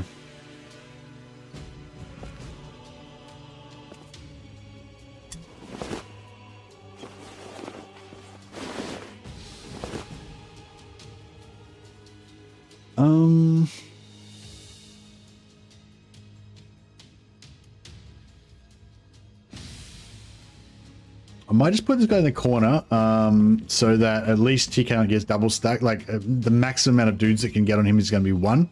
He's probably going to die from a charge from that zealot over there, but if he doesn't, then he should be good at least. Give him a chance to survive. Alright, glorious. So that all alone, that he doesn't get to attack us, which I like. Nice. He attacked our highest defense guy, which also works for me. All right. So we get the Lord.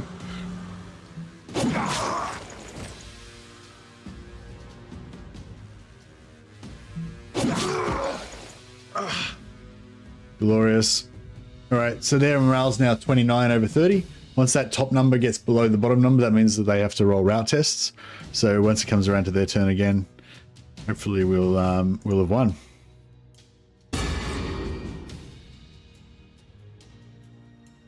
There you go.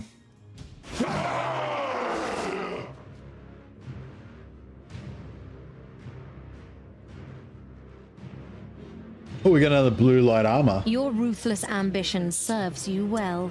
The Shadow Lord will reward you greatly for your skill and loyalty. Glory to the... No, actually, no, fuck the Shadow Lord. We've got an alliance with the Shadow Lord, but it's, you know, it's an uneasy alliance. The gods are with you. We only trade with him because of the power that he offers. Our true lord is the Axe Father. The gods are with you. For the Axe Father.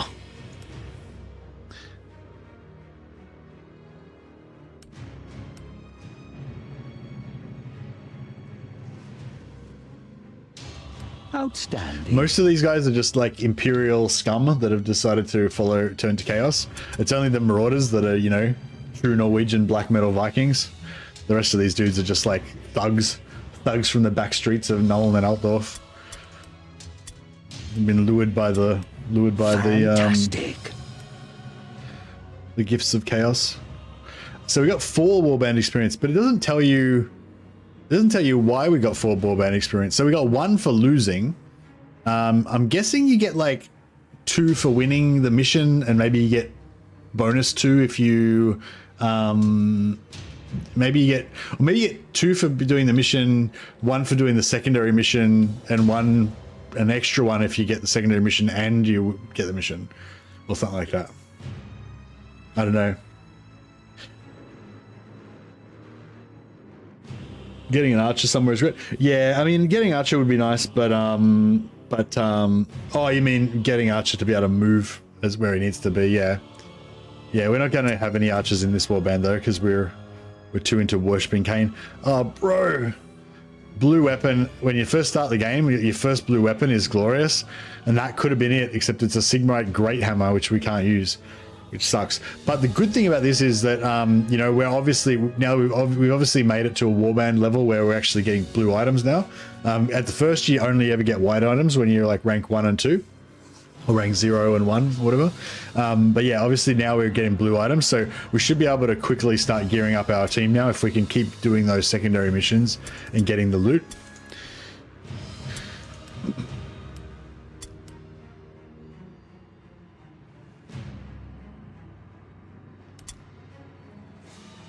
All right.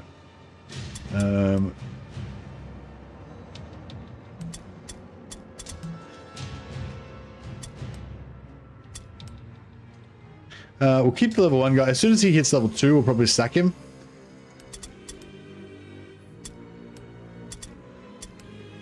I don't want to sack him constantly because I don't want to run out of money.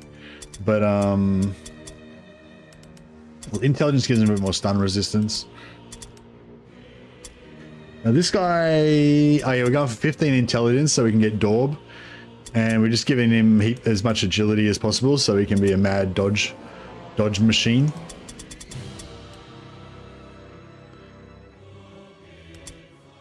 The mutant, we're saving all of his skills because we don't know what random mutations he's going to get yet.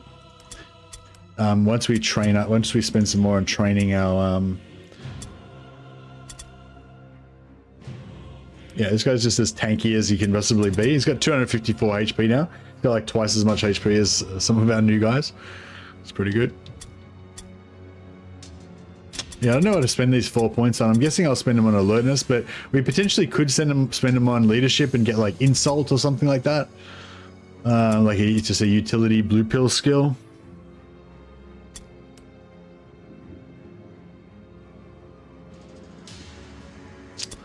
Yeah, I might just keep saving his points until we see what mutations he gets.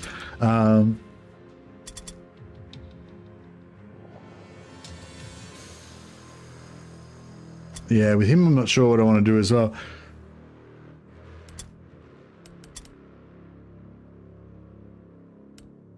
All right. I guess our Marauder is kind of our favorite dude. He's already got a blue light armor. All right, we'll give our Lord the other blue light armor. And we've now got a blue heavy armor that we can give to Rual, which is pretty sweet. So now instead of having 25% armor absorption, he's got 35, plus another 5 from his helmet. So he's got 40% armor absorption. This is very nice. And yeah, unfortunately, that blue two-hander that we picked up, we cannot use.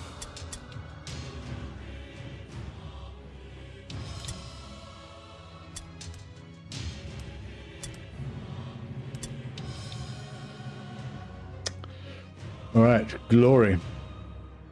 We've got a little bit more wordstone we can send off. Yeah, I'm just going to keep going for the Shadow Lord.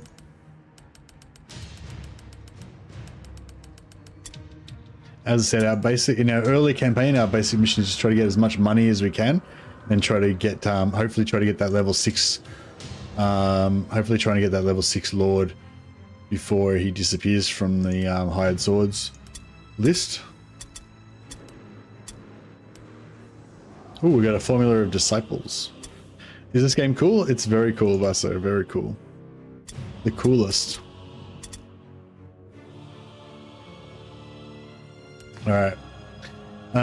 So what do we got here? We got one's quad exploring buildings, while the other divides into 3 strike teams. Well, at least we're not. None of them. Neither is surprised and gets randomly scattered. Both warbands are scattered randomly. Okay, yeah. What else we got going on? Brutal average. Tightly, the other is scattered. I would trade Warhammer 3 updates for Mordheim updates. Oh, that's a hard one. That's a hard one. Yeah, that's a hard one. Maybe, I don't know. Maybe we should do a poll. Start a poll. Would you trade Warhammer 3 updates for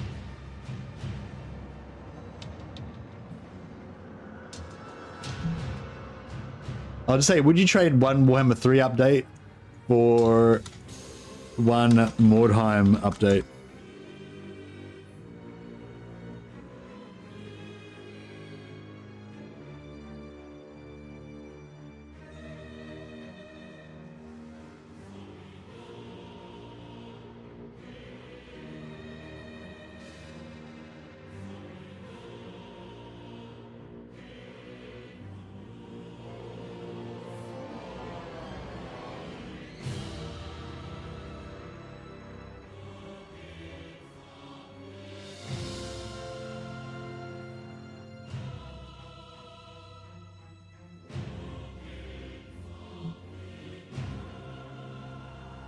Alright.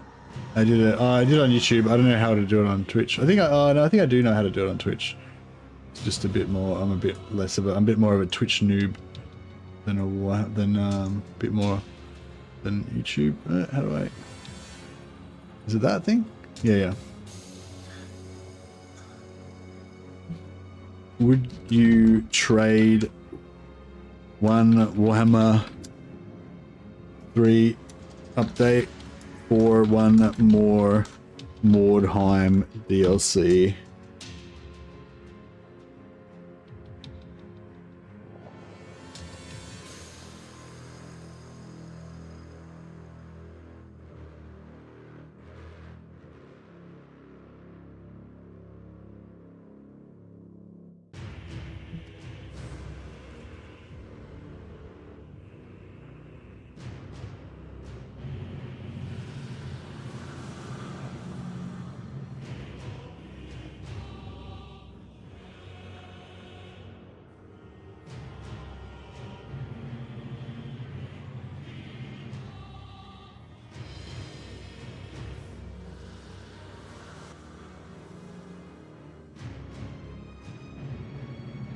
I wish you could let polls go forever on Twitch, but for some reason it doesn't let you do that.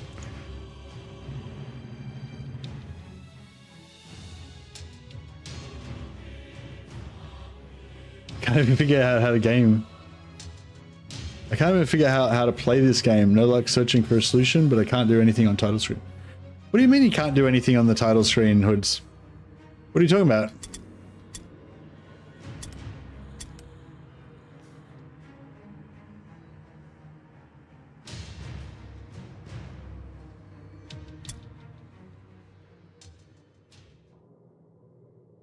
Oh, the link is in the description. Oh, you're on the wrong.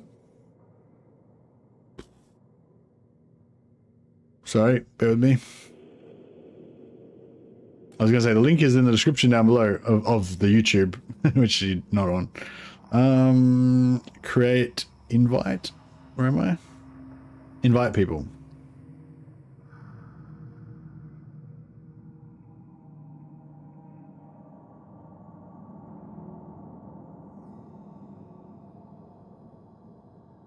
Cool, that's my Discord. There's there's like, it's mainly Warhammer 3 Discord, but if you go right down the bottom, there's a section called Other Games, and under that there's a Mordheim section. It's just frozen and I can't click or scroll to anything. So you're on this screen, Hoods?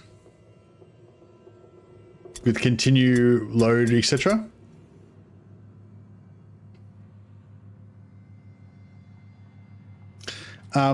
I'm guessing probably what's, well, Nah, it could be many things. But one thought that I had maybe it might be is the graphics, like the maybe your maybe the did you change the resolution? Sometimes when you change the resolution, it's like it'll look like it's the right resolution, but the game will still be like set up as if it's a different resolution. So you're like trying to click here, but the game thinks that you're trying to click over here. Can you see the cursor moving, or you can't even see the cursor moving?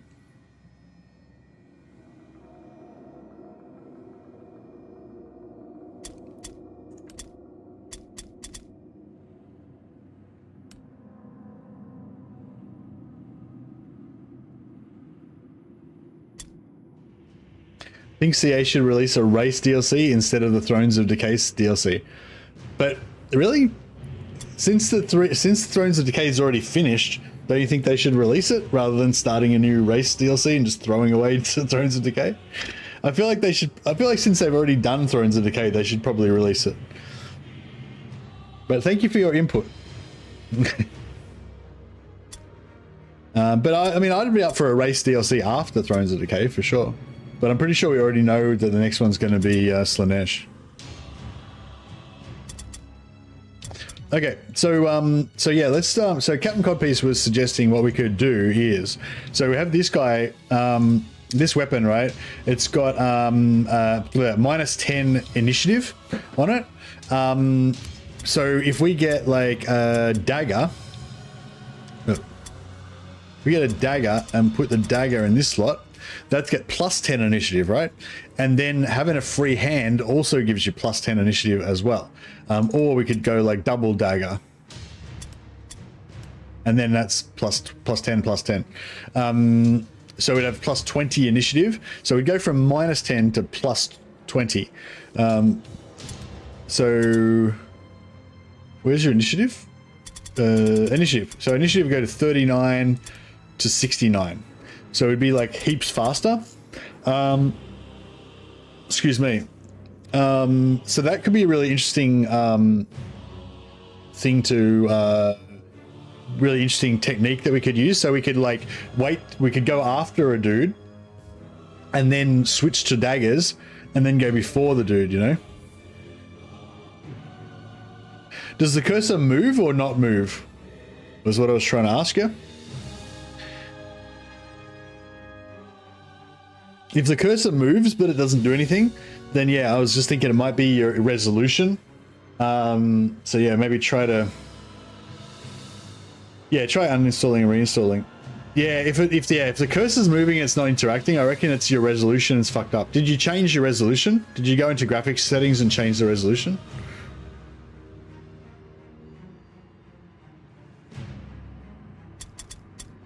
Like, or did you change it from like full screen to not full screen or something like that? Oh, you couldn't even get in the first place.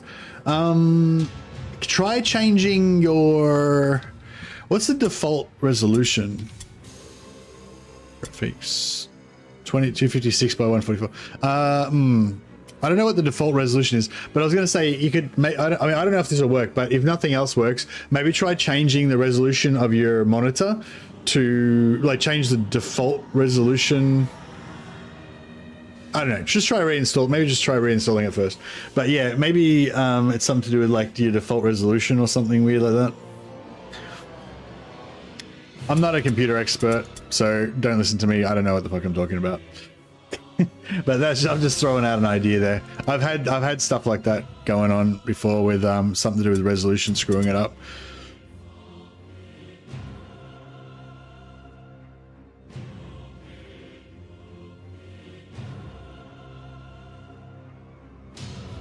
I don't want this one because it's... let's go for this one. One warband deploys tightly, the other's scattered randomly. So if we're the one that's deployed tightly, then we're going to win this. And if we're the one that's scattered around everywhere, we're probably going to get totally wrecked. So we'll see how that plays out. Oh, actually, before we do that, let's also do the initiative thing with this guy. So we've got his axe. Axe has got +5. Shield's got +5. So if we use offhand,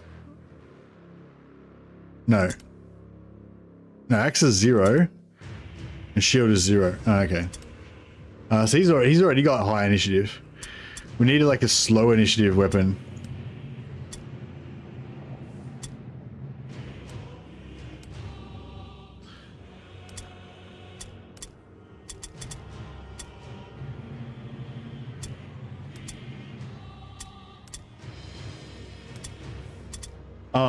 Nah, fuck it. I don't. Yeah, it doesn't matter.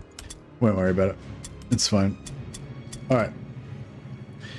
So brutal, average, brutal, good.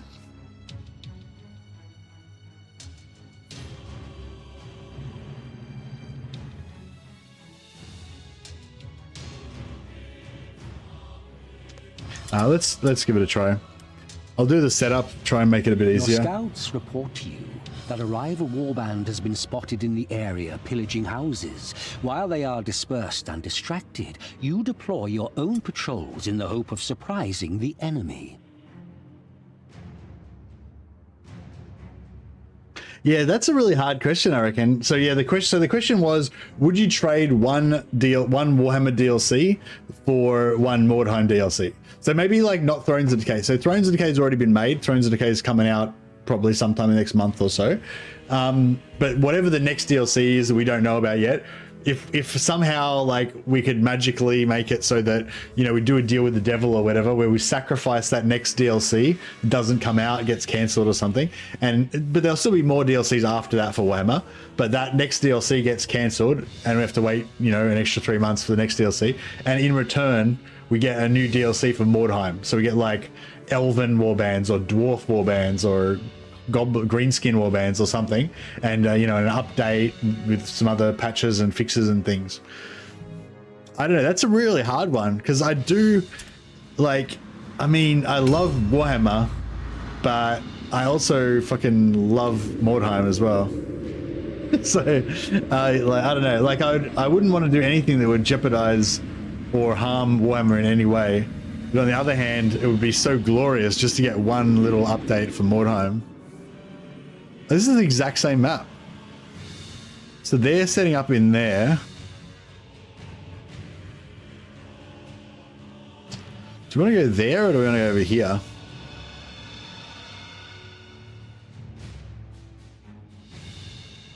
I kind of feel like that one's going to be safer. We can just run these guys through here.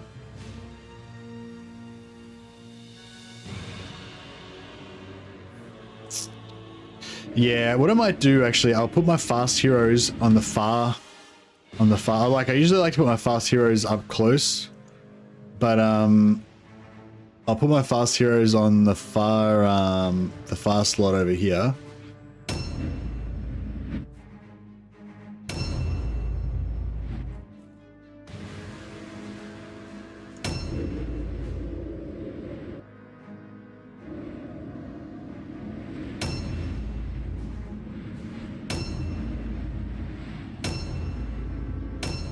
We'll put all of our henchies.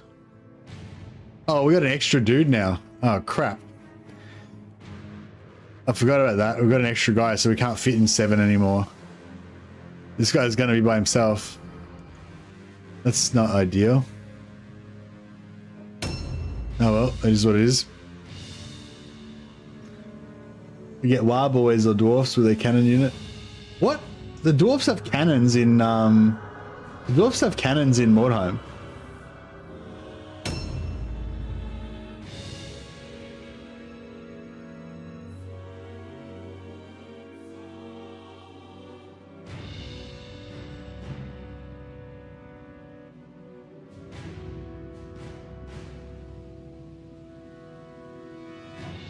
All right, sorry. Let's have a quick. We'll have a. I'll look. Now we'll look at it after the mission, Captain. Remind me. I've got it up on a tab. We'll check out the sisters build after this mission. All right. So we want to try and get some wordstone in order to complete the secondary objective.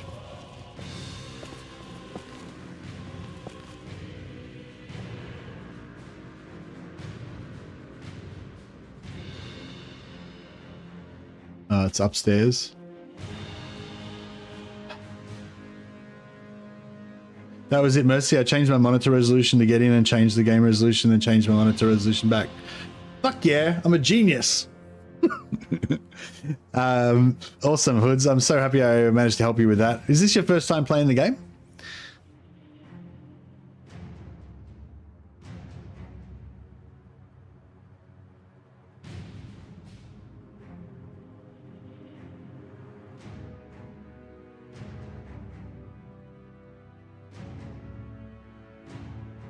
First time? Oh, nice. Oh man, you've got so much to look forward to. What warband are you going to go for first?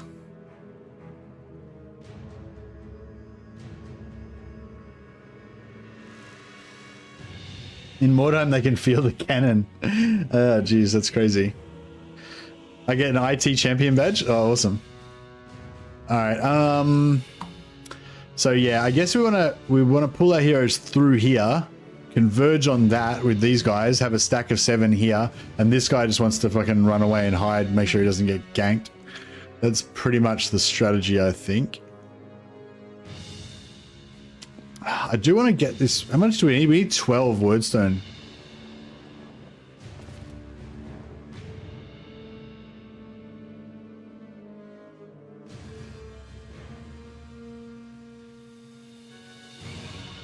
Yeah, nah, I'm not gonna do that.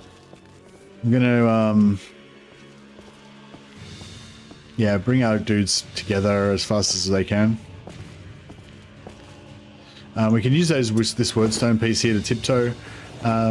So we won't pick it up with this guy. We'll just use it to tiptoe forward. And that way we can leave it there for the other guys to tiptoe as well. We get about 3 meters of free movement out of a little tiptoe here.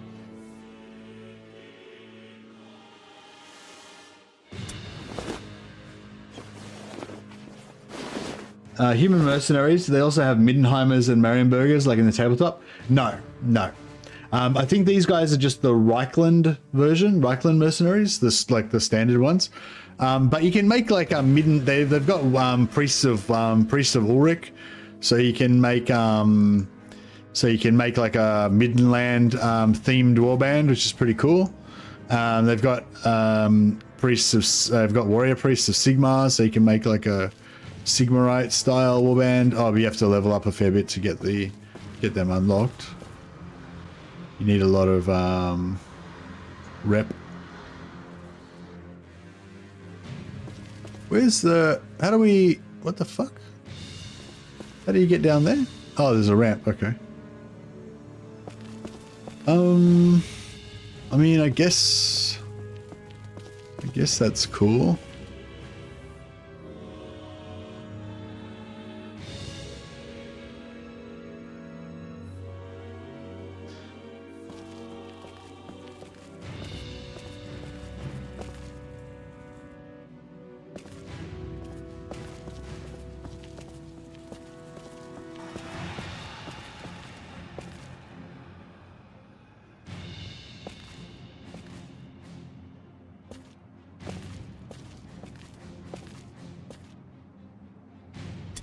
I'll get that wordstone for Objectives updated. Let's think about rats. Oh, nice. Yeah, I want to do a Skaven shooting warband. Oh, did you get the DLC where you get the bombardiers? Get the oh, bro, what the hell? That's bullshit. Yeah, do you get the DLC where you get the bombardiers? They're really cool. They're really fun and cool unit. Got all the DLC? Oh, nice, yeah. Yeah, the Poison Wind Globadier, he's really cool.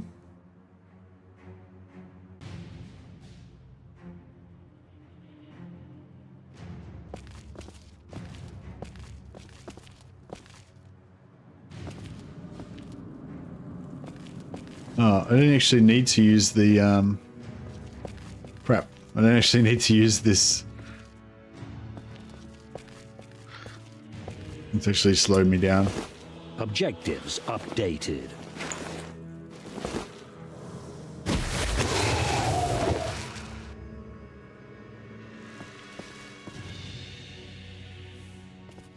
What do you reckon? Oh yeah, once we get, I think next level we're gonna get another hero. Should I get another Marauder, or should we go for something else?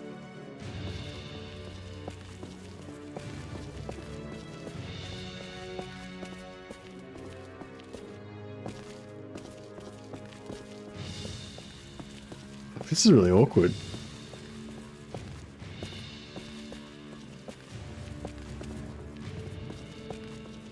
I don't think we can get through there with everybody if we go that way. I think we're just gonna have to leave this guy out of the way as well.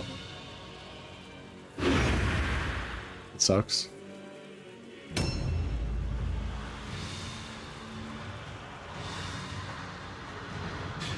Like, yeah, Marauders are cool, but they have mutations, so they're kind of better to buy them. Better to buy them than to level them up, because it's sort of just random what you're going to get. But I mean, they are pretty cool.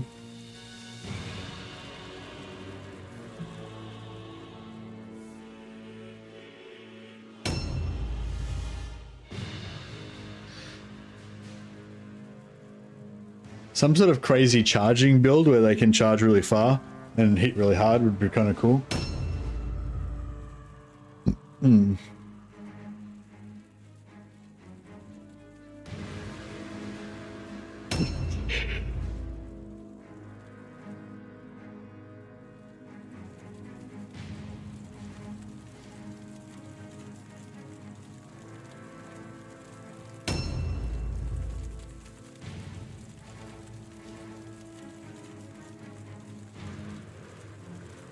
When you cast spells, even if the spell fails, you can still get Zeech Backlash, right? Or can you only get the Zeech, the Curse of Zeech if you actually succeed in casting the spell?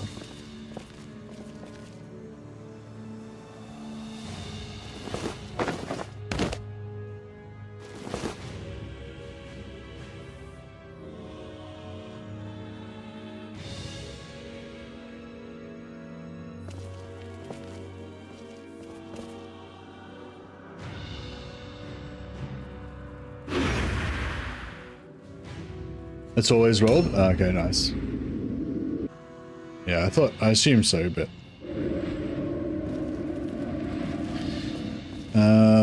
yeah, I don't think we're gonna get the secondary objective in this one, but it's alright.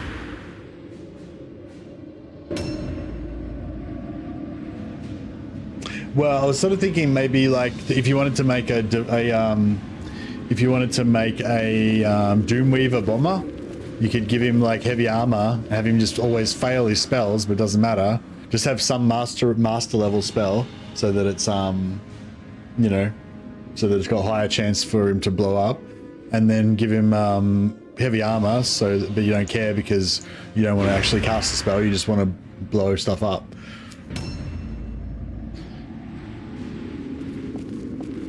And then just give him 100 spell resist.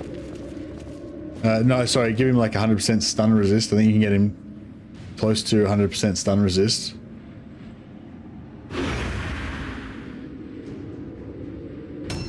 One of the most skilled PvP players loves the Suicide Doomy. Yeah, nice.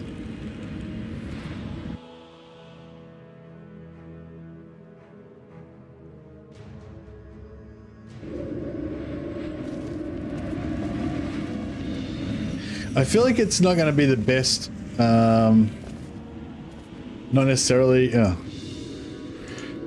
to be the best for PvE, but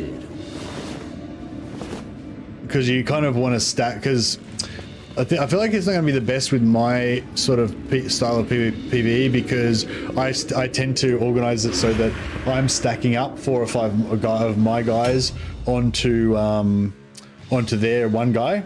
So most of the time there's not going to be any opportunity for me to use a bomber because I'm going to be bombing my own dudes.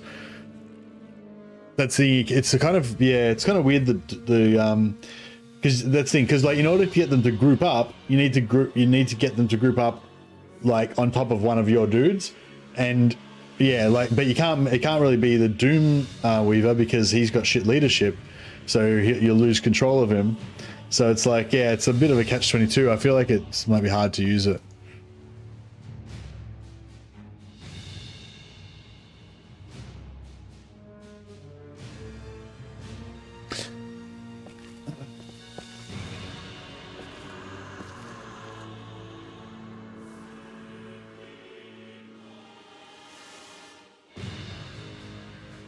Is that? No.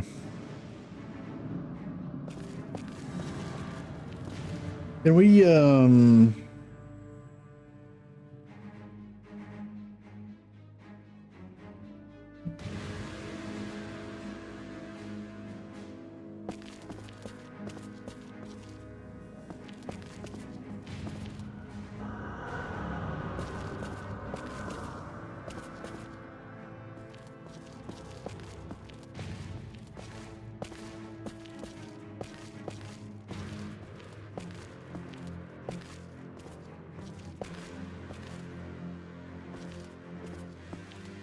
man, I fucking hate it when the I hate it when the loot's like upstairs and you gotta go up like five stories to freaking get it. So annoying. Objectives updated.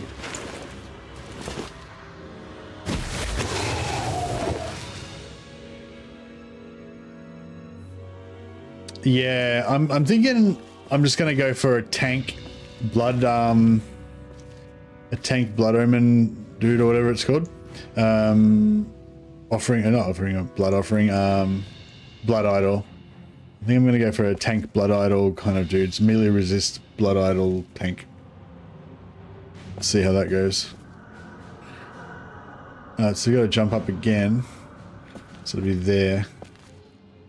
Alright, fuck it, we'll do it. Let's do it. A new round has started. Look at my evil Khornate dudes worshipping the god of blood and death. Oh, the blood god is good. Yeah, and he's going to have one-hander and shield, so he's going to get 4 attacks. Plus if he has counter attacks, that's 5 attacks. You know. So yeah, that's, you know, potentially 50 health healed per turn. The melee wizard. I love it. Oh shit. This melee wizard knows how to bang. He knows how to throw hands. He doesn't know how to cast spells though. Yeah, don't use magic in the early part of the game. You need a lot of skills and enchants and stuff to support magic. Unless you've got a high unless you've got a very high yeah, unless you're able to deal with a lot of risk.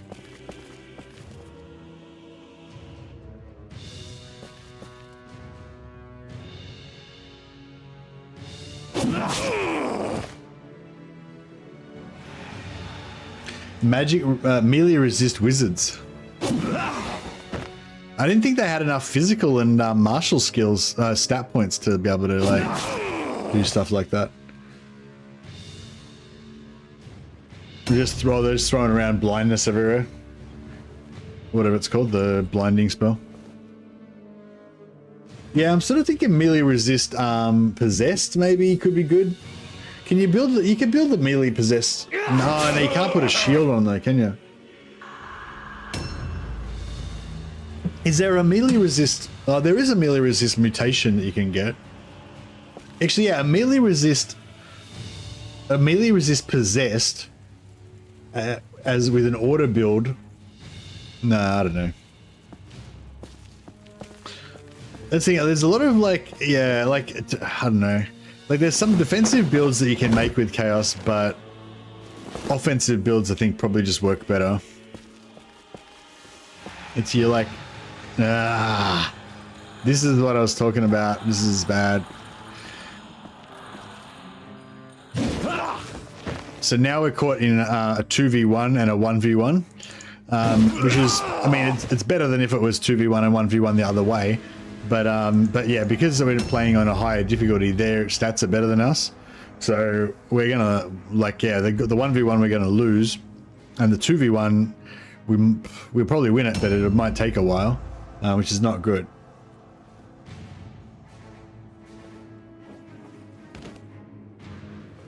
Yeah, maybe if we could get 1,000 eyes on a possessed, and and stack melee resist. And yeah, if you get to fear somebody, then it's essentially you get plus 30 melee resist. So it's pretty crazy. That's why I was saying a melee resist build would be good with possessed. So it'd be like, at first it'd be boosting their fear, and then later on it'd be yeah, maybe even replacing it, so you don't even need to have the fear. Yeah, see, this is fucked now.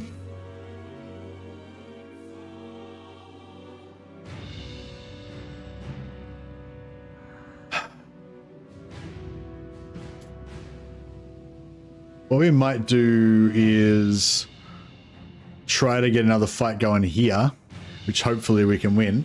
And if we can, then we can get around the back, hopefully before this is over. And sort this shit out. Because this is not ideal.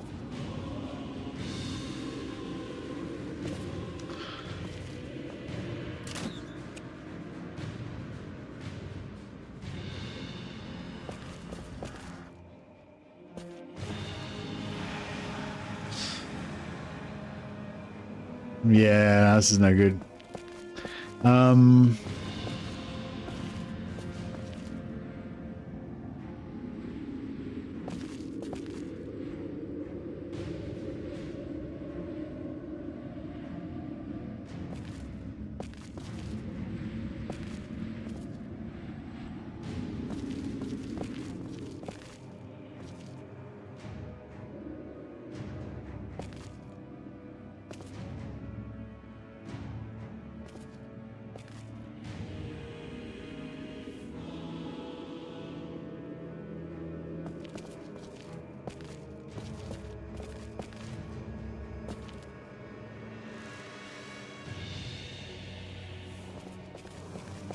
Can we maybe...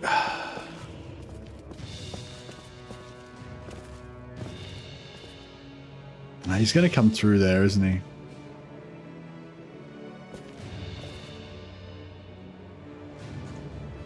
Fuck it.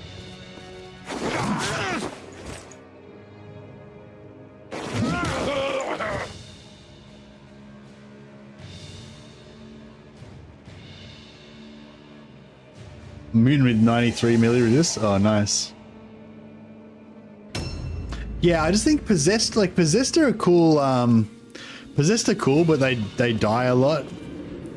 But maybe if you could, yeah, get like a melee resist one. But it's like, yeah, I don't know. But then obviously, if you got a melee resist one, then he's not going to be, you know, a damage dealing powerhouse. So yeah, I don't know.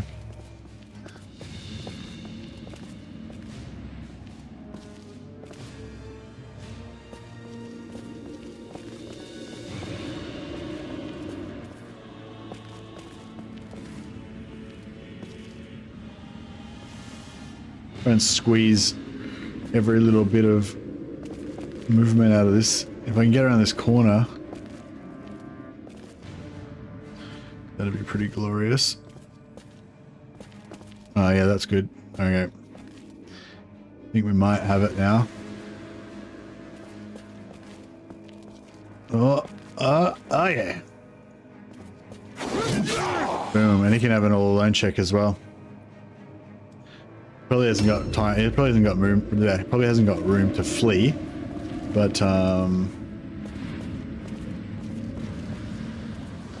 it's not bad.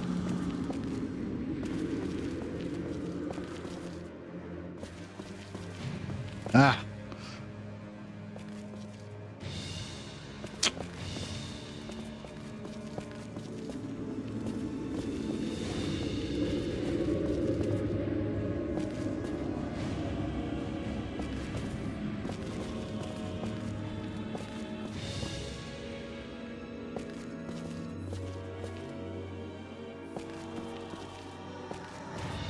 Ah, hoping we could get a sweet ambush in there, but no. Maybe he'll move forward slightly, and we'll get wrecked.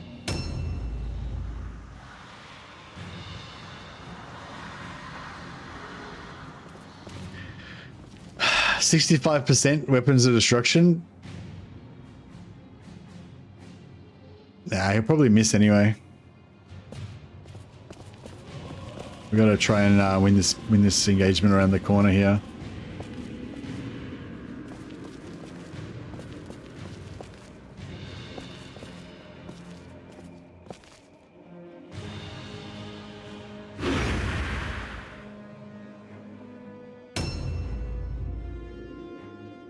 Oh, I didn't realize we were 3-on-1. Okay, that's not bad. Yeah, we'll finish this. We'll finish this guy up, and then we can swarm around on the other guy.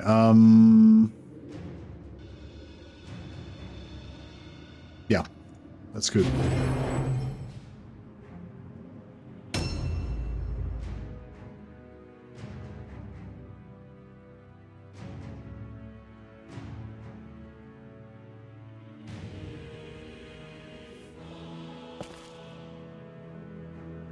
What are we doing here? We got to... Oh, yeah, right. We'll stay here, so we got to jump up. 59%. Let's go. Boom. Agile, like a cat. Wait, what? Why's my movement fucked? Did I get cursed? -2 movement range. Crap. Alright. Objectives updated.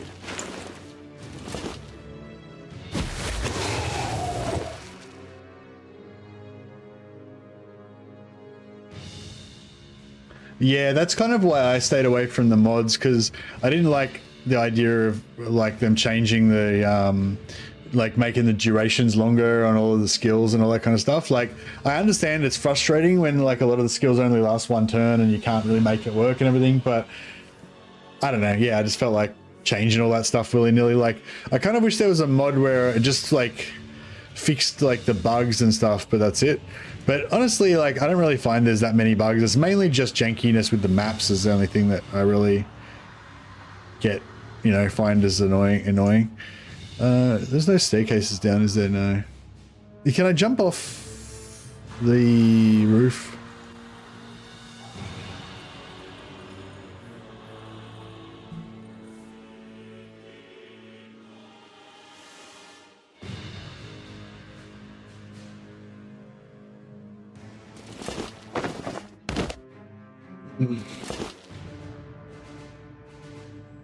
Yeah, I like this dude. Even though he's only a henchman and he's got not many, he hasn't got many action points.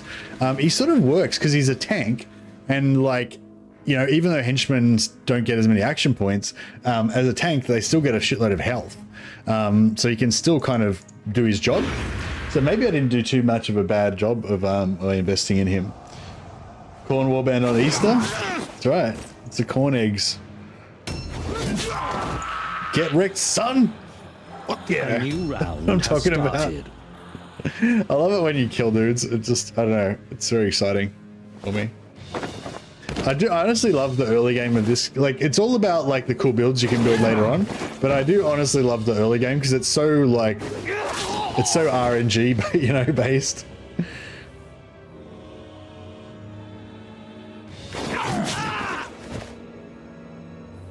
It feels like chess. It is very chessy, but it's also like, I don't know, like when you if you go back to the game, right? Like most of the time you go back and you play one of your old warbands, right? And you already got a warband that's got like veteran levels, and they're like you know, they've got like influence, so they've unlocked all this like other units, and they've got all the books and everything, and you know, you've got all the enchant recipes and all that sort of stuff. They're like all the stuff that allows you to access the deeper, more involved aspects of the game. But like at the same time, there's nothing like just starting a new warband with all your like ragtag bunch of like useless fucks and just going in and having half of them die and stuff. It's like, I don't know, it's definitely got some like real charm to it. Just starting, like, if you haven't played the game for a long time and you're thinking about getting back into it, then I highly recommend you you resist the urge to go back to your old warband and keep working on it, and just start a brand new fresh warband. Don't even start from rank 5, start from rank 0, and it's actually really fun, especially if you haven't done it for a while.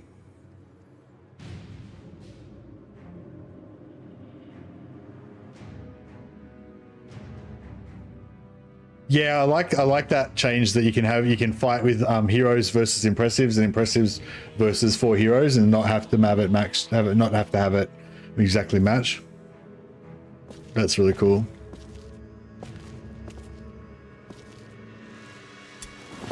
Crap.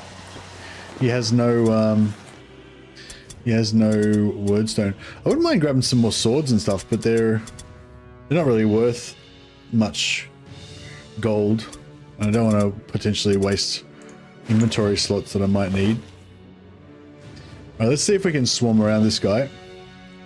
Looks like we can. Now this doorway is looking a lot better. And if we can finish this quick, then we can swarm through and help our other guys as well.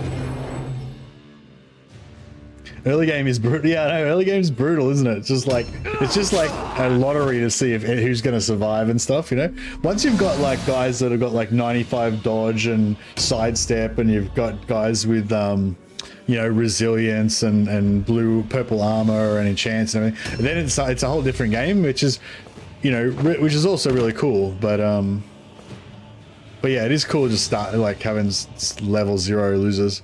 Oh, we're up against an Avaland. Oh, no, it's not an Avaland. Green and yellow. What's green and yellow? The moot?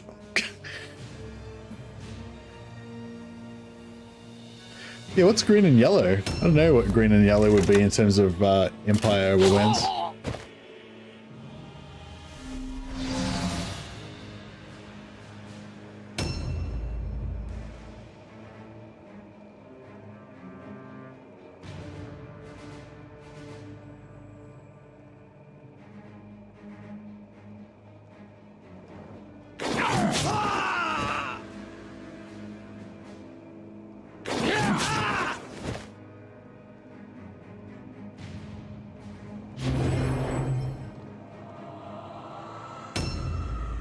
So Battle Brothers in that regard, yeah. Yeah, Battle Brothers is brutal. No, it's actually this game's a lot more forgiving than Battle Brothers because you don't lose in this game. Like all your dudes can die, but you just hire new dudes. It's not the end of the world, you know? Whereas in Battle Brothers you can literally just have like your first fight, you can just get wiped out and it's game over. You know? Which has got its own kind of charm.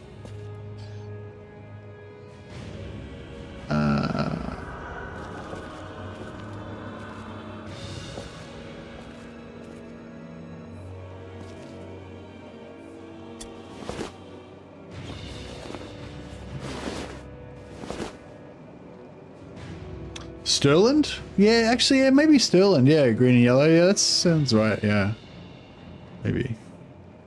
I don't really want to charge their captain. I want to charge that. I want to charge that archer pussy.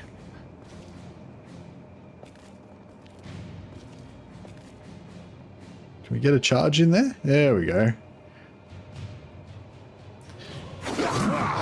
And then he can waste some action points changing his weapon as well. That'll stop him from getting just freebie crossbow shots into our backs.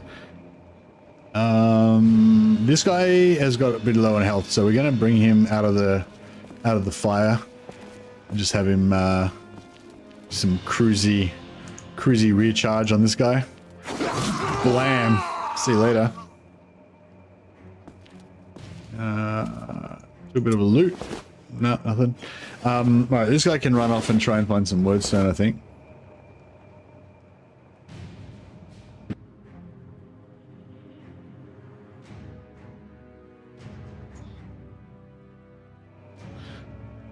I wonder if we can... I wonder if this guy can run off and loot without getting killed. Maybe.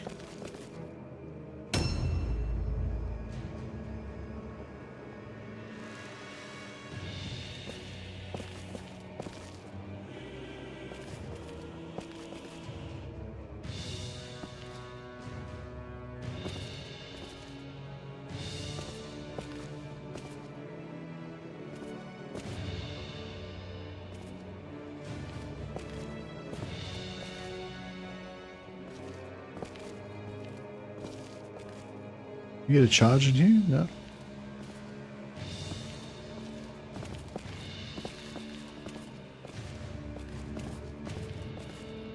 Alright, we'll sneak around here.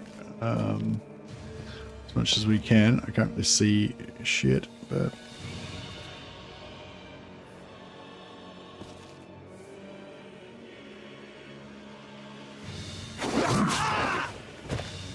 Did you know that Altdorf means old village in German? No, sounds right there.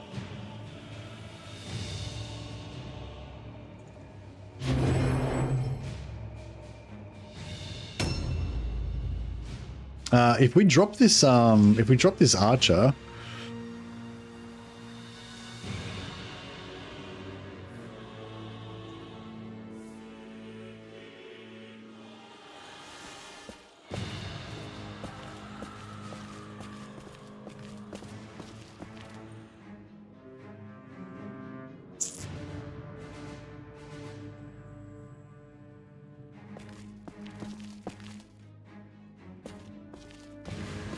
I don't know if this is...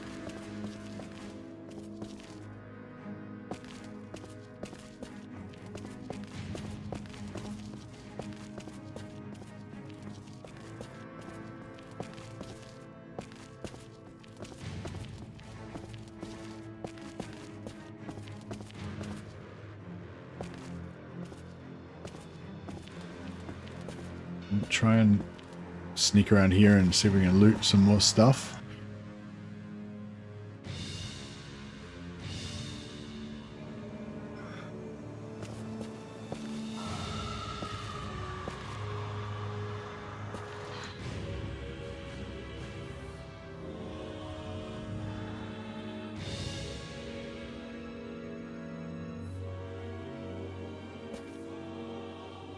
Oh, it's upstairs.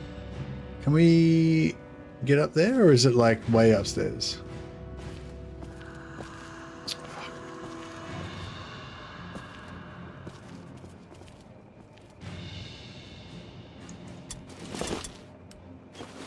I'll get some money anyway.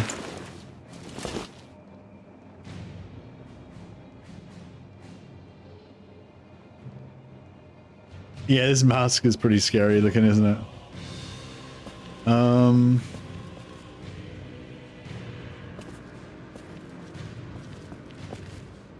A new round has started.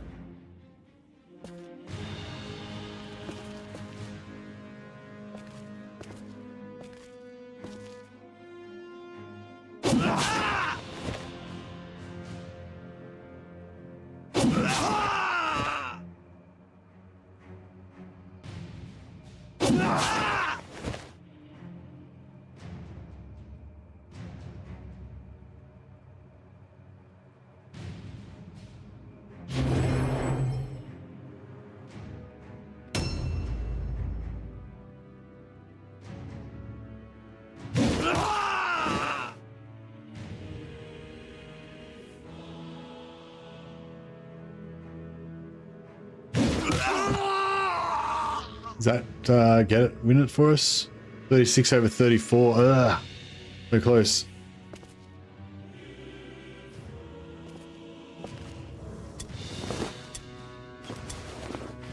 Objectives updated.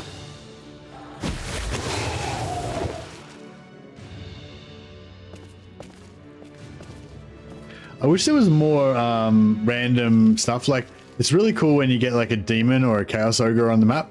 I wish there was more random stuff though like that. Like if there was other stuff besides just monsters, that'd be even cooler. But even just more monsters or other, you know, enemies and special enemies and stuff. Like that's one thing this game could definitely benefit from. I think just having more, yeah, more other random variety stuff, I guess.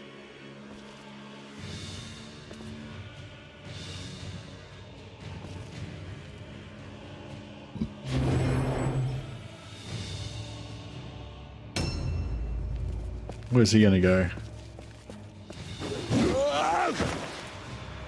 Nice dodge.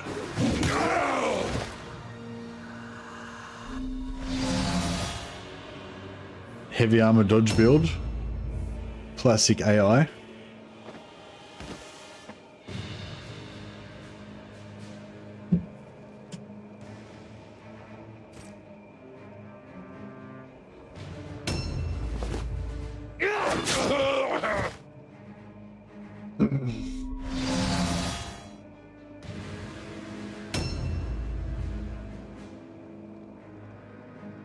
Yeah, we'll drop if we drop this archer, it's gonna be pretty quick, and then that'll win it for us. Yeah, we're not gonna get the secondary objective, I don't think, unless we can get really lucky.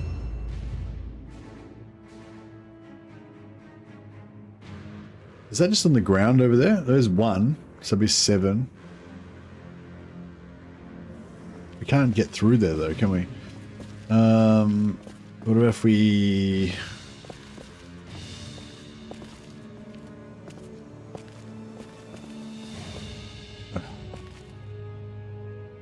Trying to get around there to get it. It's a mission and a half.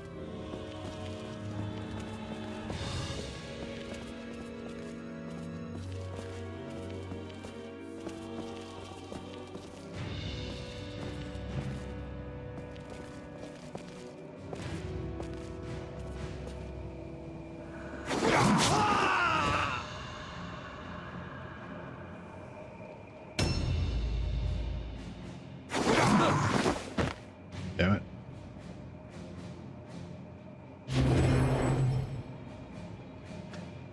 Why does the blue circle follow you around?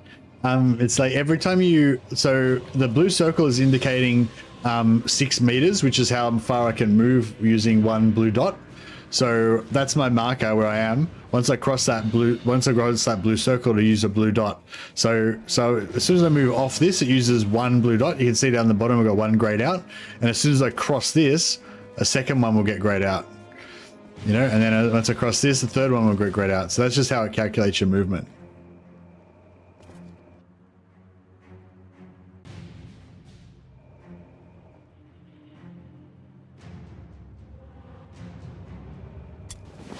Objectives updated.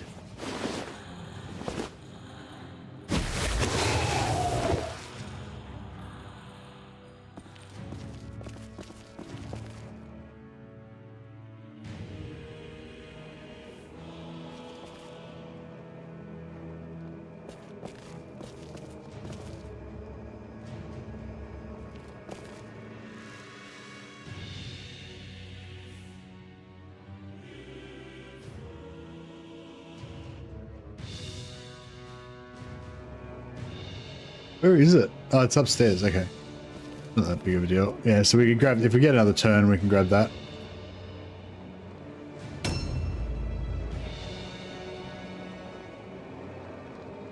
You kind of look like DJ Khaled, but not fat. I look like DJ Khaled, but not fat. Really? Alright, cool.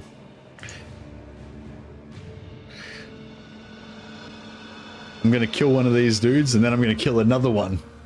And then I'm going to kill another one. No, I'm not. I'm just going to kill one, and then that'll be game over.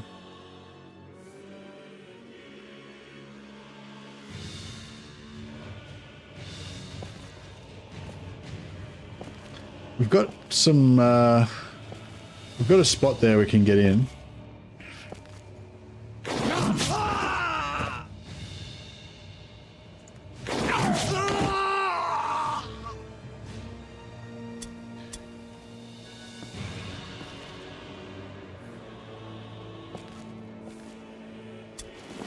Nah, no green. You don't look like DJ Khaled. Yeah, I mean, I never noticed the resemblance before, but you know, I mean, I'm flattered. Of course.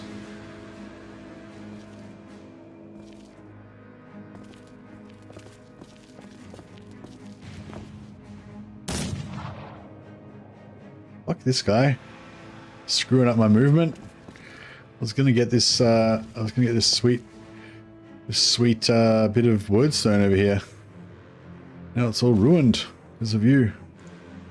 Alright, I think they're gonna rout after this, so it'll be all over, but we'll see how we go.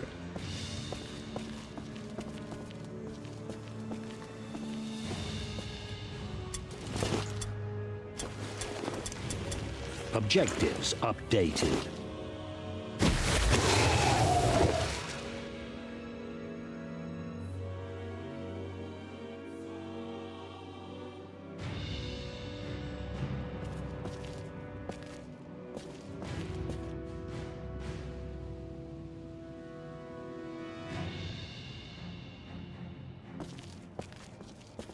Is that another one?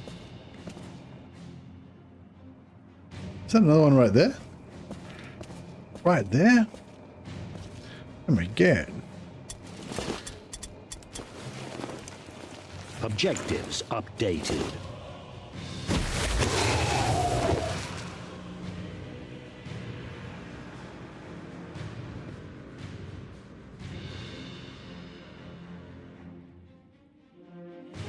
Okay, 9 out of 12. We're kind of almost within striking distance. This guy's fully capped though, so he can't pick up any more shit.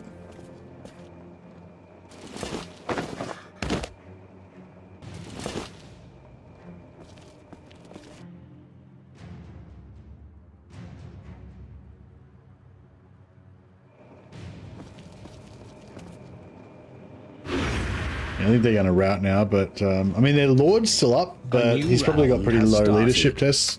He's probably got pretty low leadership, so he's not going to be able to do too much. Yeah,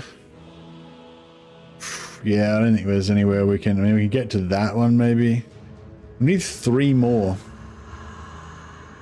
but I don't think we can get to any. I don't think we can do 3 more. Crap.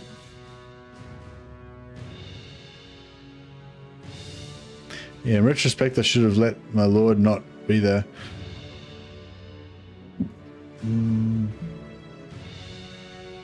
Yeah, we ain't going to get 3 more. We ain't going to get 3 more.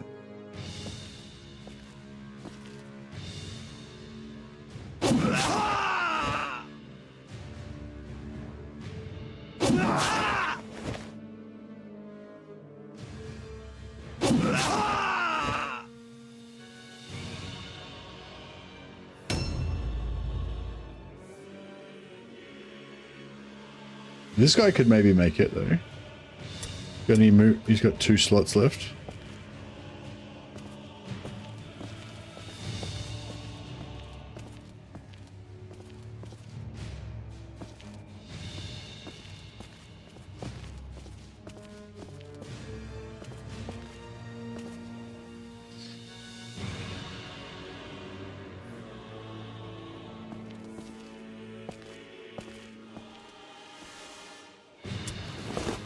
I mean, if they somehow pass their route test, then maybe.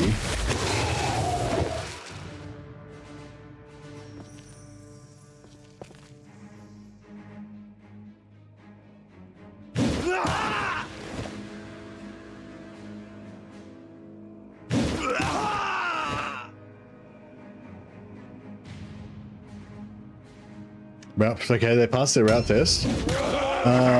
Oh crap, they're gonna start dropping my guys. It's okay, he didn't have any words done on him. No problem.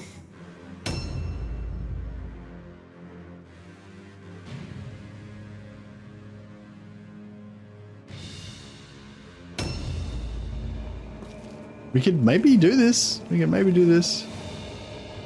We can get one more, get this one and get one more piece of wordstone from somewhere. We might be Objectives updated. It's one way to go clubbing, yeah. We might be in with a chance. Where's our lad? Is he? No, where is he? Fucking, I'm lost. He's there. Yeah.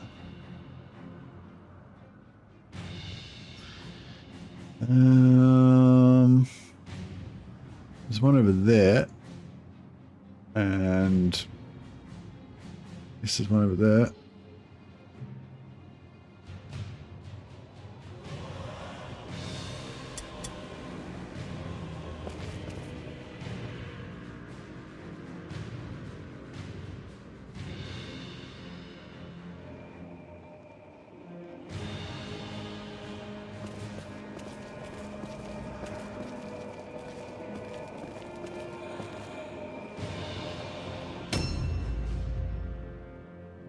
Plan on using any dodge, brethren? No. Nah. No, brethren don't exemplify the spirit of Khorne.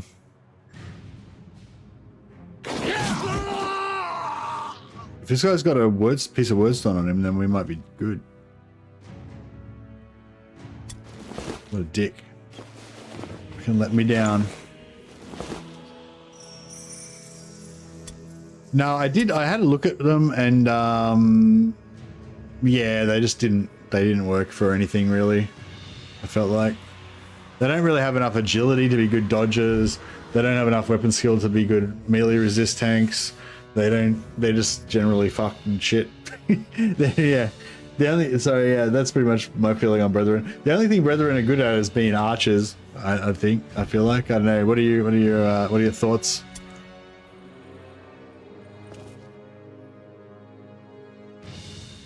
I'm very you know, I don't really have any strong opinions. That was just my initial, you know, vibe that I got from them. But I'm definitely open to, you know, I'm open to ideas if I've overlooked some killer Brethren build. I'm definitely ready. My body is ready for Brethren wisdom. Oh yeah, we're getting all the wordstone. Objective completed. Give it to me.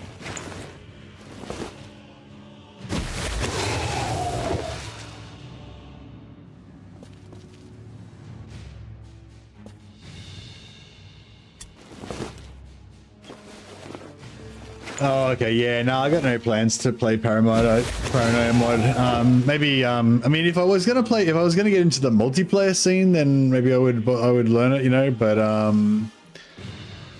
yeah, I'm mainly just here trying to kind of like promote the game, really, just to get people into it who haven't played it before, or people who have played it before and loved it, and, you know, like hopefully reignite people's fire for the game again, you know. But yeah, no, I haven't not really planning to get into multiplayer at the moment. Bring archery, yeah, I think that's the thing. I think the Brethren, if I wanted to make an archer or have a balanced warband with a few different things, I'd probably have at least one Brethren archer. And I might have one Brethren archer, but yeah, not in this particular warband. But I know I've got a bit of a thing with archers though, because I feel like, I don't know, like I feel like having an archer can definitely be really good, but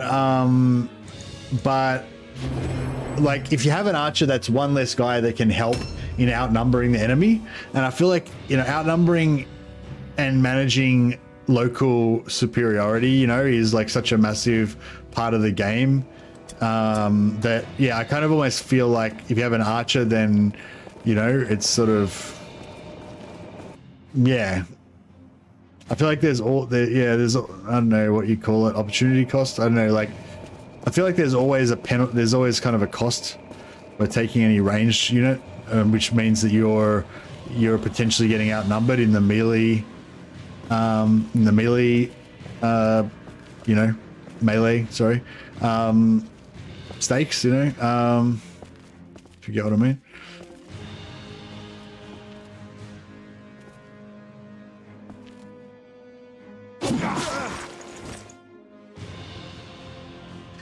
Admitted Mercy, a true aim is to motivate the developers to make an add-on of the game by increasing the player base. Yeah, that's right. I'm trying to like revitalize the game so that is it Cyanide that made this? Was it Cyanide that made this? No, it's not Cyanide, is it? No, it's not Cyanide. It's A new round has started. Oh man, who makes Mordheim and Necromunda? I totally forgot. Full Control? I think it's Full Control. Is it Full Control? You're running a... oh, no, well... Merc... yeah, Empire Mercs is different, though. Did I just kill every single dude in their warband? I think we just wiped them out. I think it was a complete... I think we just exterminated them. Oh no, we only killed 7. We killed 7 out of 8. Archers can help with multiple. Yeah, no, I understand what the advantages of archers are, but I'm just saying that it's not like, Yeah, I understand what the advantages of archers are. I'm just saying that there is always a cost. Like, you know, if you have 10 melee guys, then you have 10 melee guys that can help you outnumber and overwhelm the enemy's melee. And if you have 1 archer and 7 melee guys, then you get all those advantages of the archery, which, you know, maybe outweigh it, maybe are good, but you do lose 1 melee guy. You know what I mean? That's all I was trying to say. Like, and I kind of, yeah, I tend to resist. I tend to, you know, weigh that kind of heavily.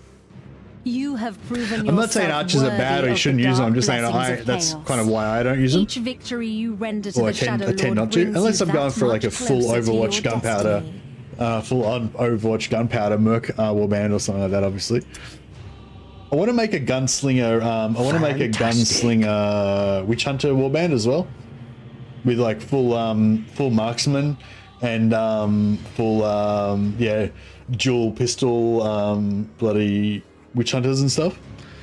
I love witch hunters and pistols. Like witch hunters with pistols just look so cool. I know they're kind of better with their hand crossbows maybe, but they look so cool with the pistols. Check out all our XP. Glory.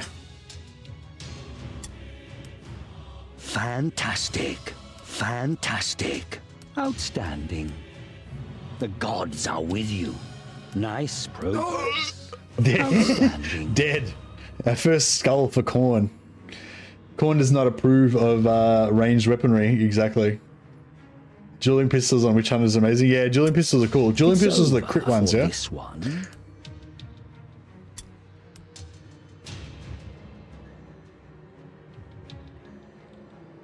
I just need a blue weapon, really. So we can get this, Oh, I've got a blue weapon. We've got a blue axe. Glory. If we get one more blue... I mean, a blue two-hander would be better, but that's a start. If we can get one more blue one-hander, it's pretty nice. Plus to hit. Oh, okay.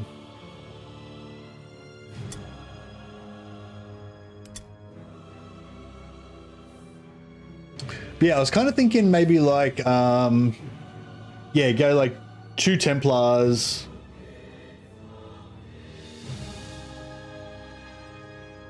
I suppose you want warrior priests are so good. I guess you want like 2 Templars, 2 warrior priests, dual pistol wielding witch hunter dodge build, and then 5 marksmen, and just have like a shooty warband. Could you do like an introspection marksman build and get 2 shots off, 2 gunpowder shots off per turn? No, you can't. Not really, can you? You can maybe get 2 shots every second turn or something. 3 turns every 2 turns. 3 shots every 2 turns, maybe. I don't know. I haven't figured it out properly. Alrighty. So we've got our first skull donated to Khorne. I'm not sure if we got a. I'm not sure if we got his axe back or not, but it's alright. So this guy's level 2. He's starting to get a little bit leveled. He's getting a bit expensive, but that's all right.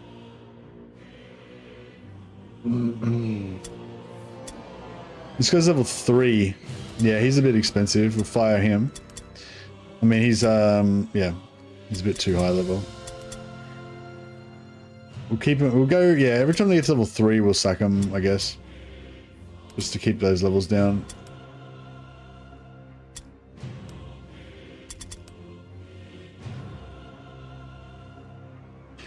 Yeah, Adrenaline Rush, obviously, yeah, but I feel like it's... Well, actually, Adrenaline Rush is good, yeah. Adrenaline Rush is good. Because, I mean, you don't really want him to be tanking much damage, so it should be fine.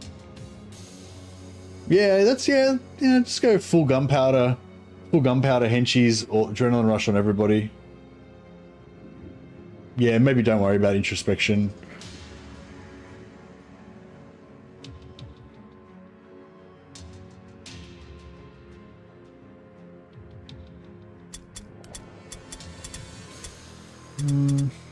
Yeah, I'm still not sure what I'm going to do with him.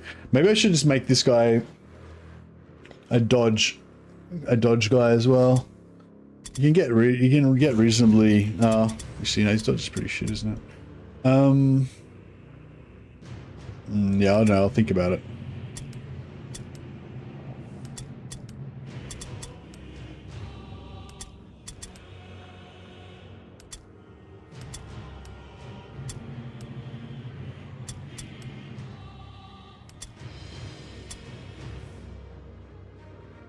Toven. He's got 7 now.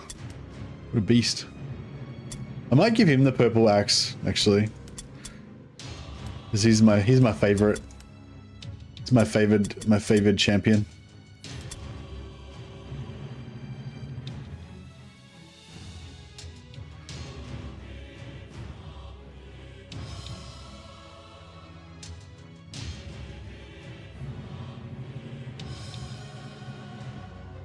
Introspection's too many blue pills, yeah.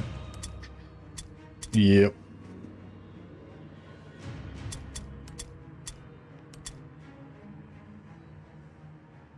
Yeah, I'll keep this guy. We'll put this guy in once we train up our Doomweaver. Maybe we should hire a second Doomweaver just because they're probably going to die.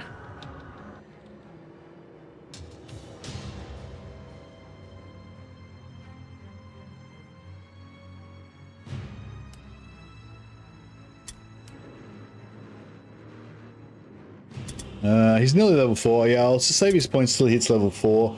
Once he gets his second mutation, I'll skill him up into whatever his mutation's for.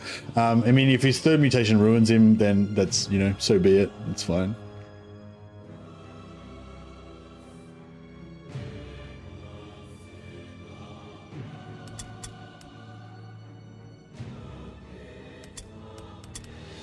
Cool. Now, yeah, 228, that's what I'm trying to get to. We should get a heap of cash come in this turn. Hopefully we don't lose him. I don't think we've got anything we can really sell.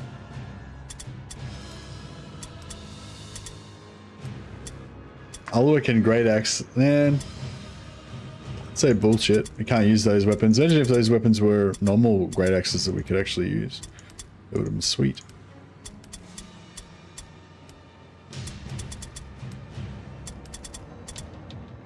I got another heavy armor.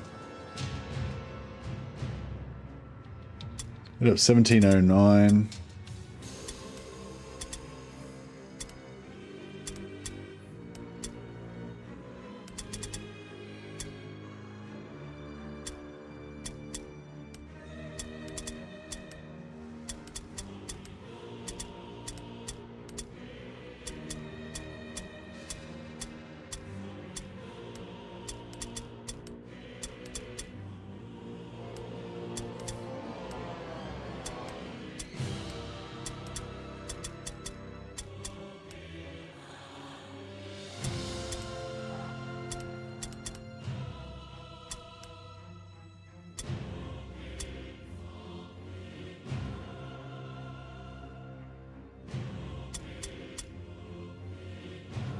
All right, let's I will send the rest of our wordstone again.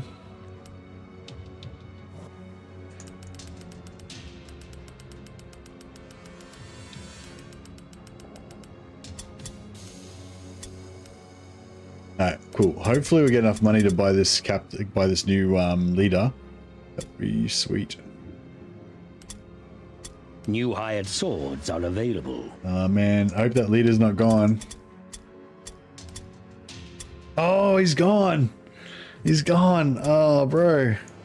That leader would have been so good. Rank 6 leader. Oh, gutted. Got a rank... Oh, it's the same rank 7 mutant. Man, why did that rank 6 leader go? Man, that sucked. Bro. You've spent all week playing it again? Oh, I'm glad, Paranoiac. I'm glad you enjoyed it, buddy. That's awesome. Hey, old bot. How you going? Yeah, I got level 2 Lord. It's not really worth bothering with him.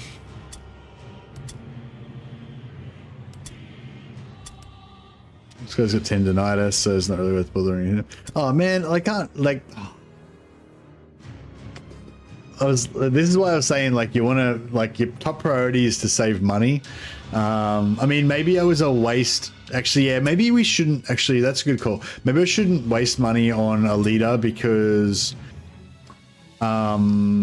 We have to want to always save that money in case a good mutant comes up. Like if a level 7 mutant comes up with a perfect 3 mutations, that's like gold, you know. That's like the best thing that could possibly happen to you as a chaos player, and if we don't have the money to buy it, then that's the worst thing that could happen to us. So I mean, it's bad that we lost that rank 6 leader, which would have been really cool for our warband, make them a lot stronger, but it's probably good actually, because now I'm going to save that money and actually be ready, so if a sick mutant comes up we can get him.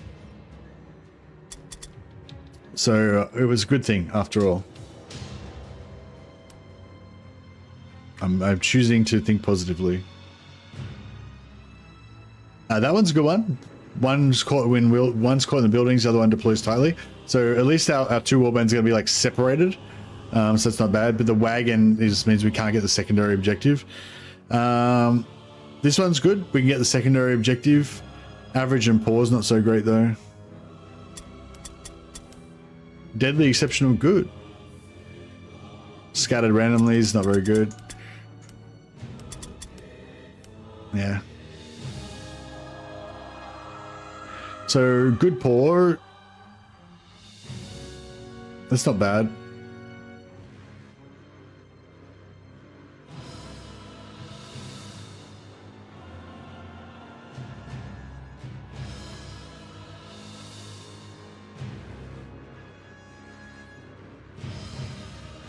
Maybe I'll just do this one. It's like just an easy. Hey, Larissa, thanks, buddy. Maybe I'll just do this one. It's just an easy one. We'll just knock it out. I'm just going to quickly go to the toilet. Wait a sec. Your scouts have discovered a rival warband in the vicinity. These warriors are clustered around their wagon, making them a very attractive target.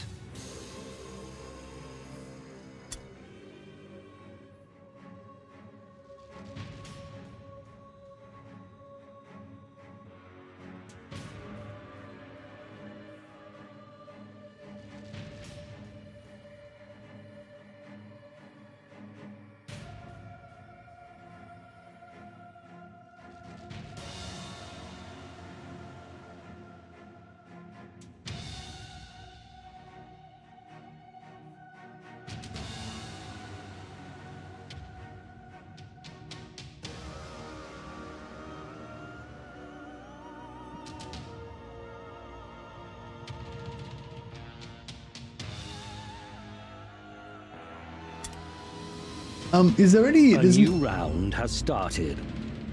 There's not really any advantage to doing a Witch Hunter Gunslinger Warband compared to a Merc Gunslinger Warband, is there really? It's just that they look really cool, mainly. The Witch Hunters look really cool shooting pistols.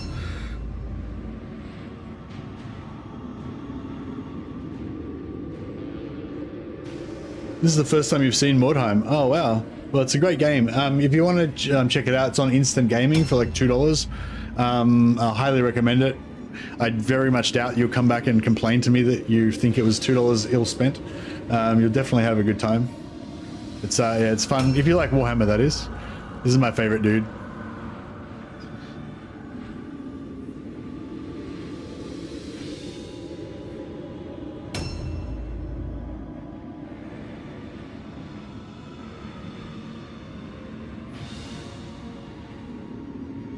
Which hunters have healing? Yeah. Oh, my for a gunslinger warband, I was saying. But yeah, but my mercs have warrior priest unlocked anyway.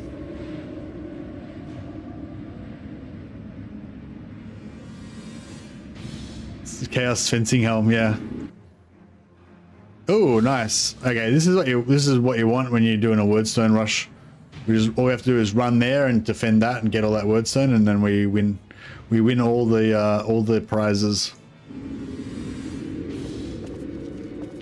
All right, let's be careful. Check our corners. See, I have like what we were talking about before, where how demoralizing it is when your favorite dudes die all the time and stuff, or even just when you keep caring about your guys and they keep dying. This is the guy that I care about. This is like my favorite dude. Oh, those sisters! Look at them, filthy swine, worshipping the corpse emperor.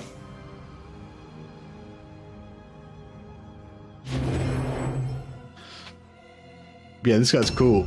I like him. I reckon maybe I should get a second one of these guys. But But yeah, what I'm working on at the moment is I'm trying to build some sort of tanky characters so that and getting ready for when we get our beast like damage dealing destroyers, and the tank characters are going to kind of support them.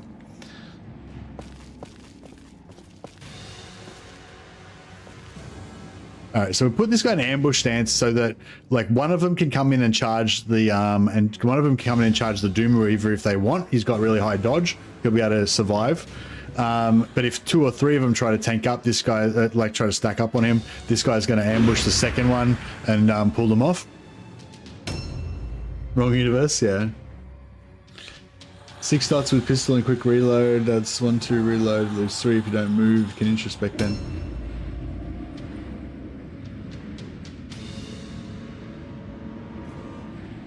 Yeah, that's the problem. I've already got Warrior Priest unlocked for my mercs, although I've kind of locked that warband into being Caribou Greatswords at the moment, so I can't really just delete all my Greatswords and switch over to Gunpowder. But my Witch Hunter warband, they haven't got, I don't think they've got the Marksman unlocked yet.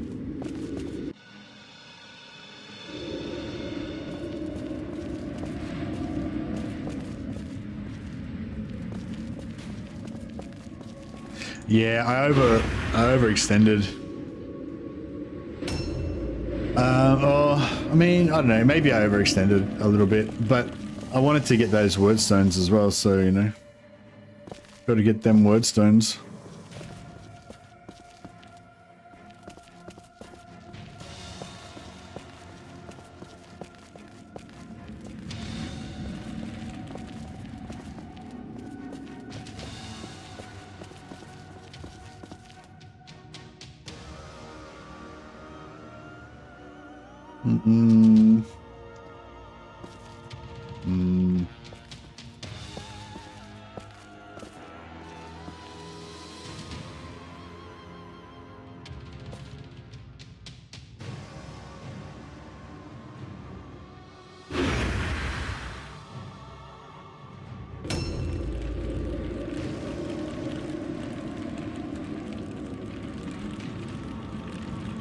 Three bow shots, yeah, but I don't know. I just love. I mean, the thing about Gunpowder is the Overwatch shots, right? So like, it doesn't matter how much economy you can get on your. I mean, it does matter, but it doesn't like the But yeah, those Overwatch shots, you know.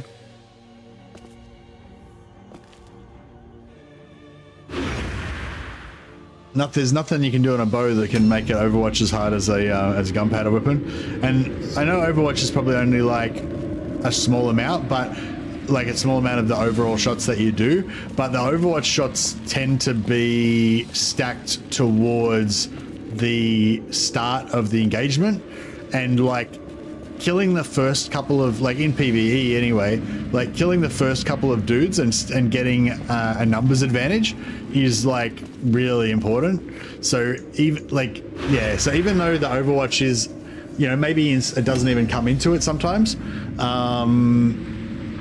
but it's still, yeah, like it's, do you know what I mean? Like the importance of Overwatch shots and the extra damage that you do is more.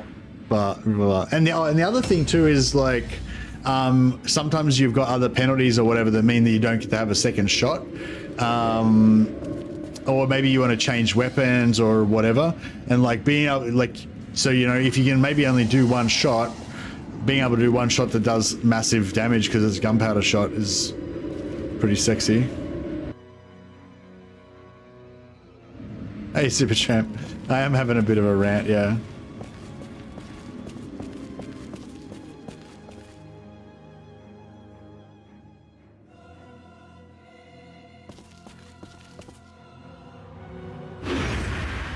No, I'm feeling pretty good about this. You love parry halberds? Yeah, halberds are pretty good. A new round has started.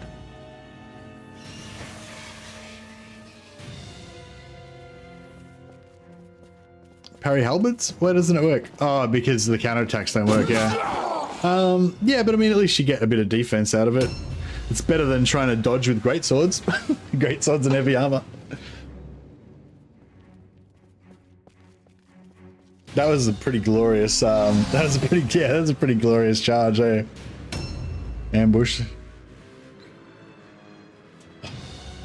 3 is a bit more than I would have liked. I would have liked it if it was just 2, but that's okay. But yeah, if we can swallow these guys up and also loot that wordstone, that would be pretty good.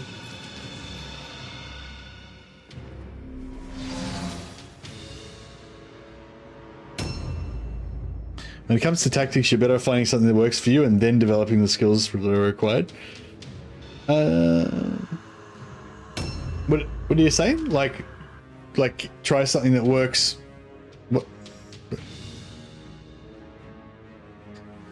What's her movement? She only got 4 movement or something. No, she got 6. She just opted to set up an ambush instead of charge me. All right, glorious. I'm going to take a counter attack from her, but such is life. Haha.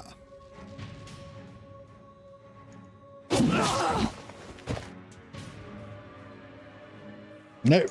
Good. All right. Nice. Glorious. Now this is the one good thing about having defensive, like, so I was talking about how I've been playing really offensive lately. This is the first time I've actually built a warband that has any defensive characters in it for quite a while. Well, actually, I mean, sorry, no, I have got my warrior priests and stuff, but yeah, like a new warband, I mean. But yeah, one good thing about defensive characters is that you can beat other characters in 1v1. Like, if I just leave this guy here and I don't, like, no one else gets involved, he'll just kill her, right? Whereas with my normal 1v1, with my normal offensive guys, whenever they get into a 1v1 fight against the AI, bearing in mind that the AI is doing like 30%, 45% more damage because it's on, you know, deadly or brutal or whatever, then you pretty much always lose 1v1s. But when you've got like good defensive characters that can just dodge everything, then you then yeah, you can actually just go 1v1 and kill them over time.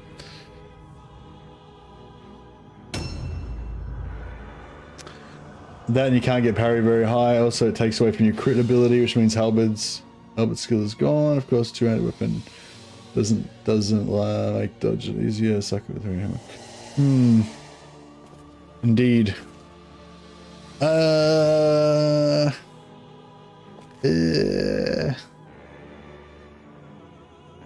right, let's yeah,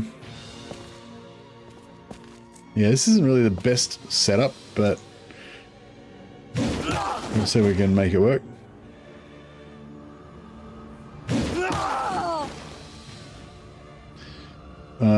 Yeah, while we've got her critted, we may as well just lay into her.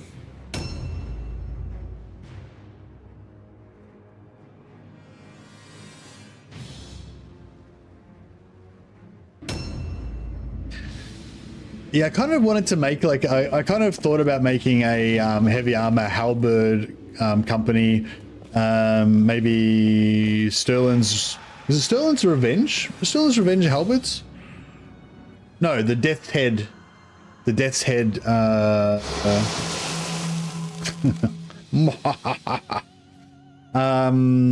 like the Death's Head... I think there's some special Sterling halberdiers that are they're like anti-vampire dudes. They have like leather gorgets around their necks to stop themselves from getting bitten. And yeah, I don't know, whatever. I was thinking about having like, thinking about going for like a themed, some sort of themed Empire halberd build, but I didn't end up doing it. All right, cool. So we'll cruise this guy over here. So we can keep piling onto her, but also this guy's circle might allow us to cruise into that, what are they called? Purifier without setting off her charge. Not with this, with the next guy that comes along, I mean. Which could be nice. We won't move, otherwise we're going to set off her ambush. So yeah, so this guy, oh no, he doesn't quite fit. Crap. That's okay. Actually, what we can do is we can make like a bridge, right? So what we'll do is we'll come up here and we'll just try not to trigger her charge. Ah, she's going to charge me, isn't she? Nah,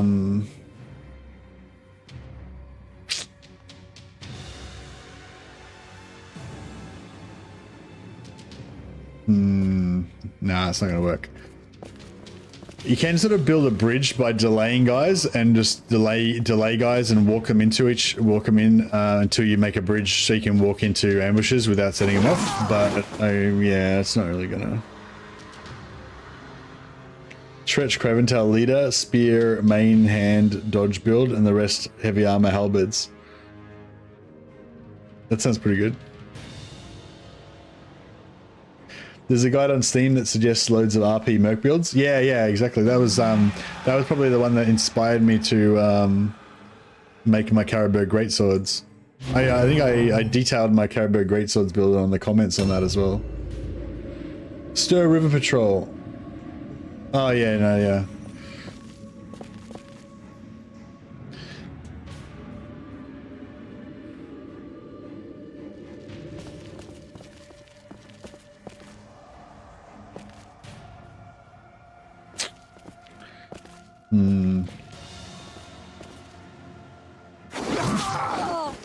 Bro, she's so like not quite dead still. God damn it.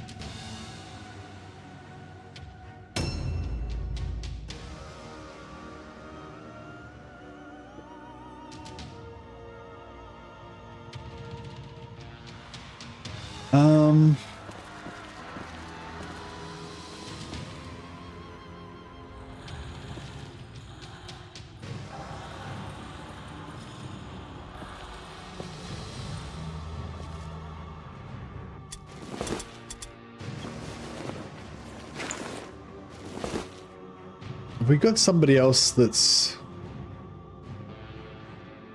29. That's who's that guy? Okay, now this might work. Okay, so we'll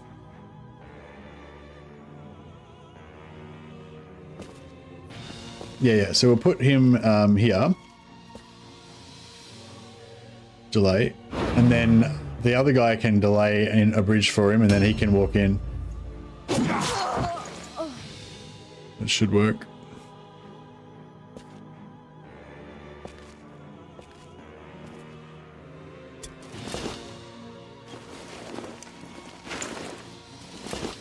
Sisters love to be not quite dead yet. Yeah, they're annoying because they've got so much armor and stuff. Okay, so yeah, so what we're saying is we'll we can oh, this still isn't gonna work, is it? God damn it. I need it's hard to like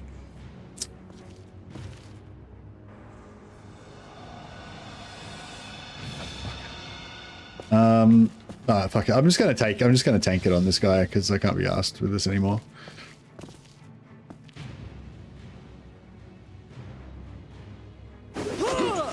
Aha!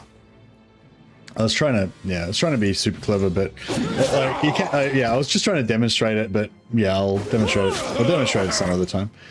It just didn't really work in this situation. It's better when you've got like a corner of a building or something that you can use. It's kind of hard to do it with these guys because they're round, you know, so you have to keep like working your way around in a circle.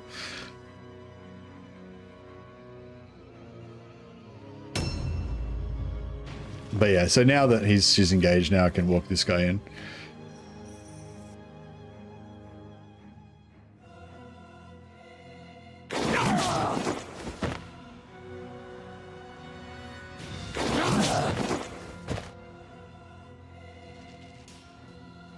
A new round has started. Oh my god. Sigma's flaming us.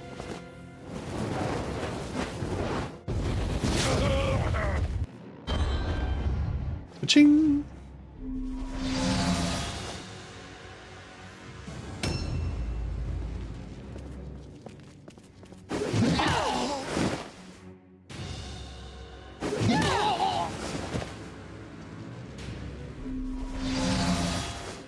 what the absolute fuck? Some random dickhead just comes out of nowhere, just crits the crap out of me with her like crappy one-handed hammer.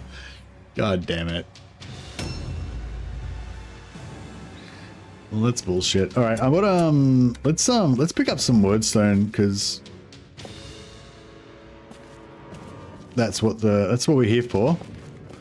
The name of the game.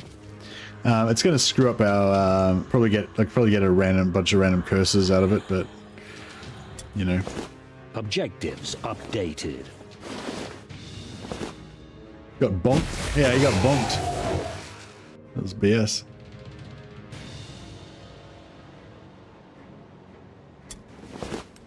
Objectives updated.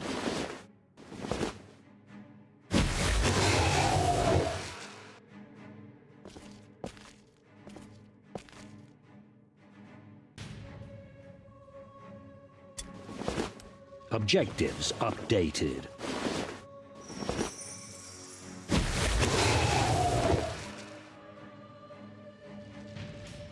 That he's without in customers. I don't know, whatever. She just messed me up.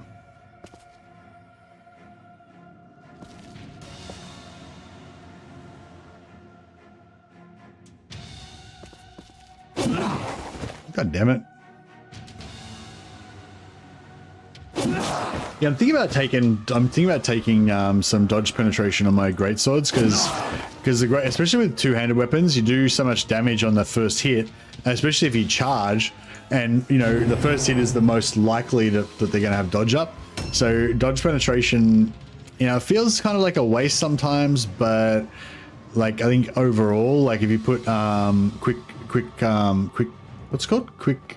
The skill that gives you dodge penetration, and Rune of Speed, I think, gives you dodge penetration as well.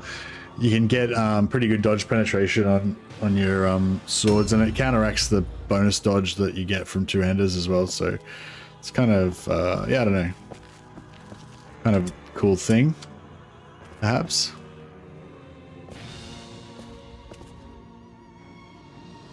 Can we? Yeah, we can probably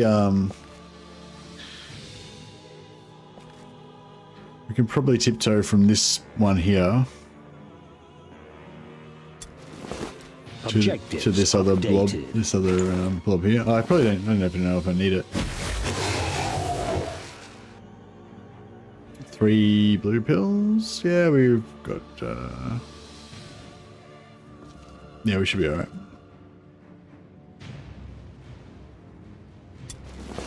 Objectives updated. Chaos of the Horny Warband. Boob balls that sisters sew onto their armor. Does it look ridiculous? I don't know. I don't think it looks ridiculous. I thought they looked alright. And I think, you know, updated. You know, sometimes people they do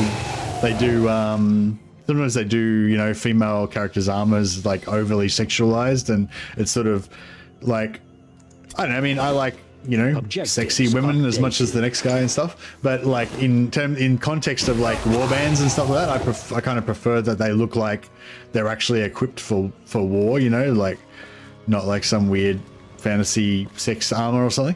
But yeah, that was one of the things I kind of liked about this game. Like I feel like their armor actually just looks really, you know, like armor. It's kind of cool. She just there's a thing, almost dead. It's like why didn't she just be dead? But no, she's just gonna be almost dead. What a dick.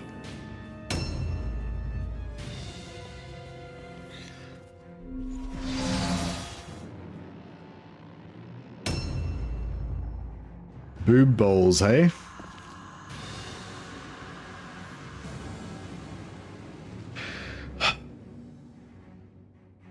I was going to try and go after that guy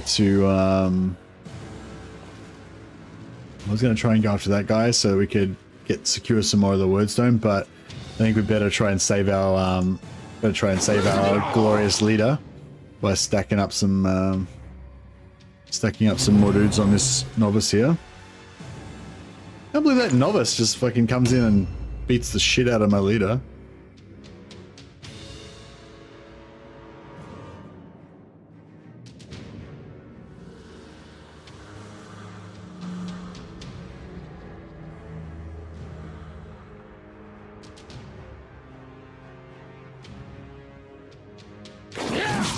Yeah, we'll just get rid of her so she doesn't stops causing us trouble.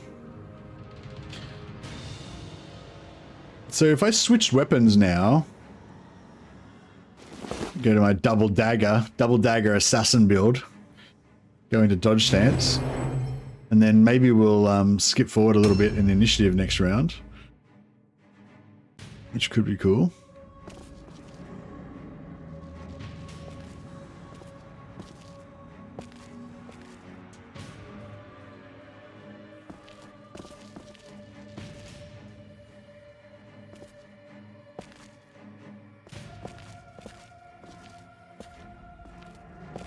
And, you know, ABC, always be charging. Boom. Even if we miss, because we've got 10% minus accuracy from charging, but, you know, most of the time, it's better.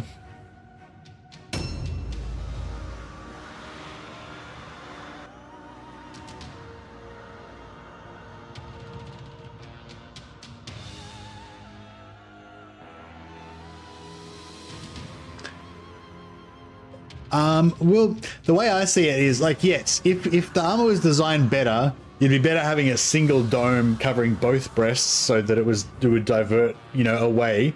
Yeah, I get that. Having like two domes means that a blow that goes in between the middle of the breasts will like divert into the middle of your breastbone, you know, hitting you harder, basically. So I get that, but my take on it is that all of these dudes, like in Mordheim, they're not like the ultimate champions. Like my warband aren't chaos champions and chosen of Khorne and stuff. They're riffraff, they're scum, you know, they're the scum from the back streets of Altdorf and Nuln that have just put together their hodgepodge equipment in order to go and serve chaos as best they can. And that's kind of like the same with the sisters, you know, they're not like the ultimate like heroes of Sigmar and stuff. They're just poor kind of you know, not very wealthy kind of imperial scum, you know, and so their armor's somewhat what do you call it, thrown together sort of thing, you know what I mean. It's not what's that word that means, you know, it's not like custom made.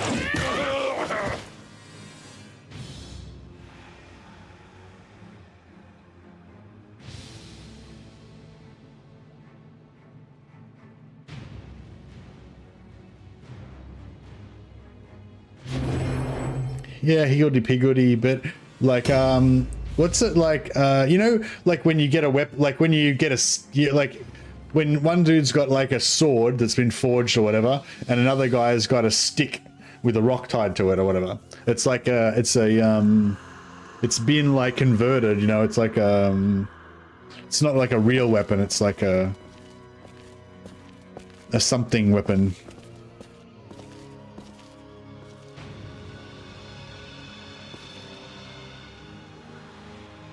Improvised. That is exactly the word. I don't know why I wanted that word so bad, but that's the word I wanted. Yeah, exactly.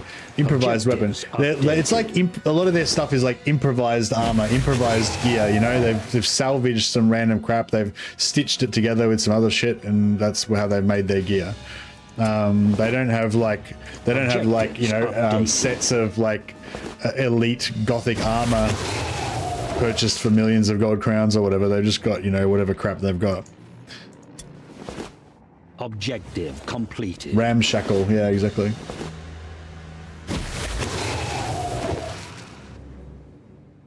That's what the maidens are. Yeah, the maidens have sick armor though.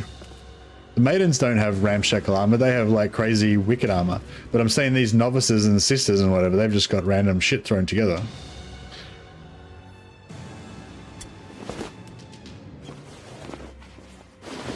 The thing is, they're happy.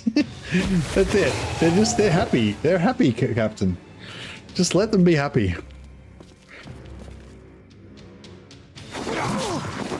There you go, armless. Have an axe in the face. How are we going? We've secured 60% of the wordstone. So far so good. We just need to drop one more of these evil wenches, and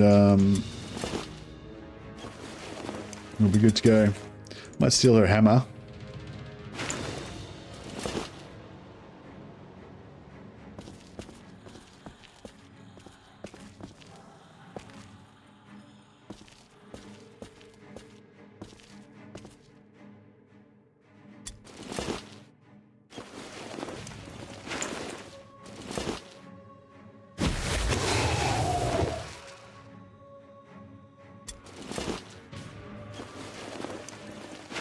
Yeah, no, that's interesting. I mean, now that you've kind of explained it, I kind of understand why it's annoying. But yeah, I never actually thought that was annoying. Like, I do see other like female armor sometimes, and I think, oh, that looks really stupid. That's annoying.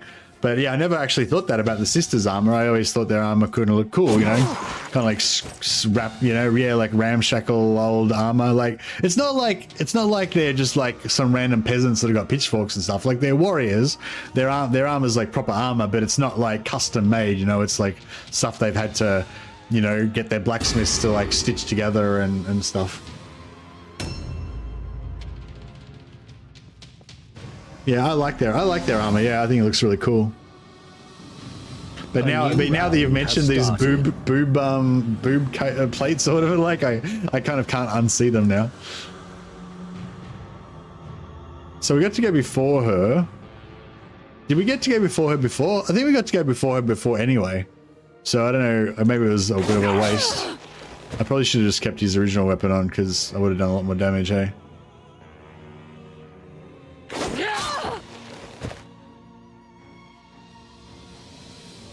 No. Well. Yeah, that was just not the right moment. That I probably shouldn't have bothered using it in that situation. Oh no, actually, he did go before her. So okay, well, yeah, I guess if he hadn't switched weapons, he would have gone after her. But that's weird, though. I thought, no, it was he went before her the previous turn. Yeah, right. So she went before me on that. Yeah, she went before me, but yeah.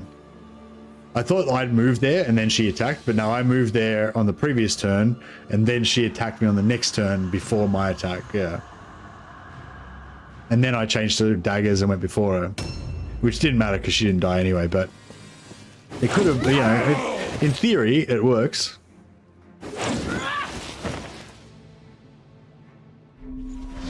Now, I think this is going to work out. I think our armor is going to hold until... our armor's going to hold just long enough for us to win this engagement. I already looted this guy, didn't I? Yeah.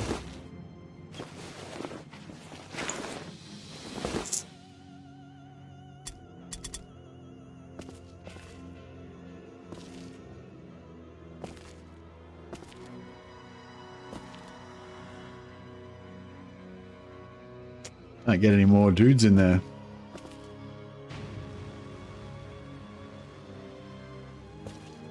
Oh well, if in doubt, always be charging. The damn heavy armor. Sisters with heavy armor is annoying.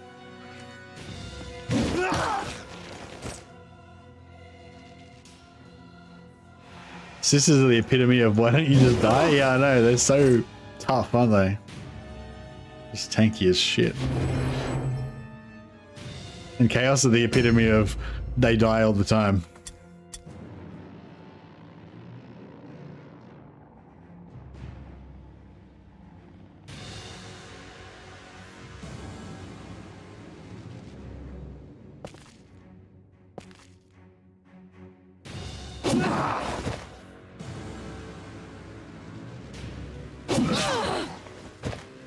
Taste my blue axe. My blue axe of Khorne.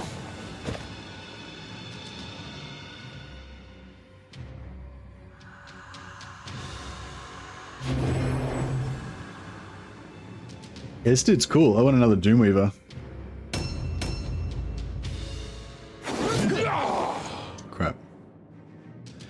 Crucial Sigmar's protection. Bonketh thou. I want to kill her so I can get that wordstone.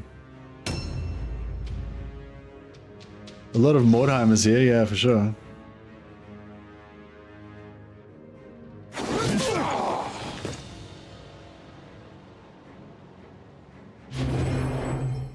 You just drop one of these ladies so that they can route. One more should do it. Yeah, there we go.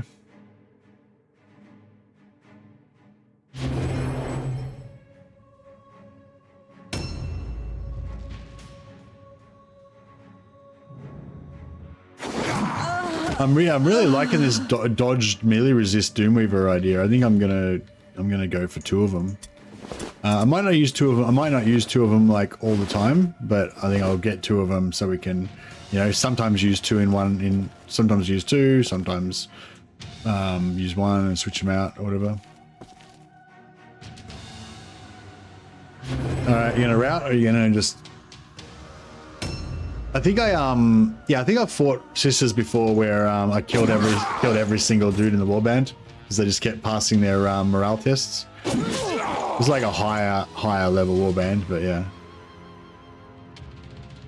Can we jump out? No, got no. Okay.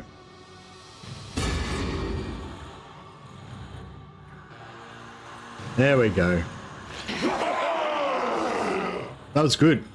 So we got most of the wordstone, we got the secondary objective, got the extra loots.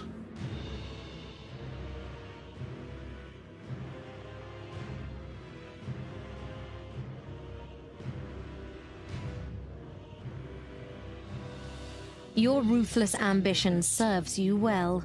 The Shadow Lord. So I don't know if I should recruit another Doomie now. Like when I get my next hero slot, I don't know if I should get another Doomweaver or if I should get another Marauder. Or maybe we might be able to get a Possessed by then if we're rank 5. I think Possessed come at rank 5.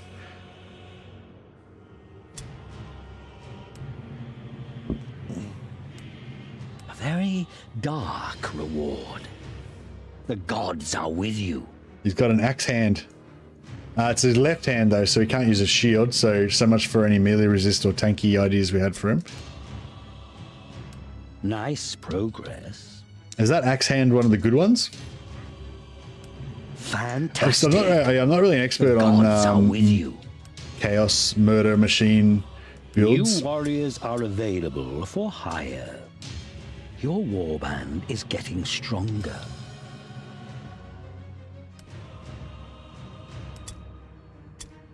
All right, now we're up to warband rank 4.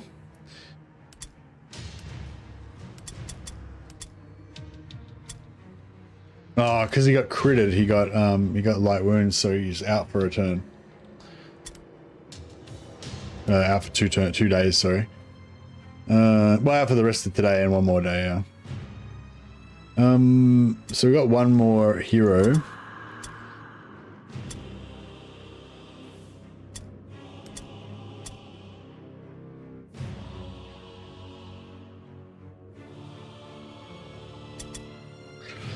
Yeah, should get another Doomweaver maybe? Or should get another Marauder? Oh yeah, what do we think about Marauder's mutations? So you got Executioner. Attacks bypass 6 armor absorption. Applies a poison debuff that reduces armor absorption by 3% for 1 turn, stackable. That's not really good, is it?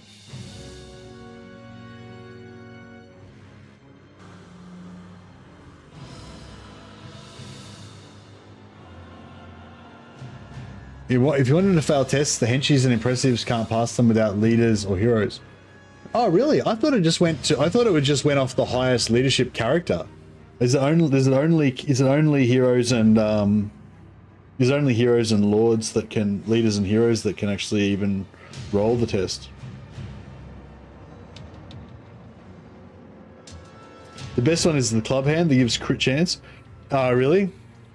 Yeah, there's one. Yeah, this guy's got it. The Smasher, 4% crit chance, and reduces stun resist. Is that the one?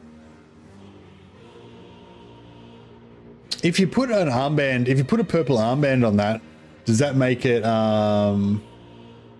If you put a purple armband on that, does that make it 12% crit chance? Is that how it works? Or does the purple armband just increase the base damage? Oh, it does make it 12% crit chance? Oh, nice. And does it make this minus 15% stun resist as well? That one's pretty badass. But yeah, the thing with the axe hand is like, if yeah, the thing with the axe hand is like, if it was in his right hand, then he could have a shield, and he could hit 4 times with the axe plus 1 counter attack. So he'd be able to stack heaps of armor. He'd be able to stack heaps of the armor debuff. But because he's got 2 hands, like, yeah, he can't. But, you know, it is what it is.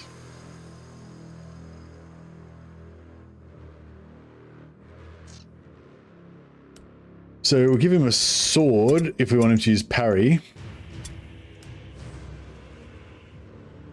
Sword and axe hand, although axe and axe hand is pretty cornate, but yeah, we might have to go sword and axe hand so that he can parry.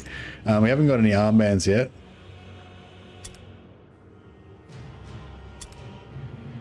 Got a purple helmet. Should we give the purple helmet to, blue helmet, sorry. Give the blue helmet to our favorite guy here, Tovin. We need some better names here. Has anyone got their monthly name super chat up? Monthly, whatever, you know what I mean? Monthly free super chat thing.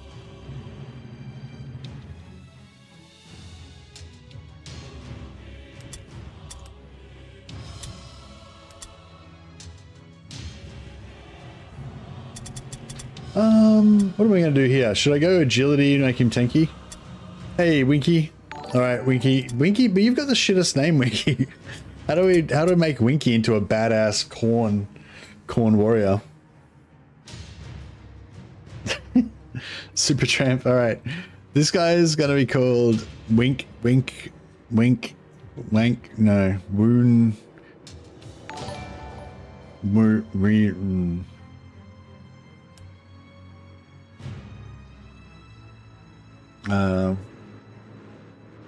Rink,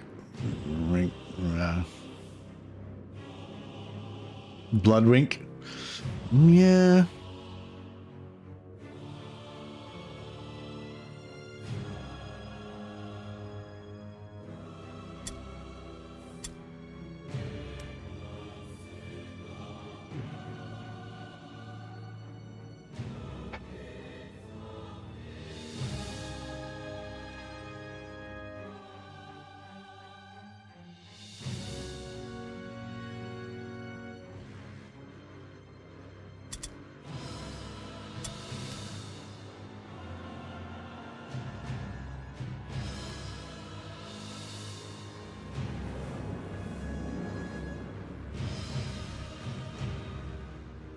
All right, his name's Eye Reaper Bloodwink, because you know, because he rips out their eyes and then they have a blood wink. Or what should be Bloodwink Eye Reaper? Winker Blood Eye.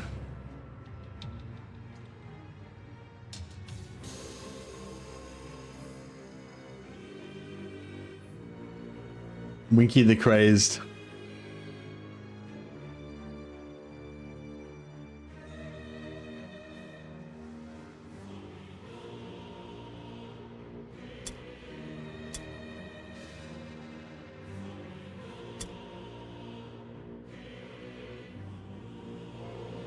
Try your head? What? I don't know what that means. Alright. Are you happy with that, Winky? I Reaper Bloodwink. I think that's pretty good. I'm happy we've got some names going though now, finally. What about you, Supertramp? Do you want to be a... oh, good. Are you happy with this? Do you want to be a Marauder? Or do you want to be a tank? You can be a tanky henchman. Oh, yeah, you can be a tanky henchman. This guy looks like a tramp.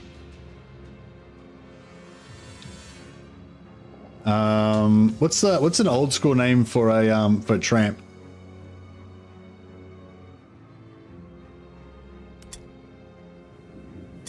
An urchin?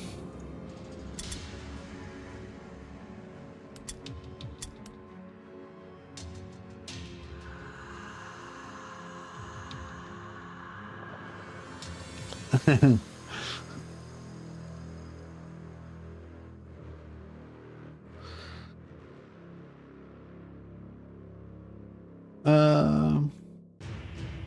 about Super and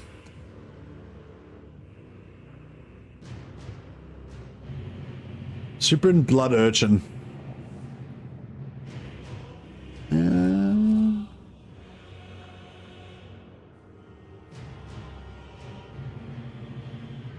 Super Tanker. I was thinking I wanted to be like a murderous tramp, like a hobo, like a murder tramp, murder hobo, kind of like murder hobo, but like less modern sounding. What's like a medieval version of the murder hobo?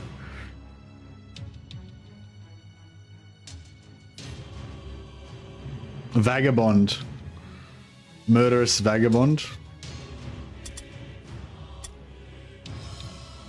The bloody vagabond.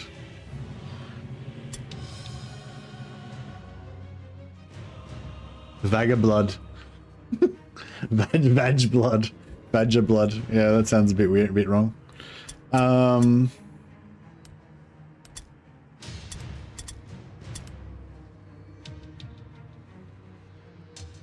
red vagabond. Yeah, that's pretty good.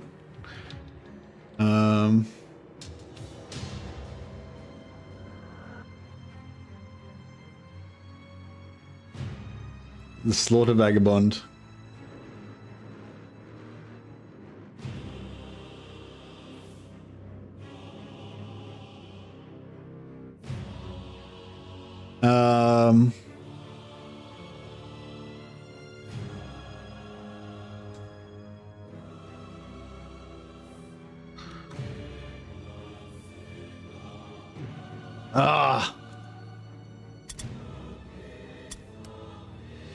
I was gonna say Backstreet Butcher.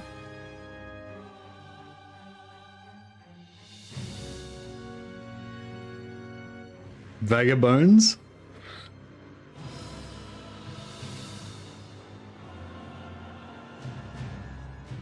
Butcher Tramp.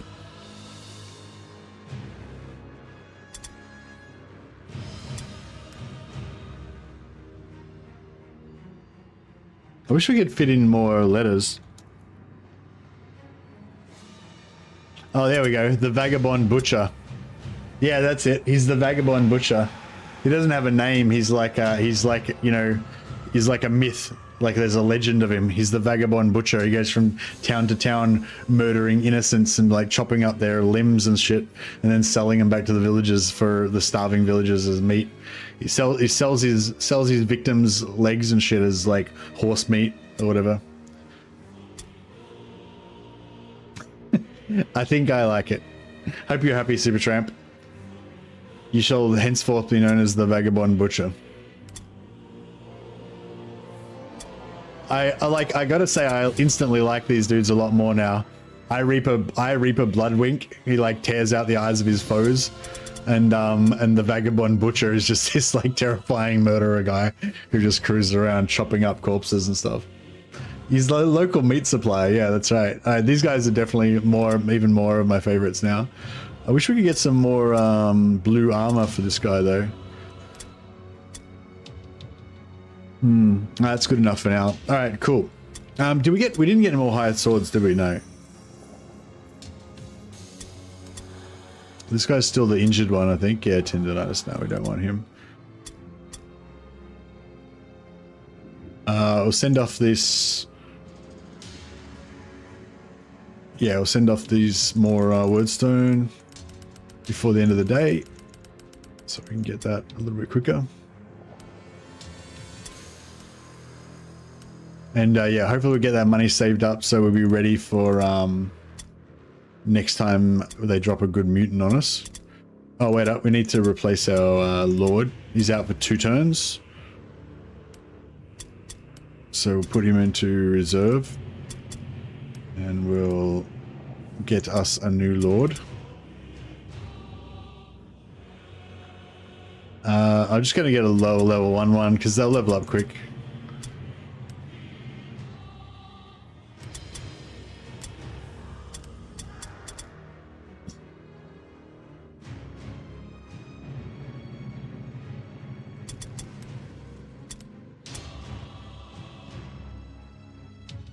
Blue clothing. Should we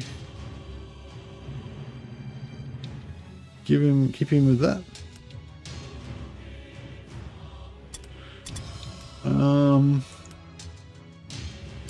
We can give like this guy's light clothing. Give this guy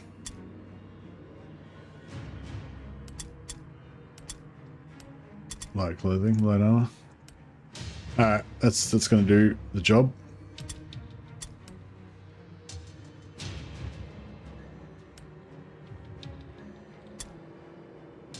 Alright. Oh yeah, we need another hero.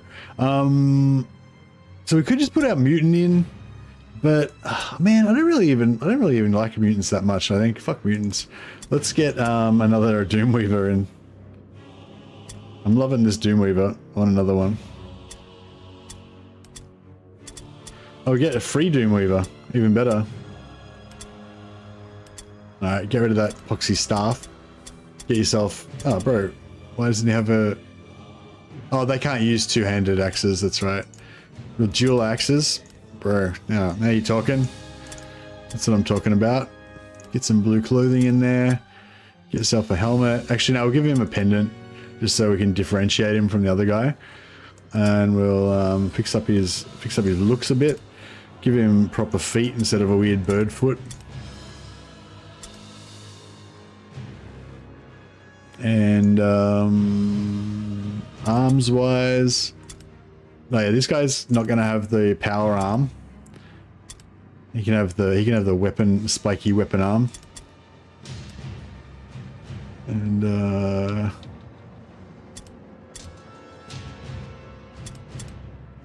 yeah, he can have armored arms. That is not, no. No one's using that crow head. That can get fucked. Beard wise. Yeah. I'm not sure if the other guy's got a beard or not, but we'll differentiate that a little bit. You can go for, ooh, bit of a heavy armored plate on the side there. Pretty cool. Yeah, get some more armor going. I like it. And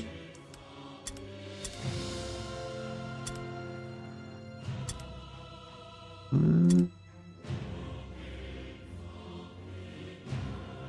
don't know. Yeah, this guy wears a dress, I guess. That's fine. What else are we doing? Presets. Go for red.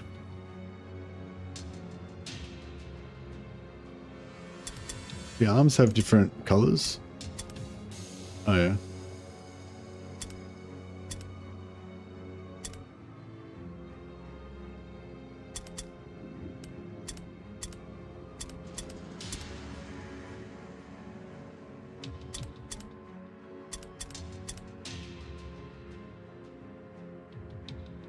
$11 maybe?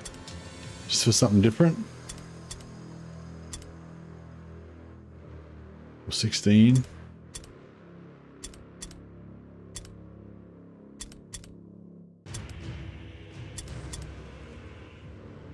what's the difference between 11 and 16? Oh, okay, 11's got the darker neck ring. Not really much difference. Alright, cool. He's ready to rock and roll. But will they survive in Mordheim? Indeed.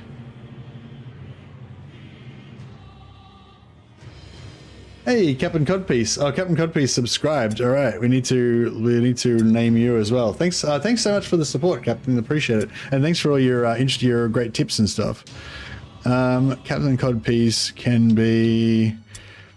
All right, you can be the new Doomweaver, who's almost certainly going to die immediately. But you know, we'll try to keep him alive. If you do manage to die, then you'll have achieved glory, which is more than most can say.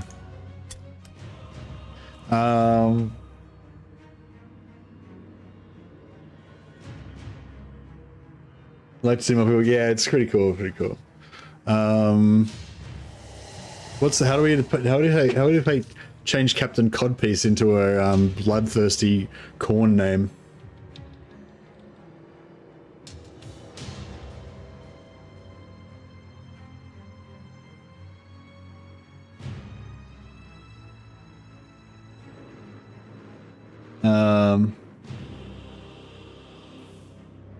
I feel like Captain doesn't sound right for Khorne Warband, does it?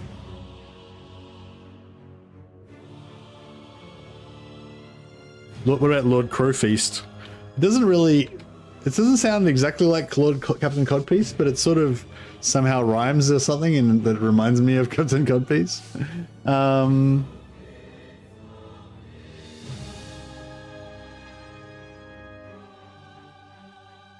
Cult's Pierce. Cult Piece? Oh, as in Pierce. Oh, yeah. Cod Pierce. Cod Piercer. Cod Piercer. Maybe I'll make it... Maybe give him a first name that sounds like Captain. God Pierce. Oh, yeah, God Pierce. Boom. Alright, I think God Pierce is winning. And what we can make his first name like Capon.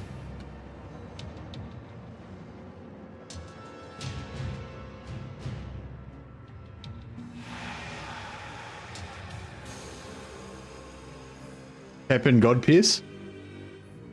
I feel like that's pretty good. Cat Pain Godpierce. No, I don't know. I feel like that's too Cat Pain. Actually, we could. Actually, yeah, you know, we could make it Cat Pain, but like not actually. You know, just spell it different so it doesn't sound right. Cat Pain Godpierce. Capon.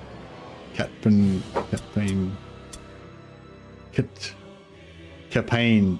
Oh, Capon. Yeah, just get rid of the T. Capane Godpierce. Captaint Godpierce. Tainter. Yeah, Tainter. Actually, Tainter sounds pretty good.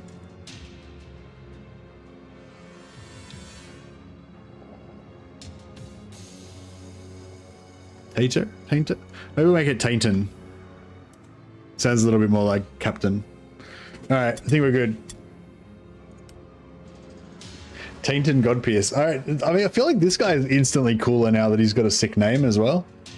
Like naming your characters after people that you know definitely makes the game better as well. I highly recommend this to anybody as well. Like, just rename all your characters after people that you know. They don't give them their real. You don't have to give them their real names. If you're like me and you like to roleplay, obviously you change them a little bit so they sound a bit more Warhammery and they make sense. But you kind of know, you know who they are, and that just makes it better. All right, what can we do to keep Captain Pain? I'll give him a helmet. Maybe I will give him a helmet. No, we'll give him the pendant. That way he's got less chance of all learning. It doesn't make much difference, honestly. He's probably going to die anyway. But we'll try and keep him alive. All right, how are we doing? We got to sack anybody? Yeah, you got it. You need to get sacked. You need to get sacked. So we're getting rid of all of our higher level characters so we can keep our average warband level low. So that the AI will basically go for like the average of our levels, and then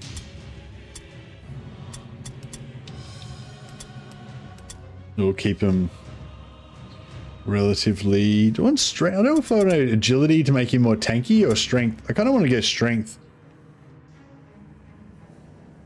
I think.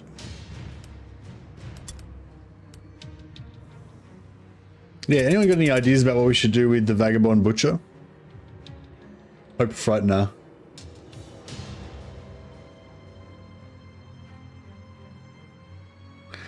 Super Tramp could be Pain Train. No, it's too late. He's the Vagabond Butcher now. He's the Super Tramp. What? How come this guy's got 5 points? What the fuck? Did he just go up like 10 levels at once or what? Oh, whatever. Wouldn't mind giving him resilient at some point, giving him some toughness, but at the same point, we really just want him to do huge amounts of damage, really, don't we? He doesn't really need leadership because he's immune to all alone. I mean, fear is sometimes a problem, but it's not really that big of a deal. Yeah. Oh no, I'll save his other points for now. This guy's injured. He can sit out for a second.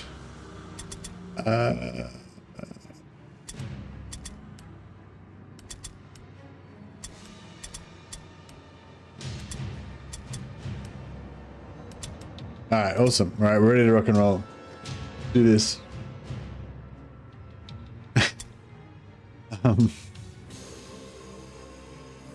Yeah, cool. Alright, so we're gonna keep saving up money. Poor, very poor, blah blah. Deadly, exceptional, good. Both warbands scattered randomly, scared by something. Fuck yeah, let's do it. Just as you were closing to engage a rival Alright, warband, so this is like a really bad one. Of the Probably everyone's gonna die. Causes both But groups it's gonna of be warriors exciting. To flee in terror. We had a few like really slow ones, so this one, and we had warriors really slow one, and then that second one was really safe Scattered and in their controlled. flight, So this your one's just warband gonna spread be, out across the... this one's just gonna be A like new round carnage. has started. Straight into it. Let's go.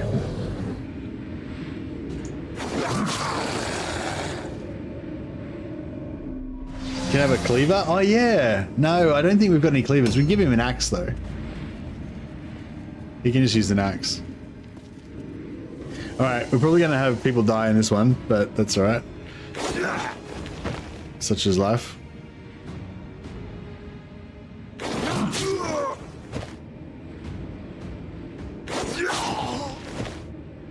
So yeah, with this type of situation where they're like where you're right next to them and you straight away are into a fight is kind of like the most fair, I guess. But because the AI has a massive stat advantage, it means that it's, you know, it's actually really dangerous for us.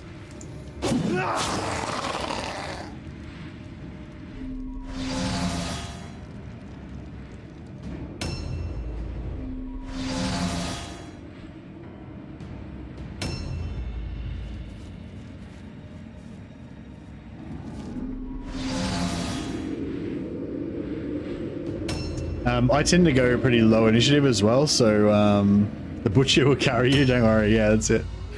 Alright, I Reaper Bloodwink. Time for you to, let's see what's going on. Alright, so what do we got? Yeah, so our leader is over here, trapped in here by the vampire lord. He's probably fucked. We might just cut him loose. Oh shit, it's all, oh look, we got 3 dudes over here that just doing nothing.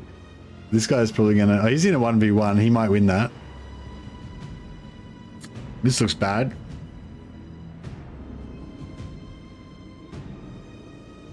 I think we might just sacrifice our leader and try to stack up in the middle here.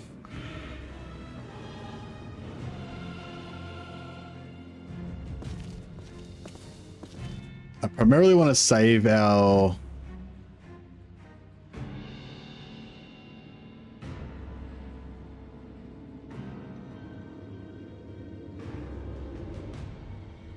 I mean, maybe we could...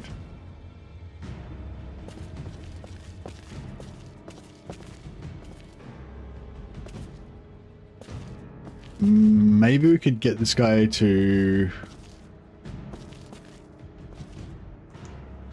run over here and help kill that guy. Yeah, maybe we'll do that. Alright. The Doomweavers have got to stick together.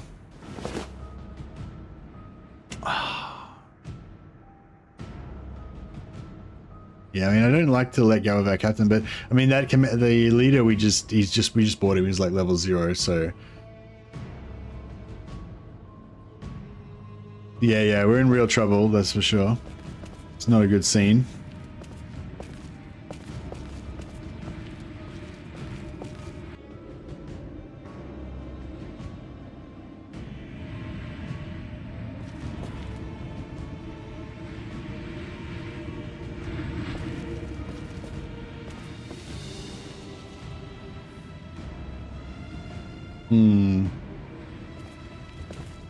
I don't know if this guy's got really shit leadership, so I really don't want to. I want to keep him away from that vampire lord and the terror.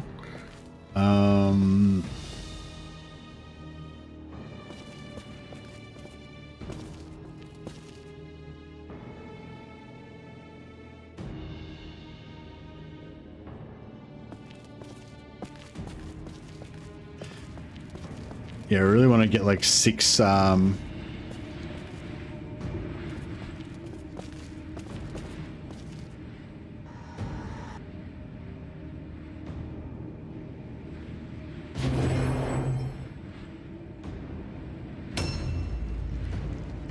yeah, the flag. I'm keen to get the flag for sure.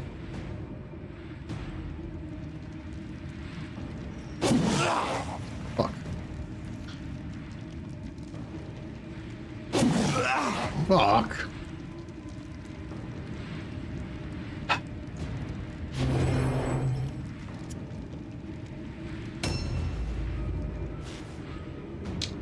Got a rescue captain. We've got what's his name? Changed his name. I've got his name now. Tainton Godpierce. Yeah, I've got to capture Tainton Godpierce. All right, these guys need to get the hell over there and you know, get into the action.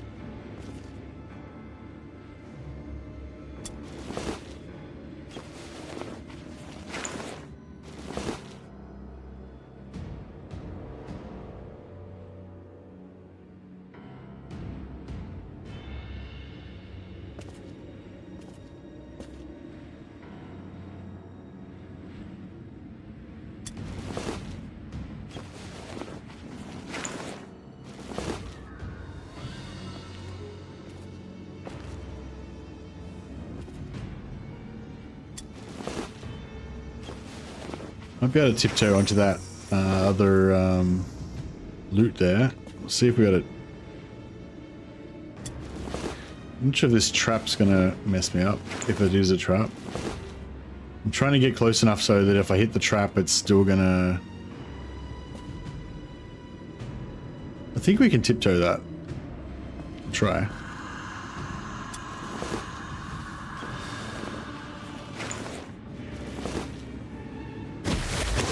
Remember me as I lived with really bad luck. No, I reckon we can save you, hopefully.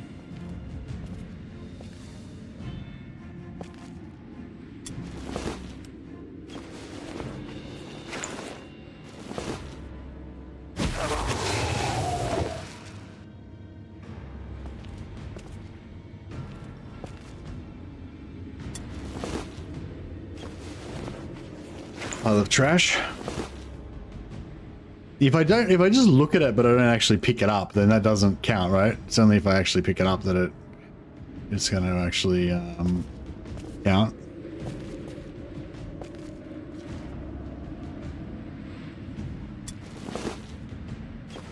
Yeah, so all this screwing around is basically so I could move like 3 meters closer, essentially. It's probably not going to make any difference at all. But, you know, you got to take every little advantage that you can.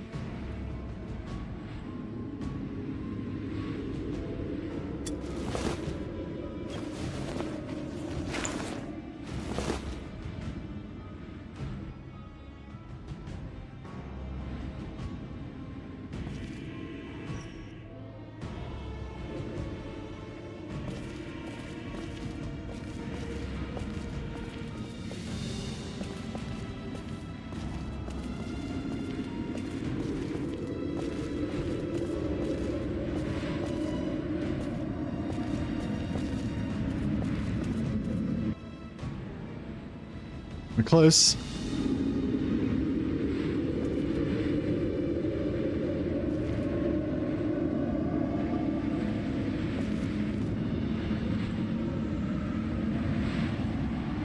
Well, actually, we might be able to...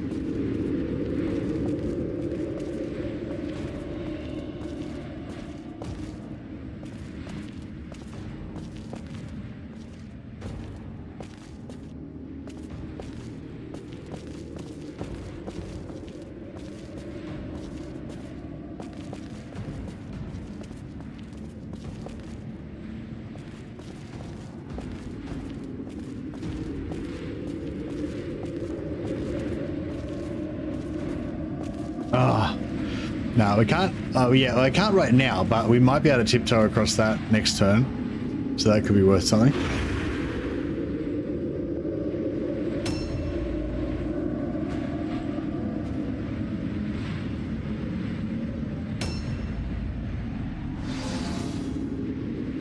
Yeah, we kind of need to kill that.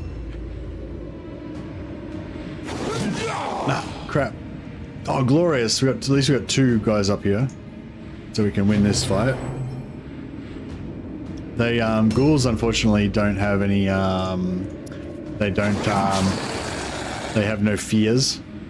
So he won't all alone, unfortunately. But, at least we can kill him without losing any of these guys, hopefully. Look at this brave dude not passing his terror test. Fighting 1v1 against the Vampire Lord. He's doing alright.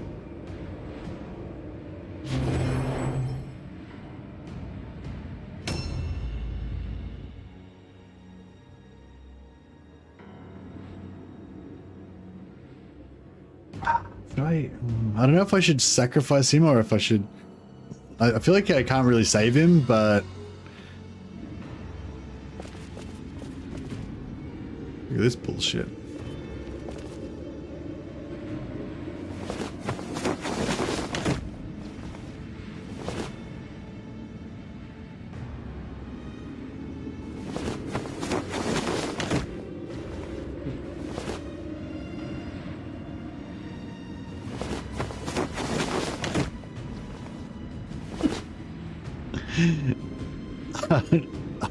I'll just stay down here then.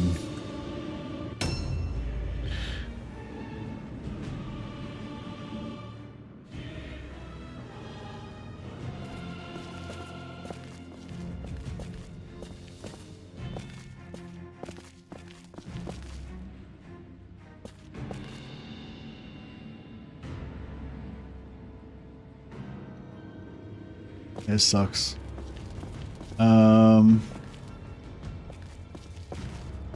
I don't know if it's worth...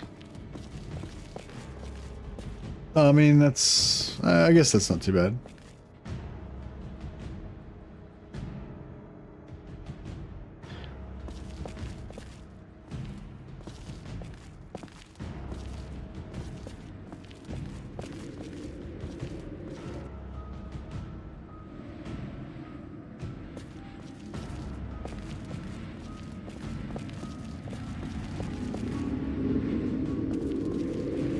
I guess we could grab this over here.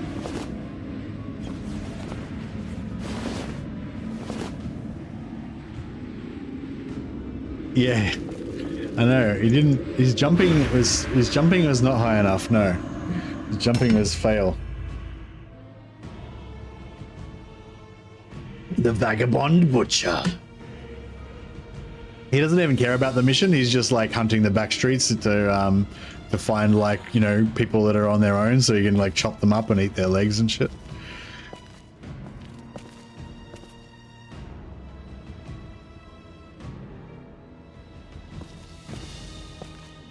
I hate how like we're like one step away. Like right here is like no blue pill, and like we're always like one step away. Like you can't quite like one like that. We're off the blue dot and we're on there. So like that's it, like one step. That's literally it. We have to waste a blue dot just to get like I don't know. Yeah. So there's no blue dot. Like we haven't moved, and we just. Yeah, it's like fucking sucks, but it is what it is. Can we sneak down this? Eating their legs whether they're dead or not, yeah. Get around this corner. Don't. Get around it. Get around it. Oh yeah! There it is. Feels good. All right. The butcher's coming. Coming for you all.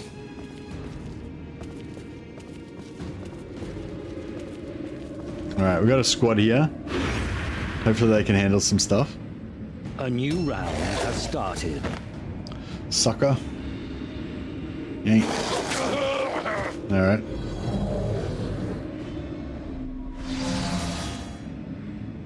The deadness is optional, yeah.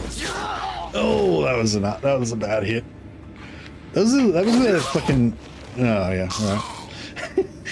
I was like, he's doing fine. He's gonna win this. It's like, no, he's dead. I hope that the vamp doesn't pin eye gouger. Yes, get wrecked, son. Now this is cool. This has worked out well, actually. Sacrifice the useless leader, who was shit anyway. We're gonna murder their leader. It's got most. He's like their leaders usually got most of their morale tied up in that one guy. So if we can smash him, he's basically walked into our trap. We've got a heap of Dark Souls that are immune to terror. So we'll just let him pile them on him, and he's gonna go down. This guy's got a lot of ghouls and no zombies, so or not many zombies, I should say. So that's also good for us. We don't need to kill that zombie. If we kill this ghoul, that's going to hurt their leadership. We can just leave the zombie out there. It doesn't matter. This guy will be able to take this guy out, no problem, or at least, you know, tank him indefinitely.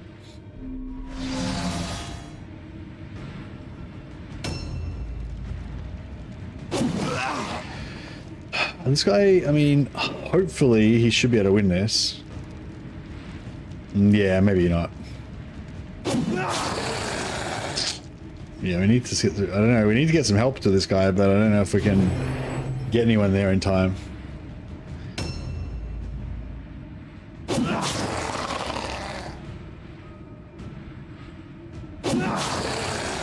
Get critted. Oh, he didn't get stunned. Man, a crit stun would have been nice there.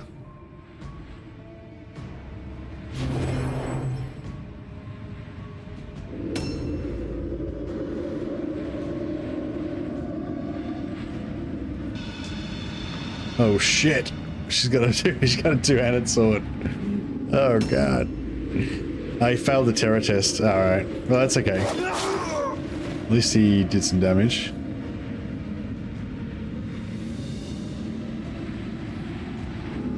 We'll just delay. If we're lucky, we can free him up and get some movement out of him.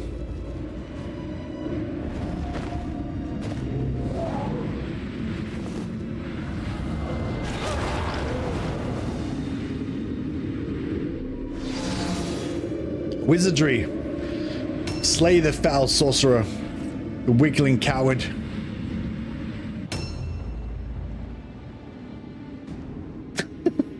Mother story of Moloch. Can he climb the wall this turn? Is there like an easier place he can climb the wall? Oh, actually, yeah, he can climb that.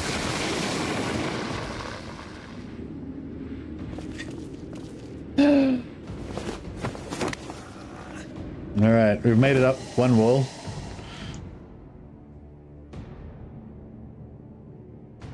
Maybe you should stay away from climbing. Let's just take the stairs, fuck it. He's gonna walk around to the staircase. He can't handle any more falling down.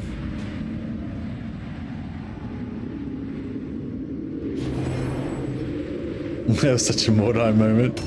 Yeah, it's pretty brutal.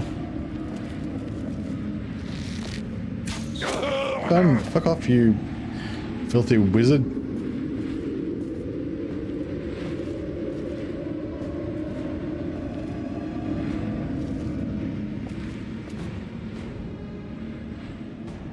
How much health has he got left? He's got hardly any, right?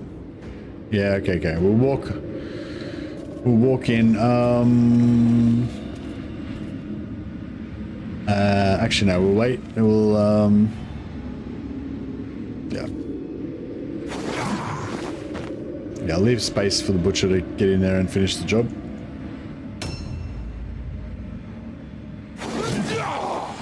Fuck me.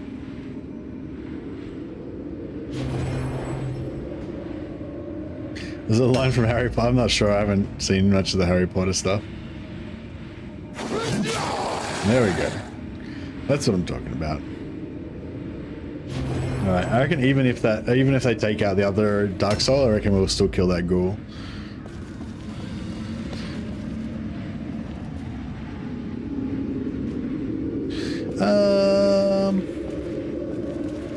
Don't know if it's really worth getting the, but we can get a Tic-Toe anyway, so we may as well.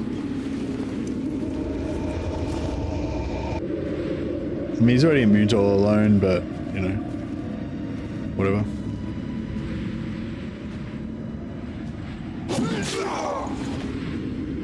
Crap. Oh fuck! Wait, die, you prick! All right, that sucked. A new round. If we could have dropped him, that would have been really, really nice.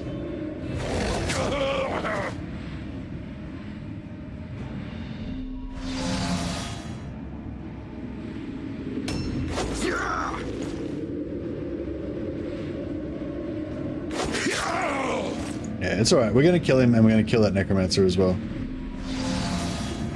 And it'll be all very glorious. Beautiful. Not so beautiful.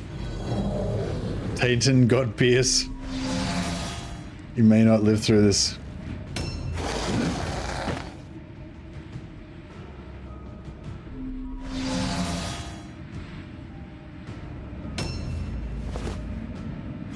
He stole my axe of corn.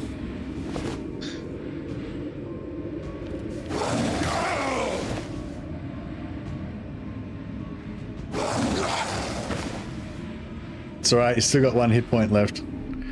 As long as he can get one more swing of the axe and kill that ghoul, that's all I ask of him.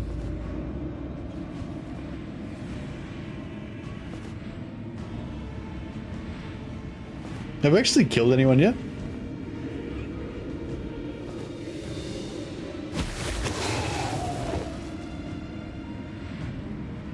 No, they've killed some of ours. They've killed a few of our guys though. Alright, we're going to turn this all around in just a moment.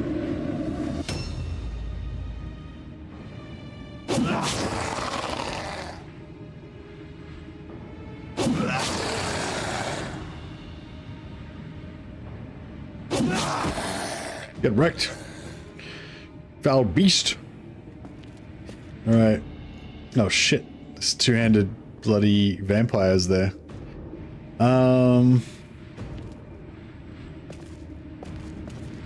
What's has she got heavy armor on? What's she rocking? What's she packing? Movement 7, shit, yeah.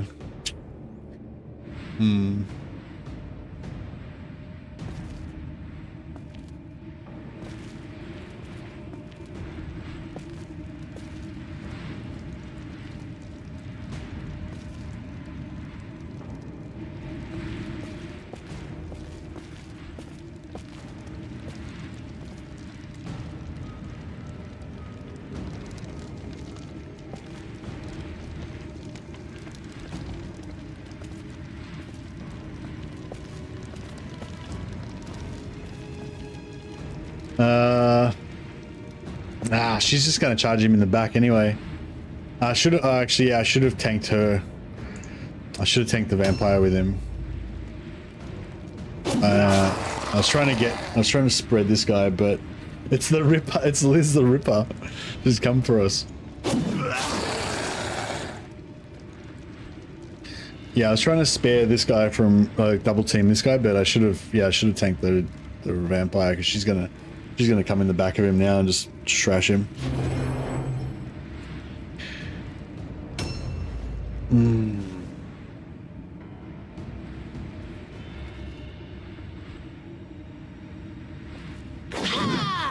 Oh!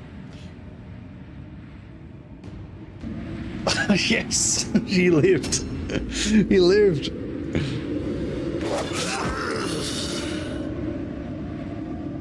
Got another day off tomorrow? Oh, very nice. Alright, slaughtered, we slaughtered the vampire, the filthy vampire lord.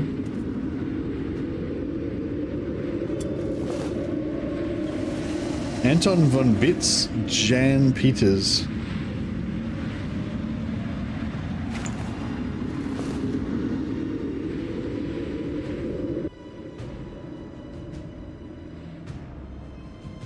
So we gotta kill that zombie and this necromancer if we want to get the mission.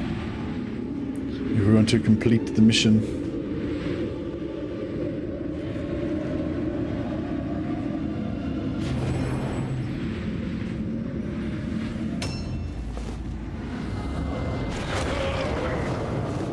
He's using foul sorcery.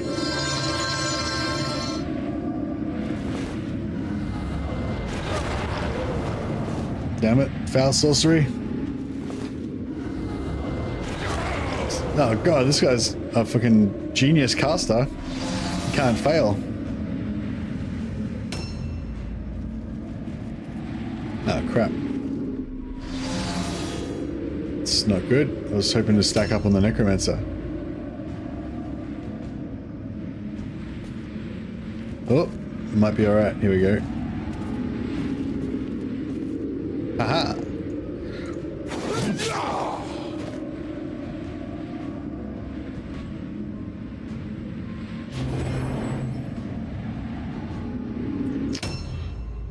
Alright.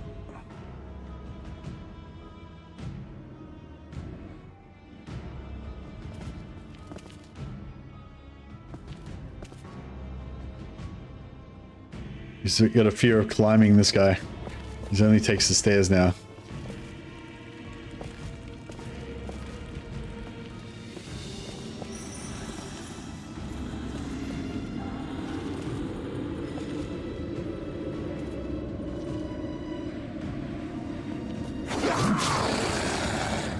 Moloch the Grounded, yeah.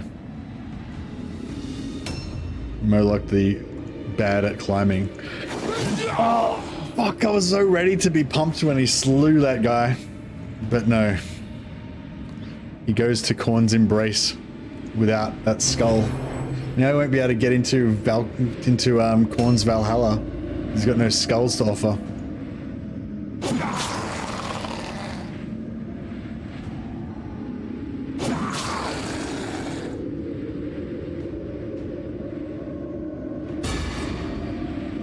I think we got the measure of him now. A new round has started.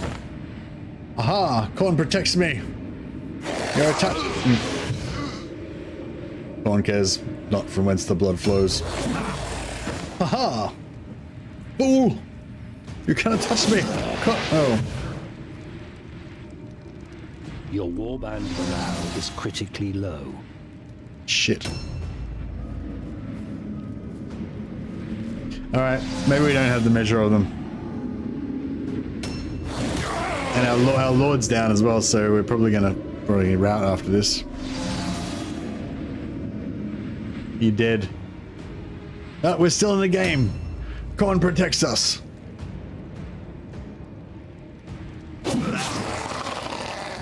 You're not dead, you'll be fine. It's just a flesh wound. Slain. Fool. Alright. Dodge stance. Boom. Oh, I should have.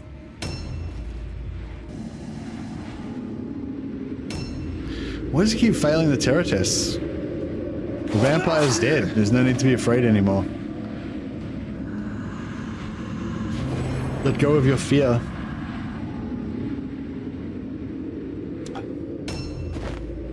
Oh, damn.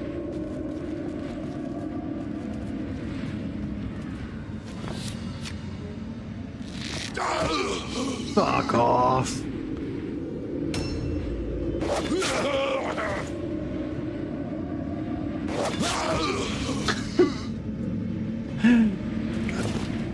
God damn it. It's not the vampires, it's a big spider. Could be, could be. Don't worry, we've still got this. Khorne protects. Ah.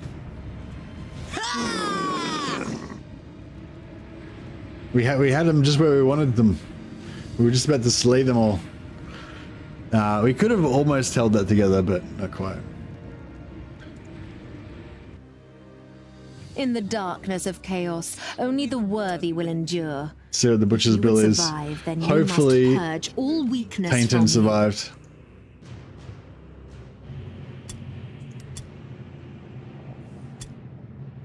Alright, what do we got?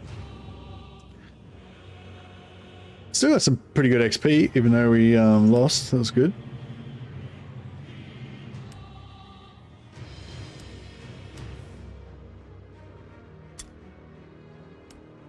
Mysterious ailment. Wound value. Alright, he's dead. Outstanding. Slight bruises, blah, blah. He's fine. Beautiful. Remarkable. Fortunate return. Slight bruises for, yeah, perfect. He's fine. Slight bruises. Beautiful. Tainton Godpierce lives. He lives. Stronger from the experience. Did he get... He got a tiny little dit of XP.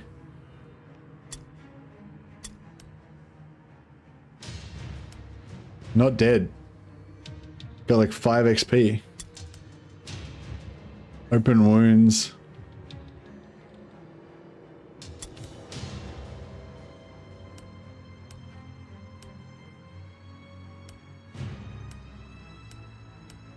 That's pretty good. We only lost one henchman. That was not bad. I mean, it would have been better if we had it with one. I reckon we kind of nearly did win as well. Like if we had have dropped that ghoul with that last hit, you know, or we had have done a bit better against that ghoul that was upstairs with the 2 Dark Souls. If we had have killed that ghoul, which I thought there was a, you know, there's a decent chance that we could have if we had have rolled lucky. And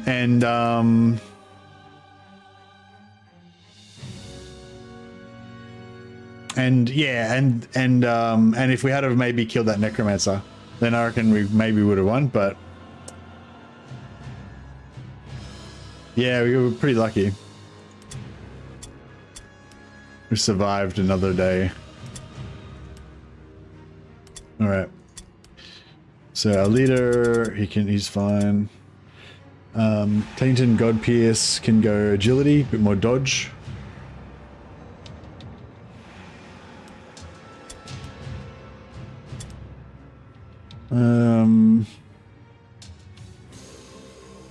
Yeah, I'd keep him with the all alone check, I guess. All alone test.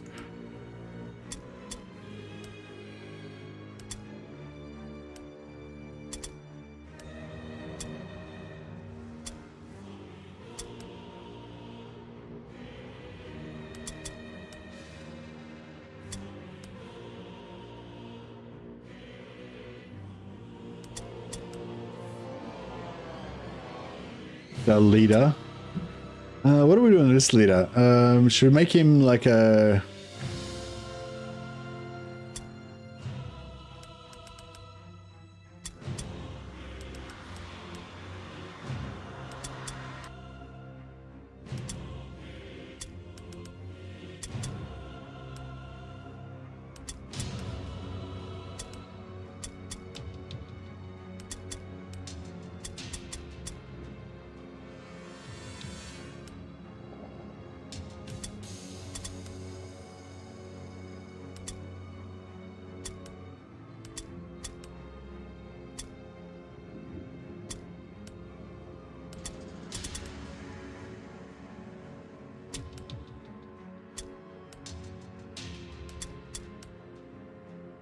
All right, I think we are good. Yeah, still not sure what I want to do about that yet. All right, and this guy is the crippled one, right? Wounds reduced by 10. Yeah, we don't really want to keep him around. Everybody else is pretty well. He's fine. He just needs another day of rest. So we can put him main leader back in again.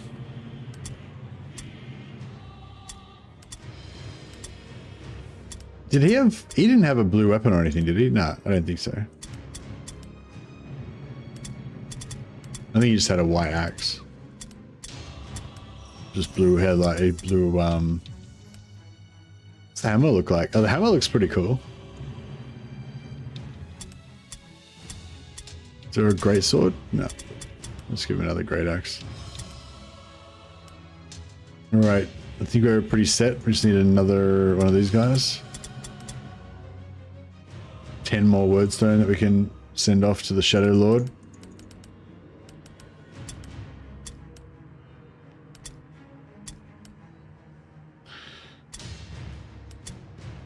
Right, 2,700 gold now, but yeah, there's no that Lord that we wanted is gone.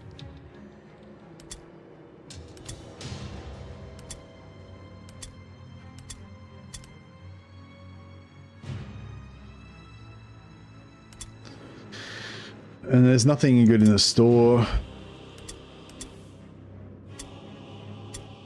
So sucks that those two weapons are both, those blue weapons are both no good for us.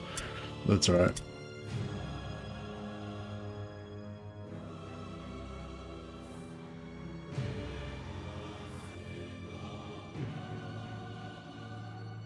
Alright. Let's do one more. Hard, good, good. Hard, good, good. Brutal, exceptional, exceptional. Alright, that's a both warbands deploy tightly. Can't argue with that. Your scouts have discovered a rival warband in the vicinity. These warriors are clustered around their wagon, making them a very attractive target.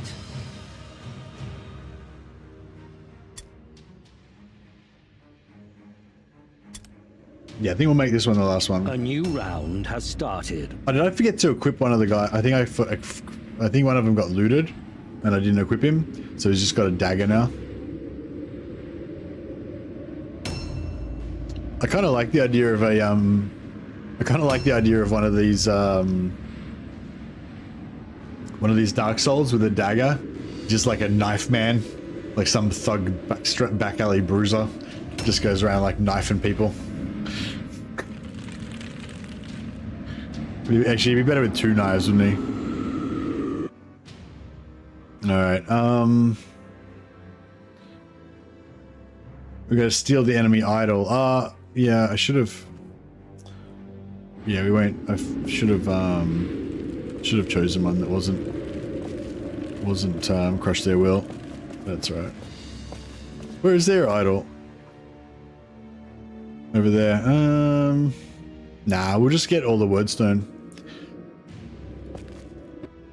Yeah, we'll try and stack up on the wordstone and get as much as we can. Can we get through here? No.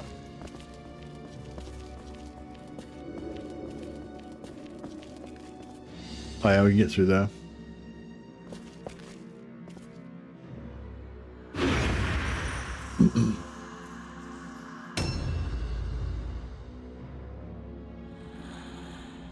But yeah, I like how I like that our main Doomweaver is quite reliable now. Like, he's got good dodge, good melee resist, even with no skills, you know. So yeah, he's pretty good now. I mean, if I could give him sidestep, he'd be even better.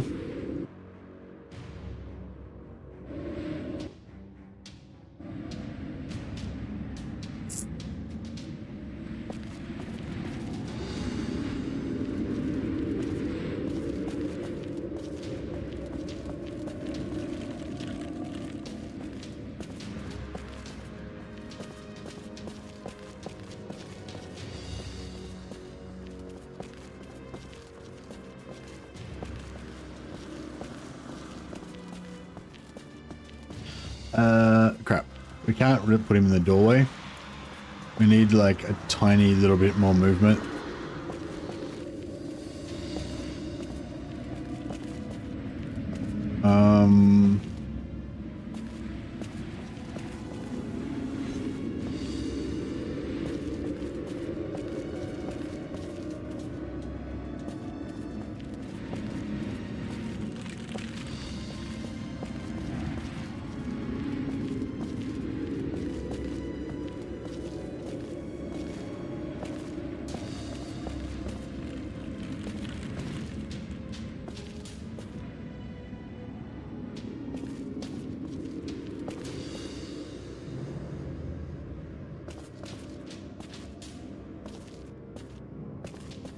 That's better. Just need enough to get him out of the doorway so the next guy can come through.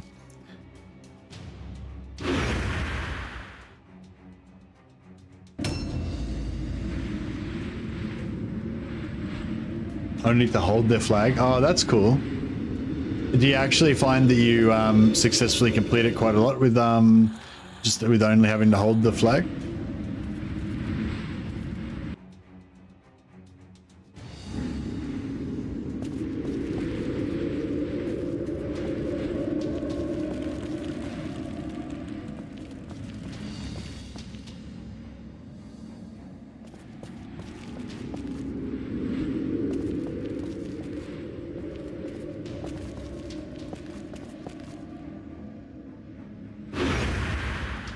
Much easier, yeah.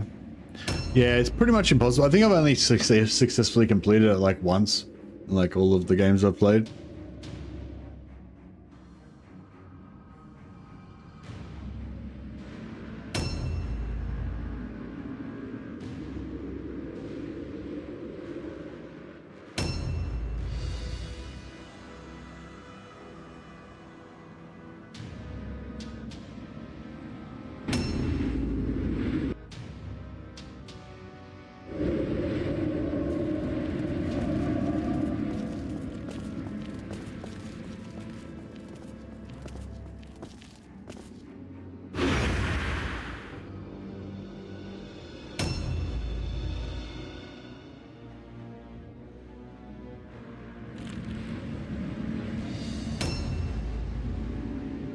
Yeah, I mean, I guess if you had a lot of tanks, you could, like a lot of really good tanks, you could do it. Or if you had an auger. Oh yeah, I suppose if you got an auger, you could just do it all the time. You just cheese your way slowly towards their wagon. If you're willing to spend like an hour tiptoeing to their wagon, steal it and just tiptoe back again.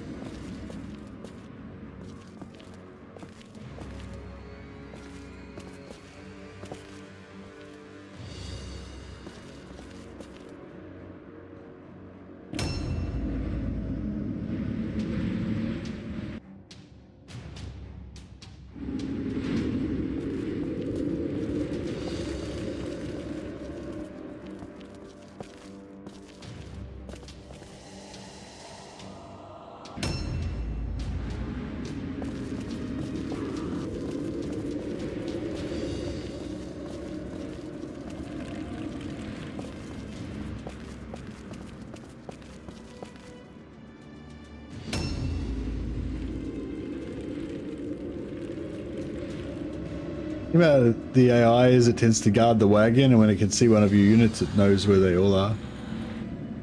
Oh, so what? So as soon as the AI sees one of your units, it can see, it knows where all of your units are. But if it can't see any of your units, then it doesn't know where any of your units are. Yeah. So does that mean if I just break line of sight with the AI so that I can't see any of their units, then it just has no idea where I am then? I'm invisible. A new round has started. Or once it's seen you once, it's got perfect vision on all units for the rest of the game.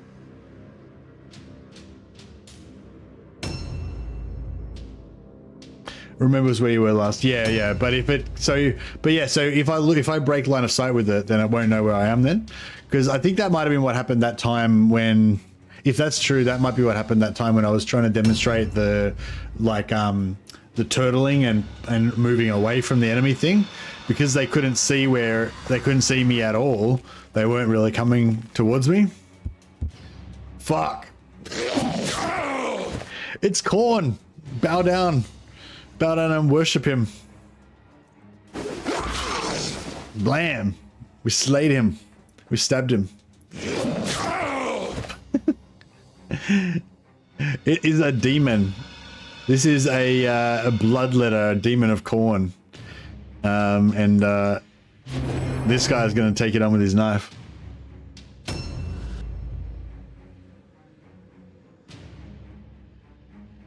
We should pray to the demon to slay our enemies for us.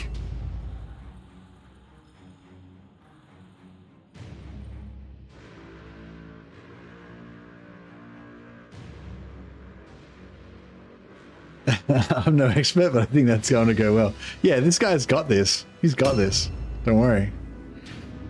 Round trouser time. So yeah, so we're all kind of heading through that doorway, and now I think we should just kind of turn around and all head away from that, directly away from that doorway.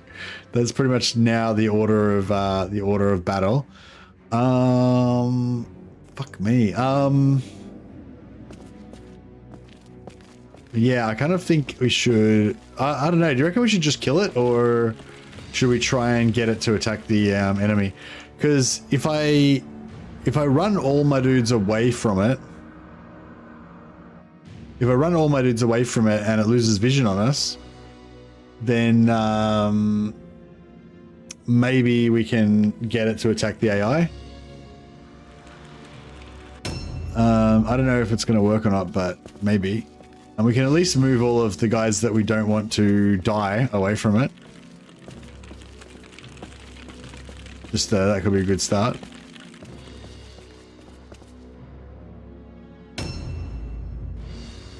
Is that one of ours? Yeah, that's one of ours. Oh, glorious. Oh yeah, the AI's doing us a favor. Oh, it's another Khorne warband. There, we're vying for Khorne's favor. Oh, check this guy out. He's like, fucking bring it, son. He doesn't give a shit. He's like, I'm gonna smash this demon. He's like straight in there and smacking it around. This guy's kind of put me to shame now. I'm a little bit embarrassed. Well, this guy doesn't care.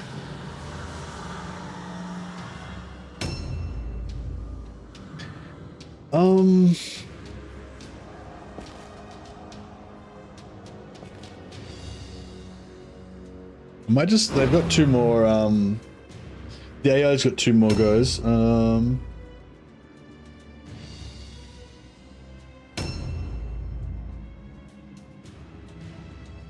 let these two guys go first.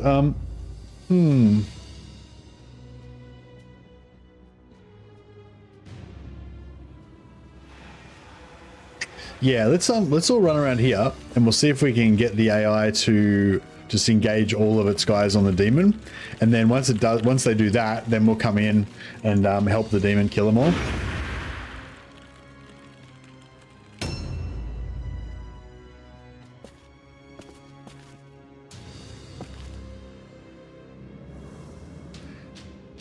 Yeah, I want to help the Khorne demon slay all of their dudes.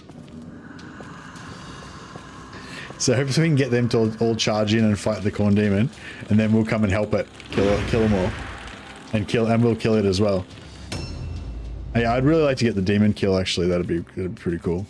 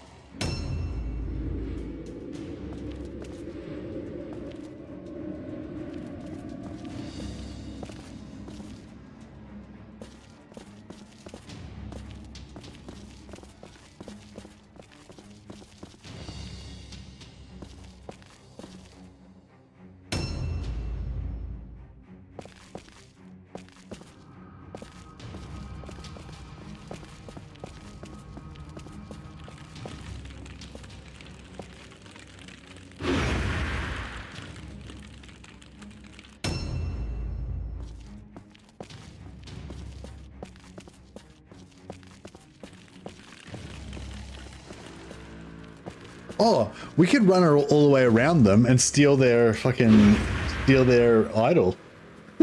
A new round. We don't have a fast guy. Don't have anyone who's super fast that can run all the way to the idol.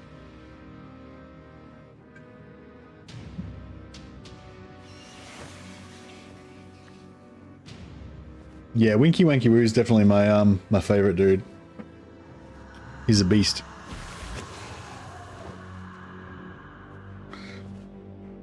They're stealing my warpstone.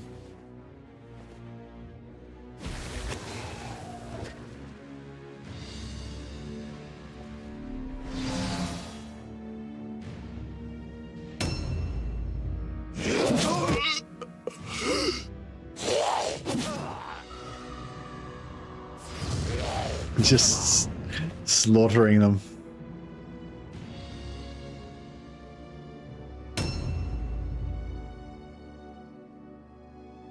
Alright, glorious. So they've lost line of sight for me now. So I wonder if they'll all go after the demon. Yeah, they do. They go after the demon, don't they? If they can't see any of my guys. So hopefully he'll go. If we wait till after him, then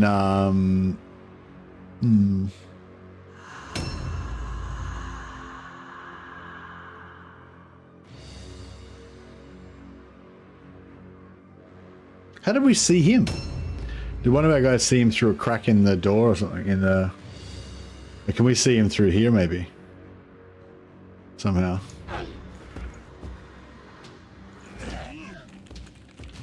Oh yeah, there's a little crack through the door there.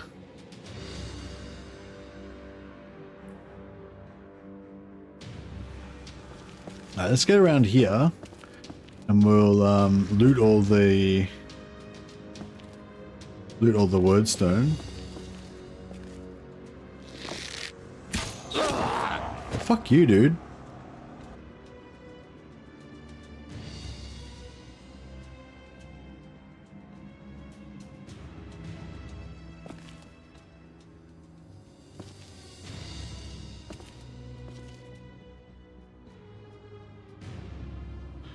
What's this guy got?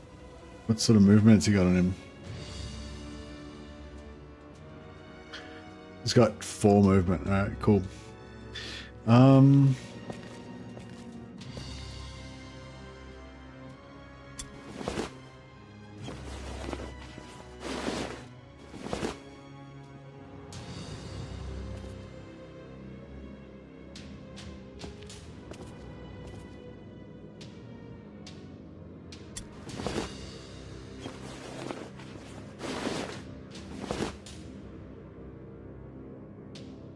So he's got their possessed over there as well. That's good.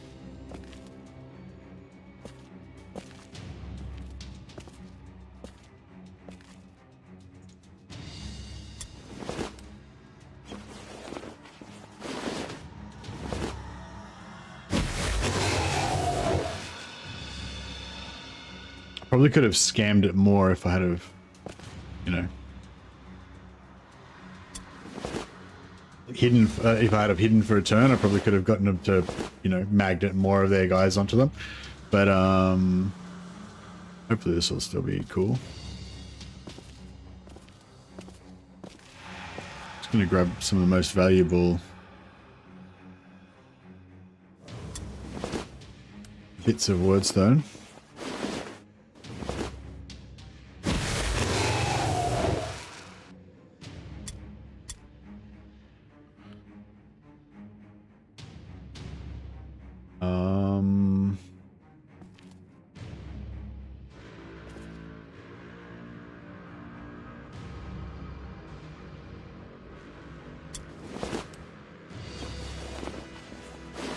And then we'll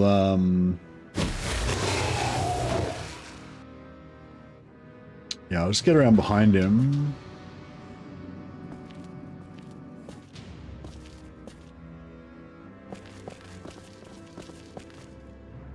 Yep. That way, I guess worst case scenario, there's a couple of them in between me and the Khorne Daemon.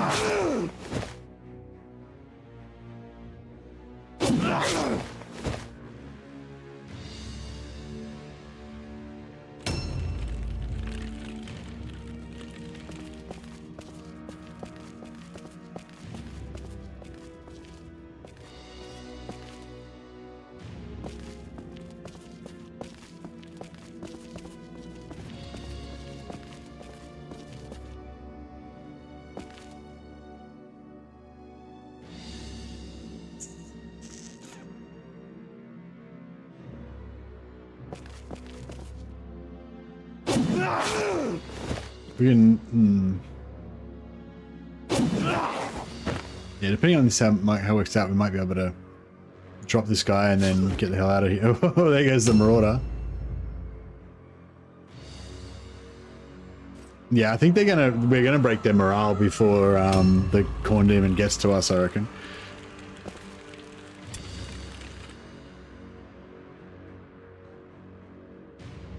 Still got 412 HP.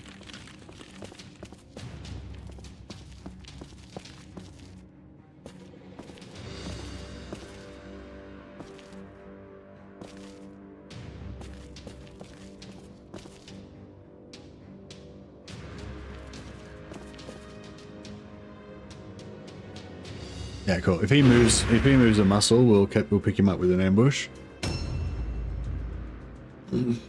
I should have made it so that if he moved back towards us, then we would ambush him. But if he moves forward, then he wouldn't. But yeah, I didn't think it through. This guy's pretty mean now with his axe hand.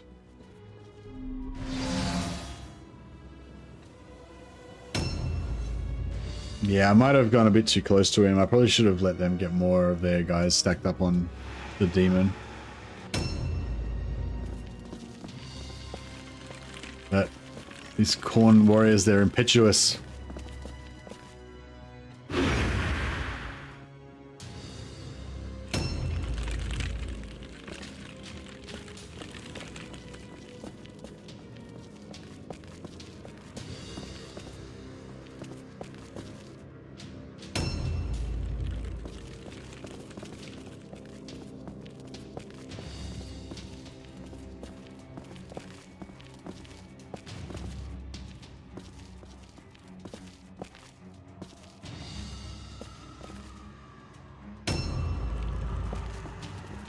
This guy should be able to finish.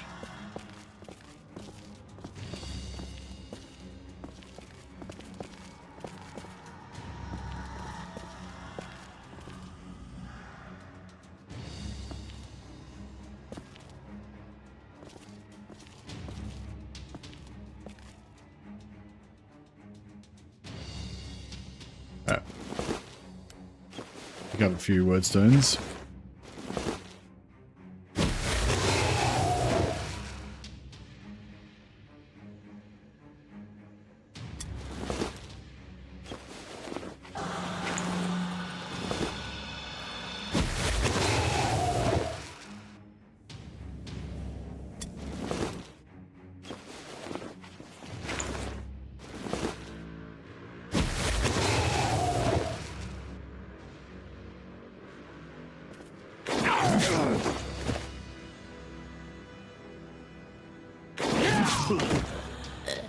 That's right. That's how it's done. The vagabond butcher stalks the back streets, looking for legs.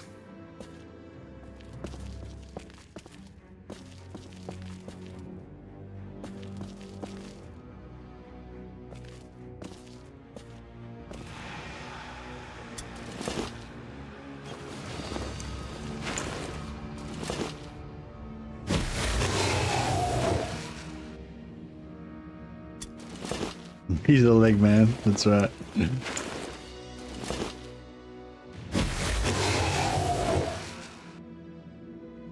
A new round has started. Oh, what? Oh, what?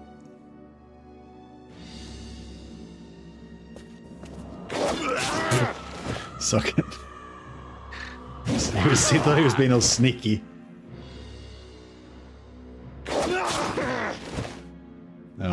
Our two mutant champions battling it out. I think mine's hitting harder than his though.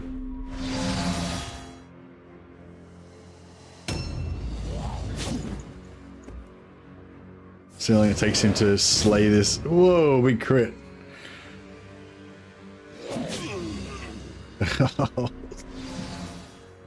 Damn.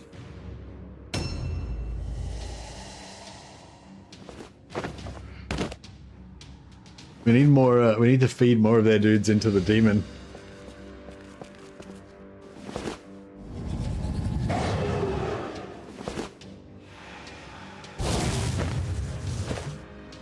Honestly, it's more that he wanted the demon on the other side of him and you. Yeah, maybe. But yeah, unfortunately, I don't think we're going to get to fight the demon. I think they're going to get routed before we get to fight the demon. It's a pity. It would have been cool to take it out.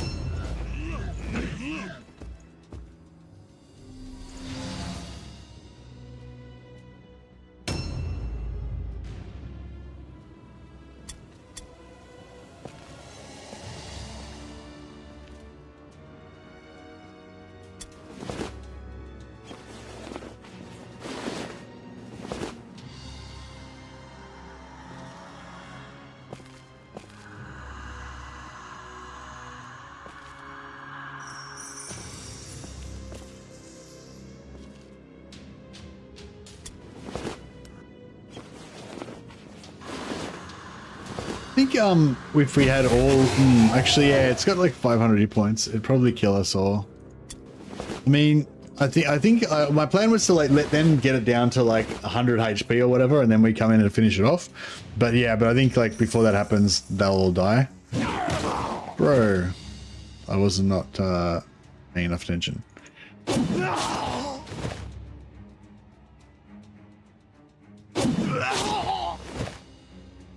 Nice. Painting God Pierce is doing a good job.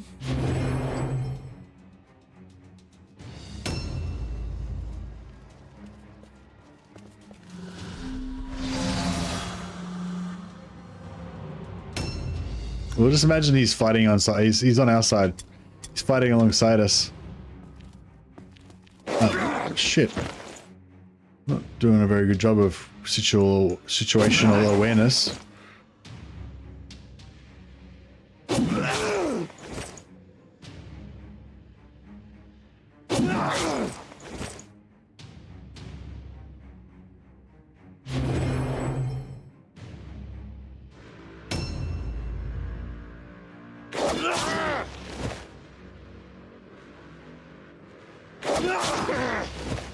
Yeah, this is working out gloriously. We just made that one sacrifice to Khorne, and now he's fighting on our side. We've got this.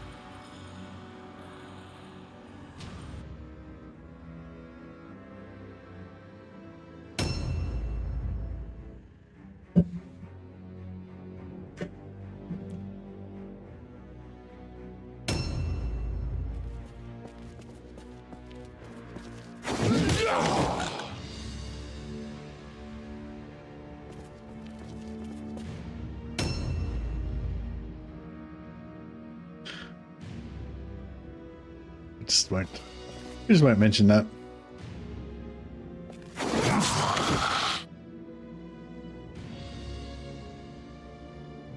He'll be fine. He gets KO'd all the time. It's no problem. He barely even feels it.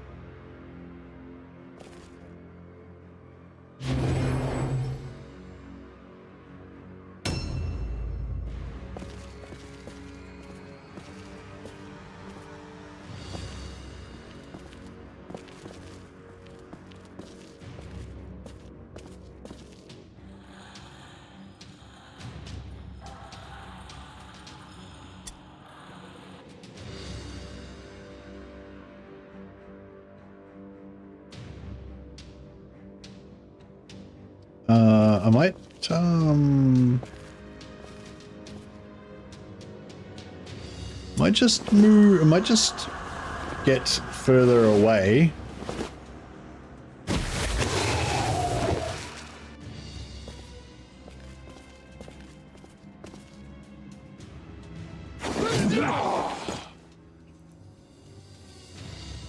Kill the leader and just end the battle, you reckon? Yeah, I guess so. Probably should do that. I was just thinking we'll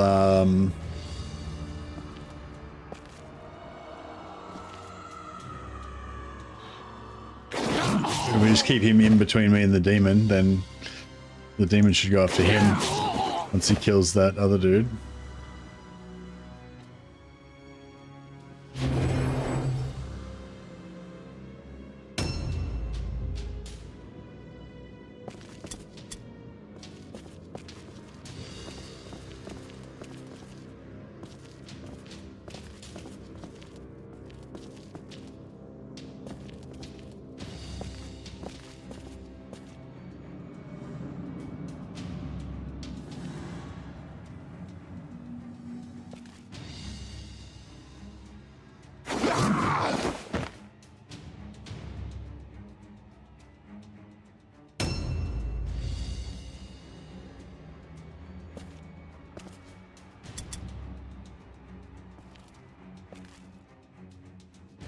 we get this, yeah.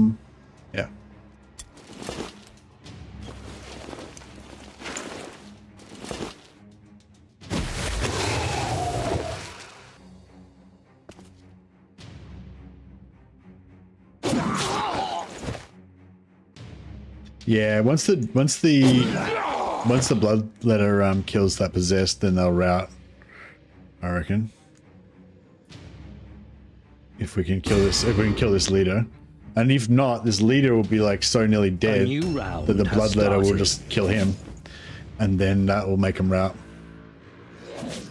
Blap. And then hopefully the bloodletter will kill their leader as well. No! Why? No, they're gonna rout now. They succeeded. They didn't rout. Motherfucker. Didn't fail, and he passed it. God damn it.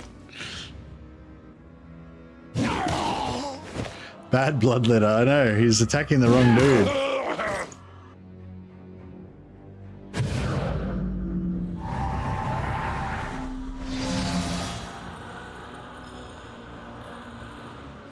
So, yeah, that's right.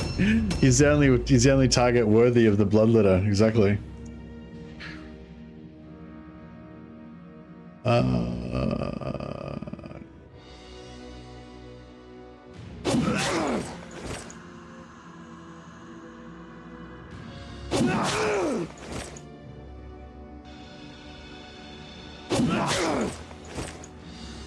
Yeah, I'm really liking this guy. He's just handy.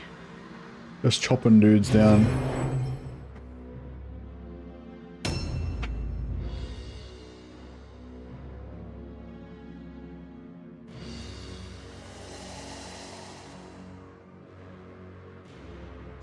Yeah, there's not enough room to oh, he can't disengage actually, this guy, can he?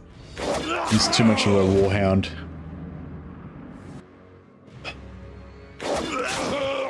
If somebody can kill their leader, then they'll probably rout. Is Doomy still your favorite? Yeah, my Doomweaver with the axe and shield, Winky's dude. He's my favorite.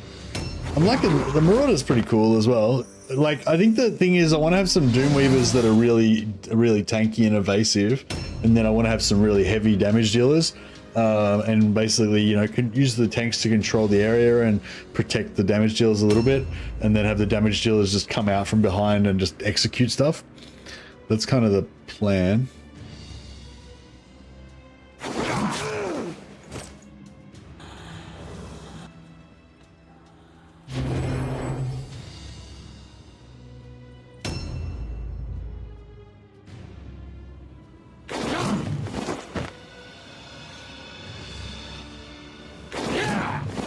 Mother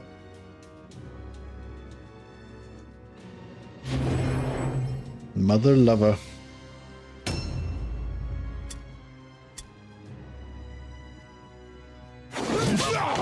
There we go.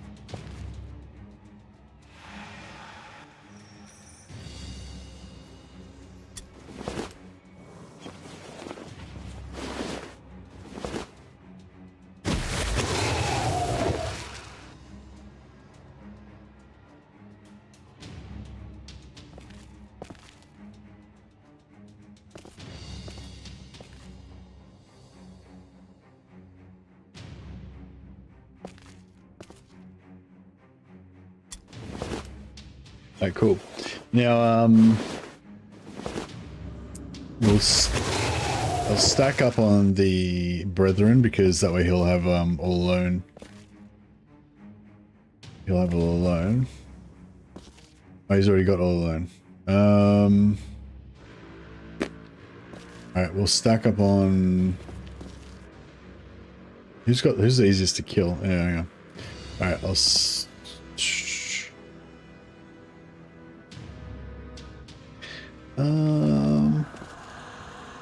actually, I'll just stack up on the Bloodletter.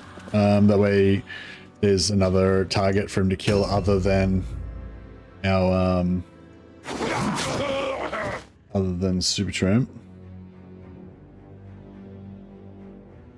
Little wordstone shuffle, yeah. And a bit of a tiptoe.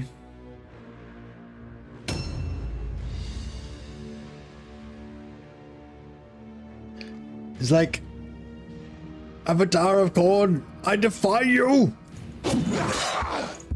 Witness me, Axe-Father!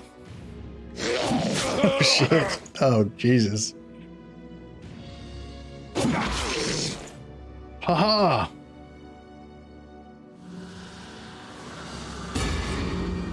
The demon, can you parry demons? A new round has started.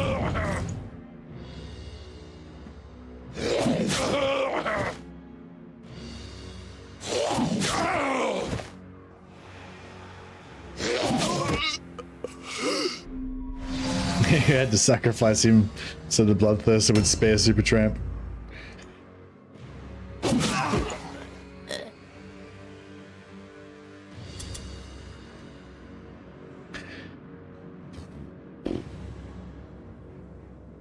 How many hit points has he got left? 400 hit points left.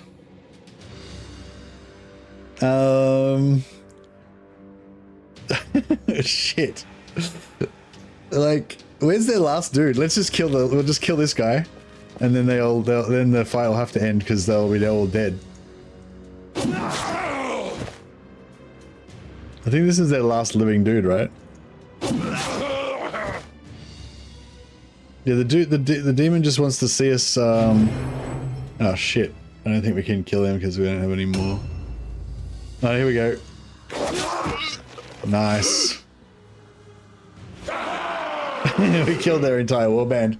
Alright, Khorne witnessed us. Khorne witnessed us. Oh no, we only killed 2 of them. Oh, we only killed 7 of them. But we reduced their, I think we reduced their leadership to 0. That was rough.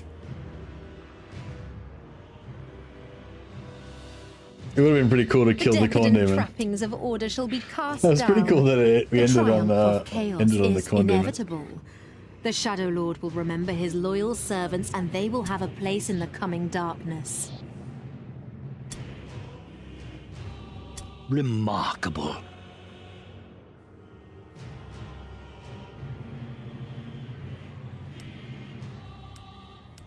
Nice progress.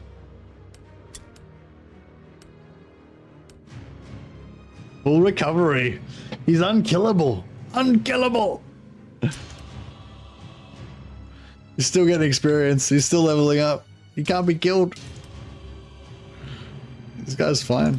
The gods are with you. Khorne blesses us. Fantastic. This guy's not doing too good. This is the guy that sacrificed himself to save Supertramp. He got concussion. One of his eyes got ripped out. His tendons got removed. He's just like a jangle of flesh hanging together now.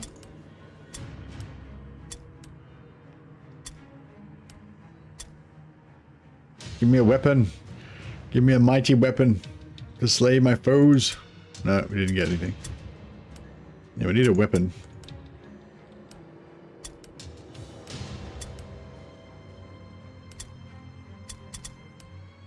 Yeah, this guy's all effed up. So get rid of him. Get a newbie in there. Vagabond Butcher. Give him some more strength.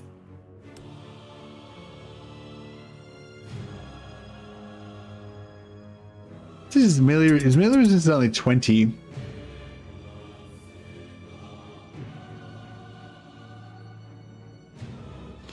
Yeah, I'll give him 9 strength, and so he gets one more. That way he'll get one more inventory slot.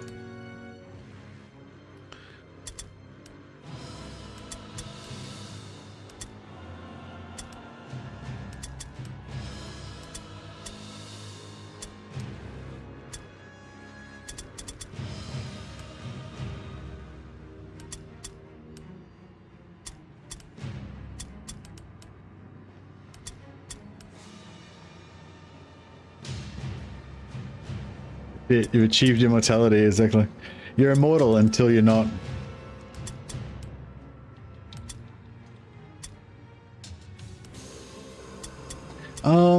I guess we want to go toughness and get 9 toughness so that he can get resilient. Get some crit resistance.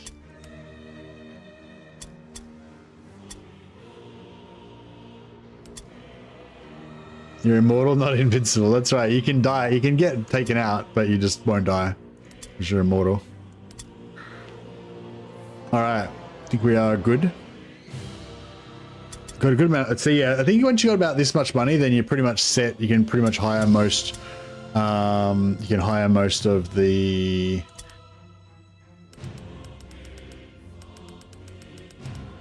Hired swords. You are becoming famous. All right, so now we get only plus 20% for these guys, but we get plus 50% for these other ones, which is pretty cool. So we can start, sending our stuff to these guys to get more money. Also, we unlocked level 2, so we get 5 sticky sludge, 5 etheric elixirs, and cost of training strength skills reduced by 10. That's pretty cool.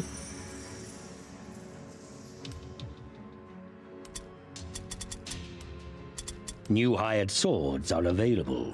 All right, let's see what we get. Oh. Healthy rank 7 leader. That's pretty good. Another healthy rank 7 leader. So we could get a full leveled up rank 7 healer. Rank 7 Doomweaver. Oh, now we're talking. He's got the armor power as well. Yeah, rank 7 Doomweaver, that's pretty hot. Is this a new... Oh, this is a new one. So he's got Clawed Foot, gives him extra charge range. Eye gives him... Yeah, the eye's pretty crap, gives you initiative. Bypasses armor absorption, etc, etc. So... Yeah, that's... Yeah, I don't know. Like, it's kind of cool that he can use a shield, but... Yeah, if the eye was 1,000 eyes or whatever, they gave you melee melee resistance, and then you could stack like 14 weapon skill, 16 agility for Maximus, plus get alertness up to 15. You know, you can make him like a tank, but yeah, he doesn't have. Yeah, he doesn't really have the right stuff.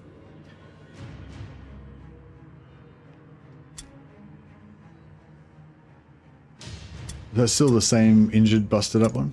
Yeah. But yeah, these three, they're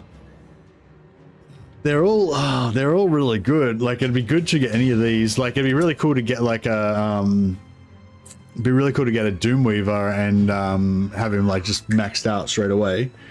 With like, you know, sidestep or like just a full melee resist Doomweaver.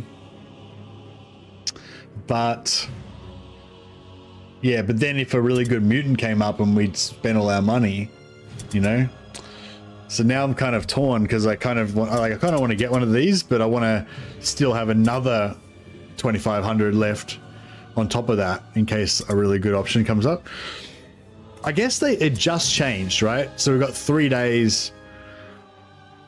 We've got 3 days.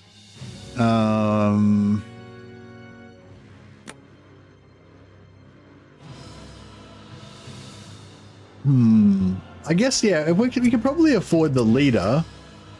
I mean, I really want all of these. I really want both leaders and the Doomweaver. That's like really sweet. But yeah, we could probably afford the leader. And then we can probably still save up another 2,000 before. But because we got until this one changes and then another one after that. Is it hired swords every 3 days? Or 6 days? So it's something like that, isn't it? 3 days or 6 days?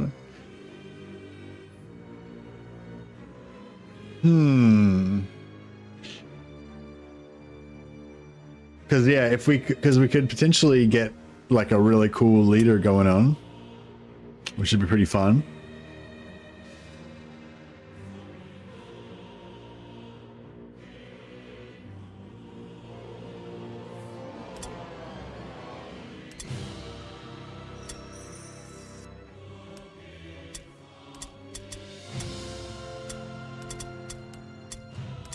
Oh, poultice. I should have kept the poultice maybe.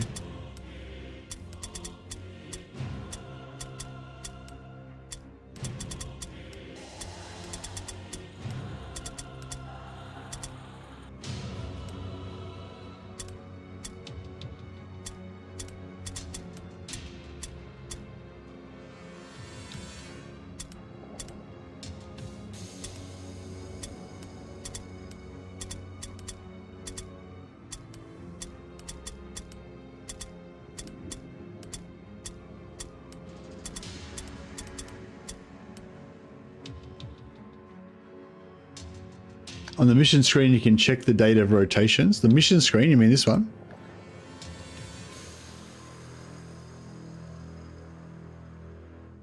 '20th, 23rd.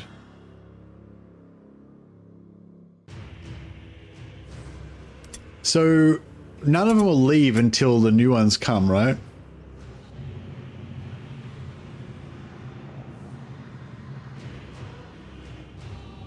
Yeah, so it's going to be at least 8 days. Because the 20th will be when new ones come. And then... Oh, well, no, I guess the new ones, when the new ones come, they could be gone.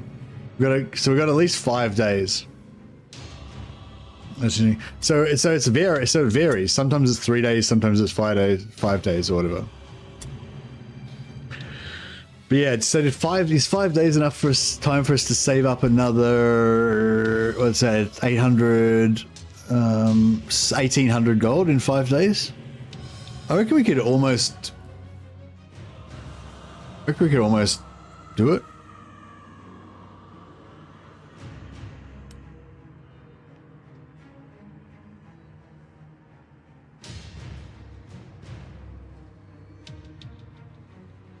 And there's no guarantee there's going to be anything good in the new setup anyway. Although I sort of feel like getting another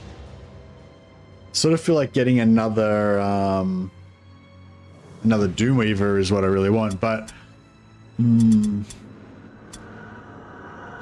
yeah, no, a level 7 leader would be pretty sweet.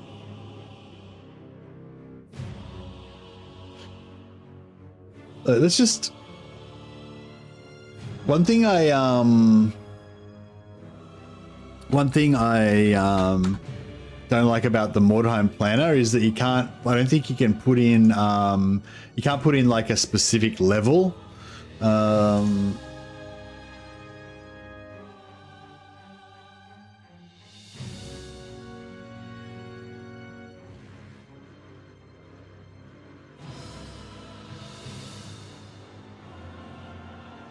So, like, if we want to go for a Magister, level 7, this is how much you get at level 10. So I don't know how much of these points and everything that you would actually have at level 7.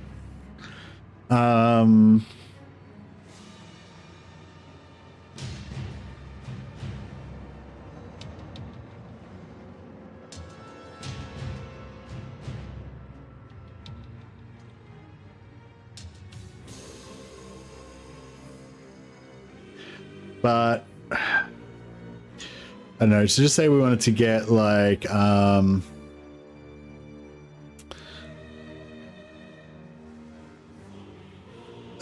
you would get Battle Tongue,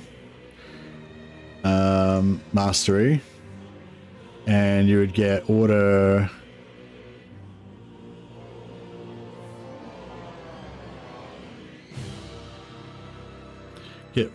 Mastery.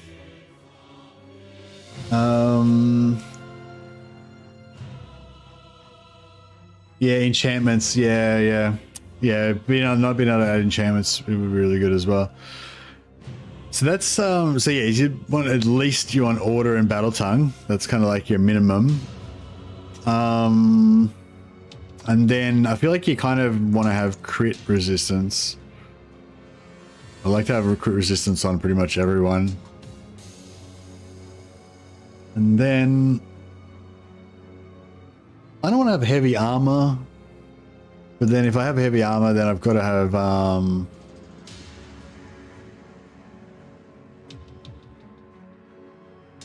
If I have heavy armor, then I'd have to have like armor proficient and knowledge Mordheim.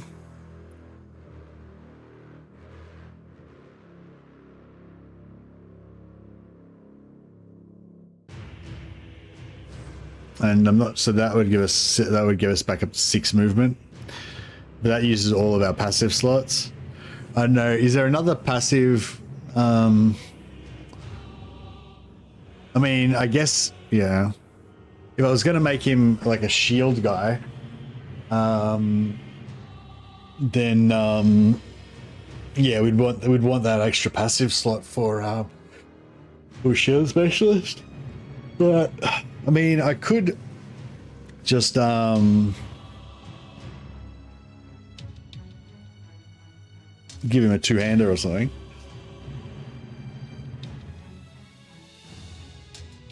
But I mean, the easiest thing to do would be just not give him heavy armor, just give him light armor instead.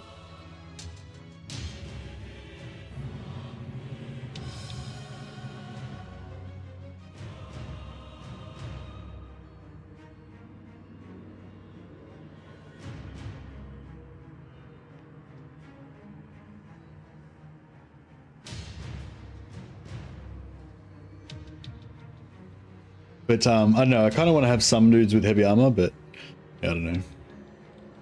Yeah, I sort of think you can give him heavy armor and a greatsword, because that way with the greatsword, like, he can use yeah, we can get adrenaline rush, just level 1, and get what am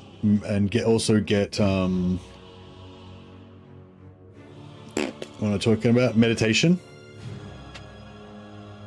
Introspection, sorry. The new Chaos Bird great swords. Indeed. So introspection gives you 2 mastery points, and adrenaline rush gives you 1 as well. So we could get 3 extra offense points. So he'd be able to order 4 times, or, which would be really cool if you had like a really powerful damage dealing character, which I plan on having at least 2 or 3 really powerful damage dealing characters, and then this guy can power orders into him. So yeah, so you can like use introspection and adrenaline rush, so you can do an extra order, so you can do 4 orders per turn, give 4 extra attacks to somebody. Or he could use introspection and not use adrenaline rush, and then he could do 3 orders plus attack with his 2-handed sword in melee. So that could be cool. Or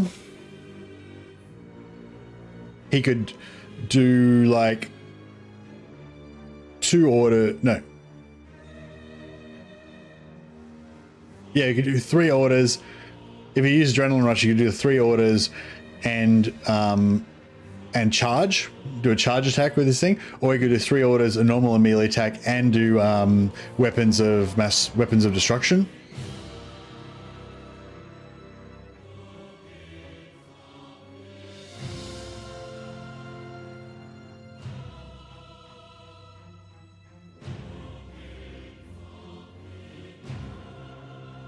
Yeah, I kind of want the heavy armor though, but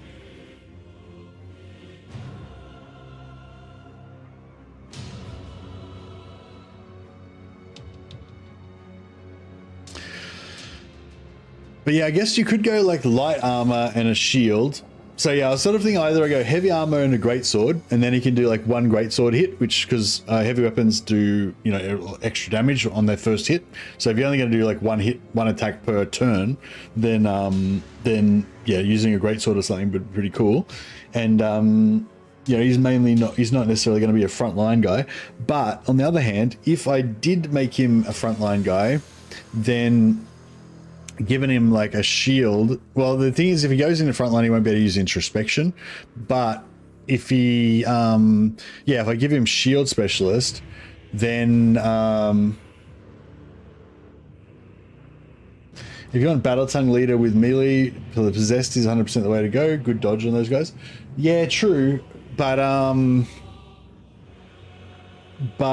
weapons of destruction is pretty crazy. So You know, you want to do weapons of destruction on your Chaos Spawn, and then also do 3 orders on him as well. You know, or yeah, he could do. So yeah, he could do an attack if he does Adrenaline Rush and Introspection. He could order somebody, then he could attack for 2. Then that would make weapons of destruction cheaper. So he could weapons of destruction to put somebody, and then he could do 2 more orders on them as well to give him another 2 attacks, you know. Or he could, you know, forego his own attack to weapon of destruction on first, and then give him 3 orders, and he doesn't have to use Adrenaline Rush if he doesn't want to go into combat. But yeah, I sort of like the idea of him like sitting back out of combat and just ordering. But if he needs to, he can always charge in with his greatsword.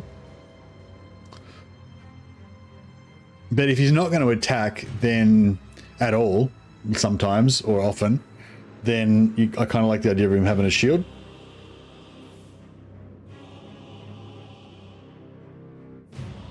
But yeah.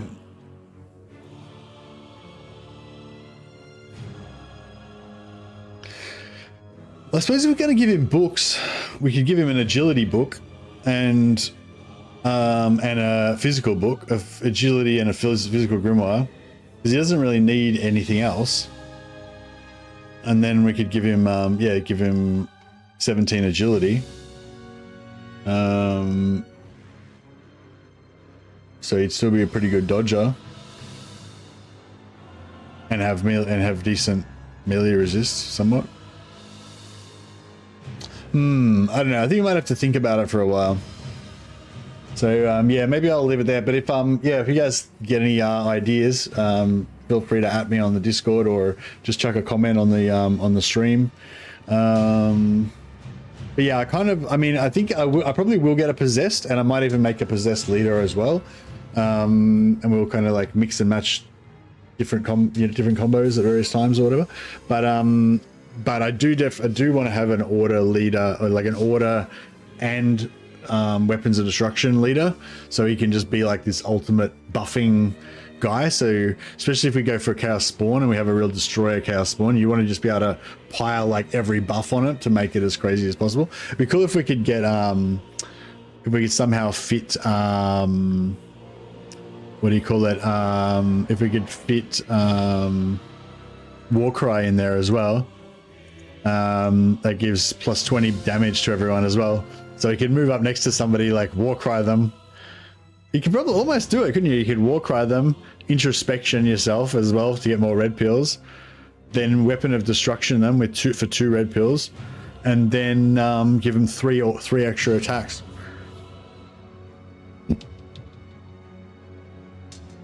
It's pretty cool.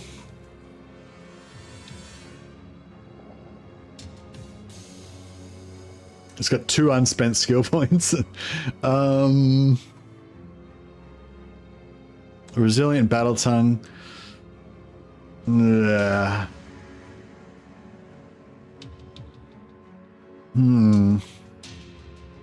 only problem is he's got like no defense, so he'd just be like a death machine.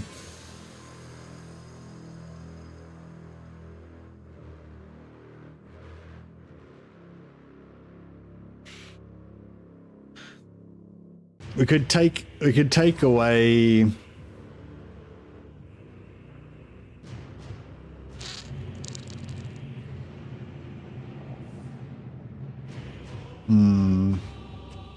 yeah, I don't know. Yeah, making him a full buffer is cool and everything, but yeah. I think maybe Warcry is a bit. It's a pity that you can't get weapons of destruction on another non-leader character.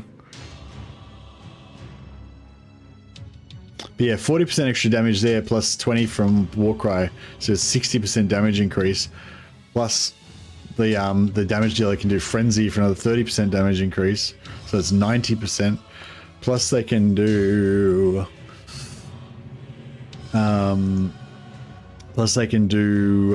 Blood Offering for another 50% damage and critical chance plus 10%.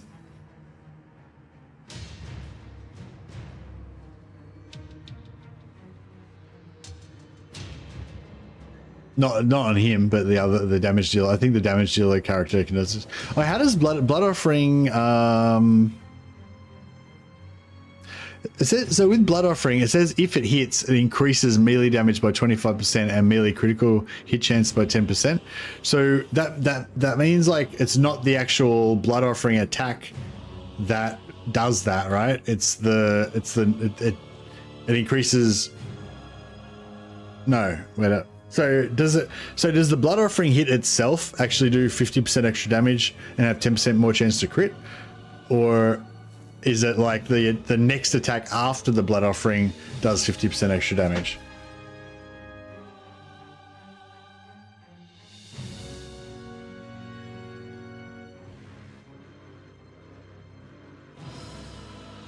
Yeah, sorry. So I mean, after you do blood offering attack first, that does regular damage. And then after that, all of the rest of the damage, all of the rest of the attacks that you do for the turn get 50% extra damage and 10% crit, yeah?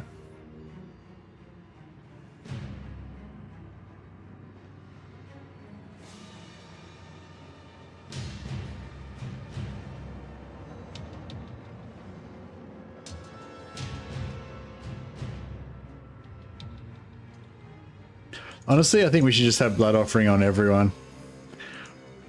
It just makes sense.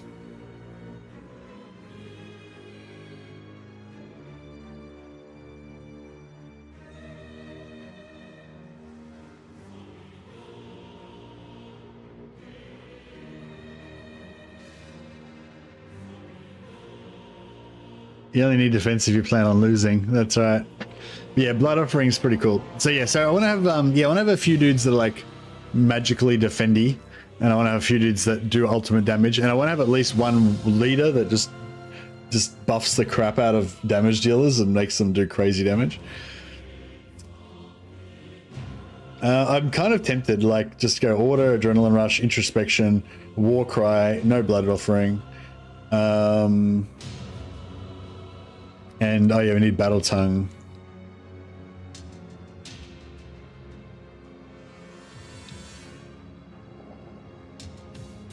Where are we? Battle tongue?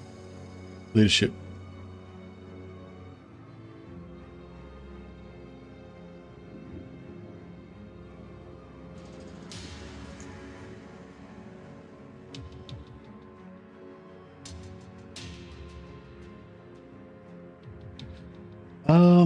So how many skills? We've got 4 skill points left. We could give him a skill book and then we could get 1 more mastery skill.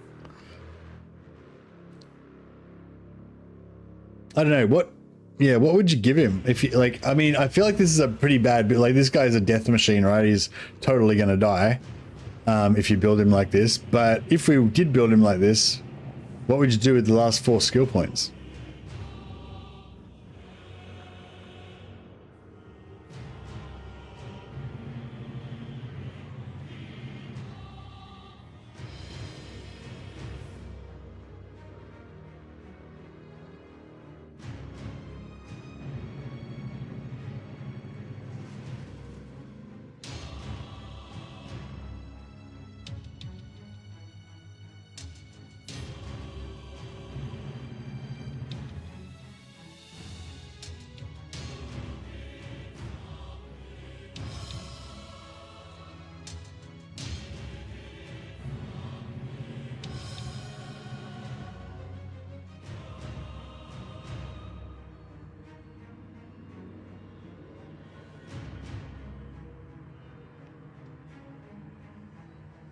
Yeah, like what? How would you build him like with just basic like he is now? And I guess how would you make him better? But you get what I mean? Like it's like obviously like there's you know there's other ways you could build him to make him more of an all-rounder and more of a defense guy. But if you want to have like if we want to build like if we want to build a spawn that does like the most possible damage that anything can do in a single turn, then we need to have this leader. Like, he needs to have order, he needs to have introspection, adrenaline rush, war cry, and battle tongue. He needs to have all of these skills, otherwise our spawn won't be able to do the most possible damage that any spawn could possibly do. You know? So, I mean, it's not that we necessarily need to have that, but, you know. What's that? Attracting lure does something crazy, doesn't it? Oh yeah, attracting lure is cool. Makes them have to pass a leadership test, and if they fail, they run away, and everyone smashes them. Actually, that's really cool. We could have like everybody else have attracting lure as well. So after you've like pumped all of these pumped all these extra attacks into your chaos spawn, if the dude's not dead, then you just get everybody to cast attracting lure on the dude until they run away and get another free attack from the chaos spawn as well.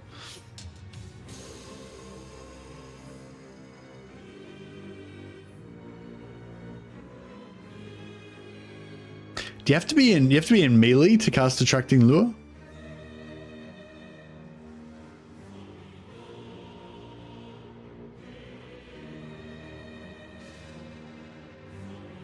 Anyway, that's lots of stuff to think about. Yeah, I'll leave it at that, I think, for now.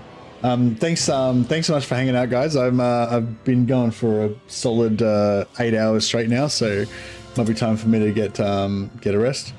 Melee only. Okay, cool. That's still cool though, because yeah, you have like, so if the spawn doesn't manage to kill something, you have your other dudes like run into melee and help it, and then cast attracting lure to make the dudes run away. I don't know. It could be cool. Could be cool.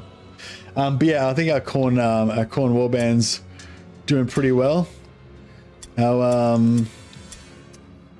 This guy's our champion, I think, at the moment.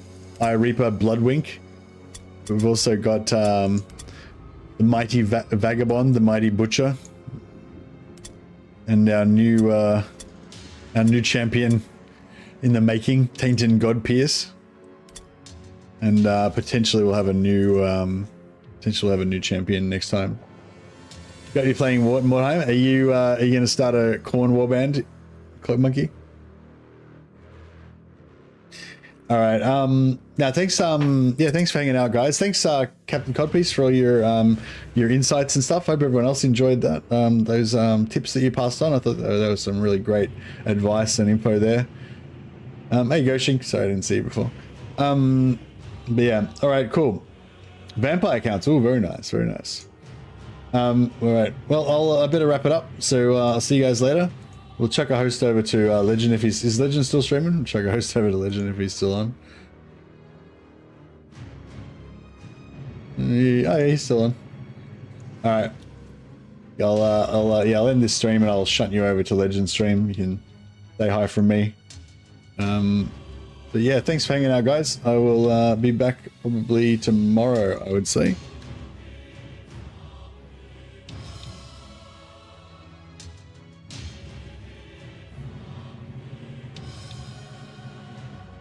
All right. See you guys. Have a good one.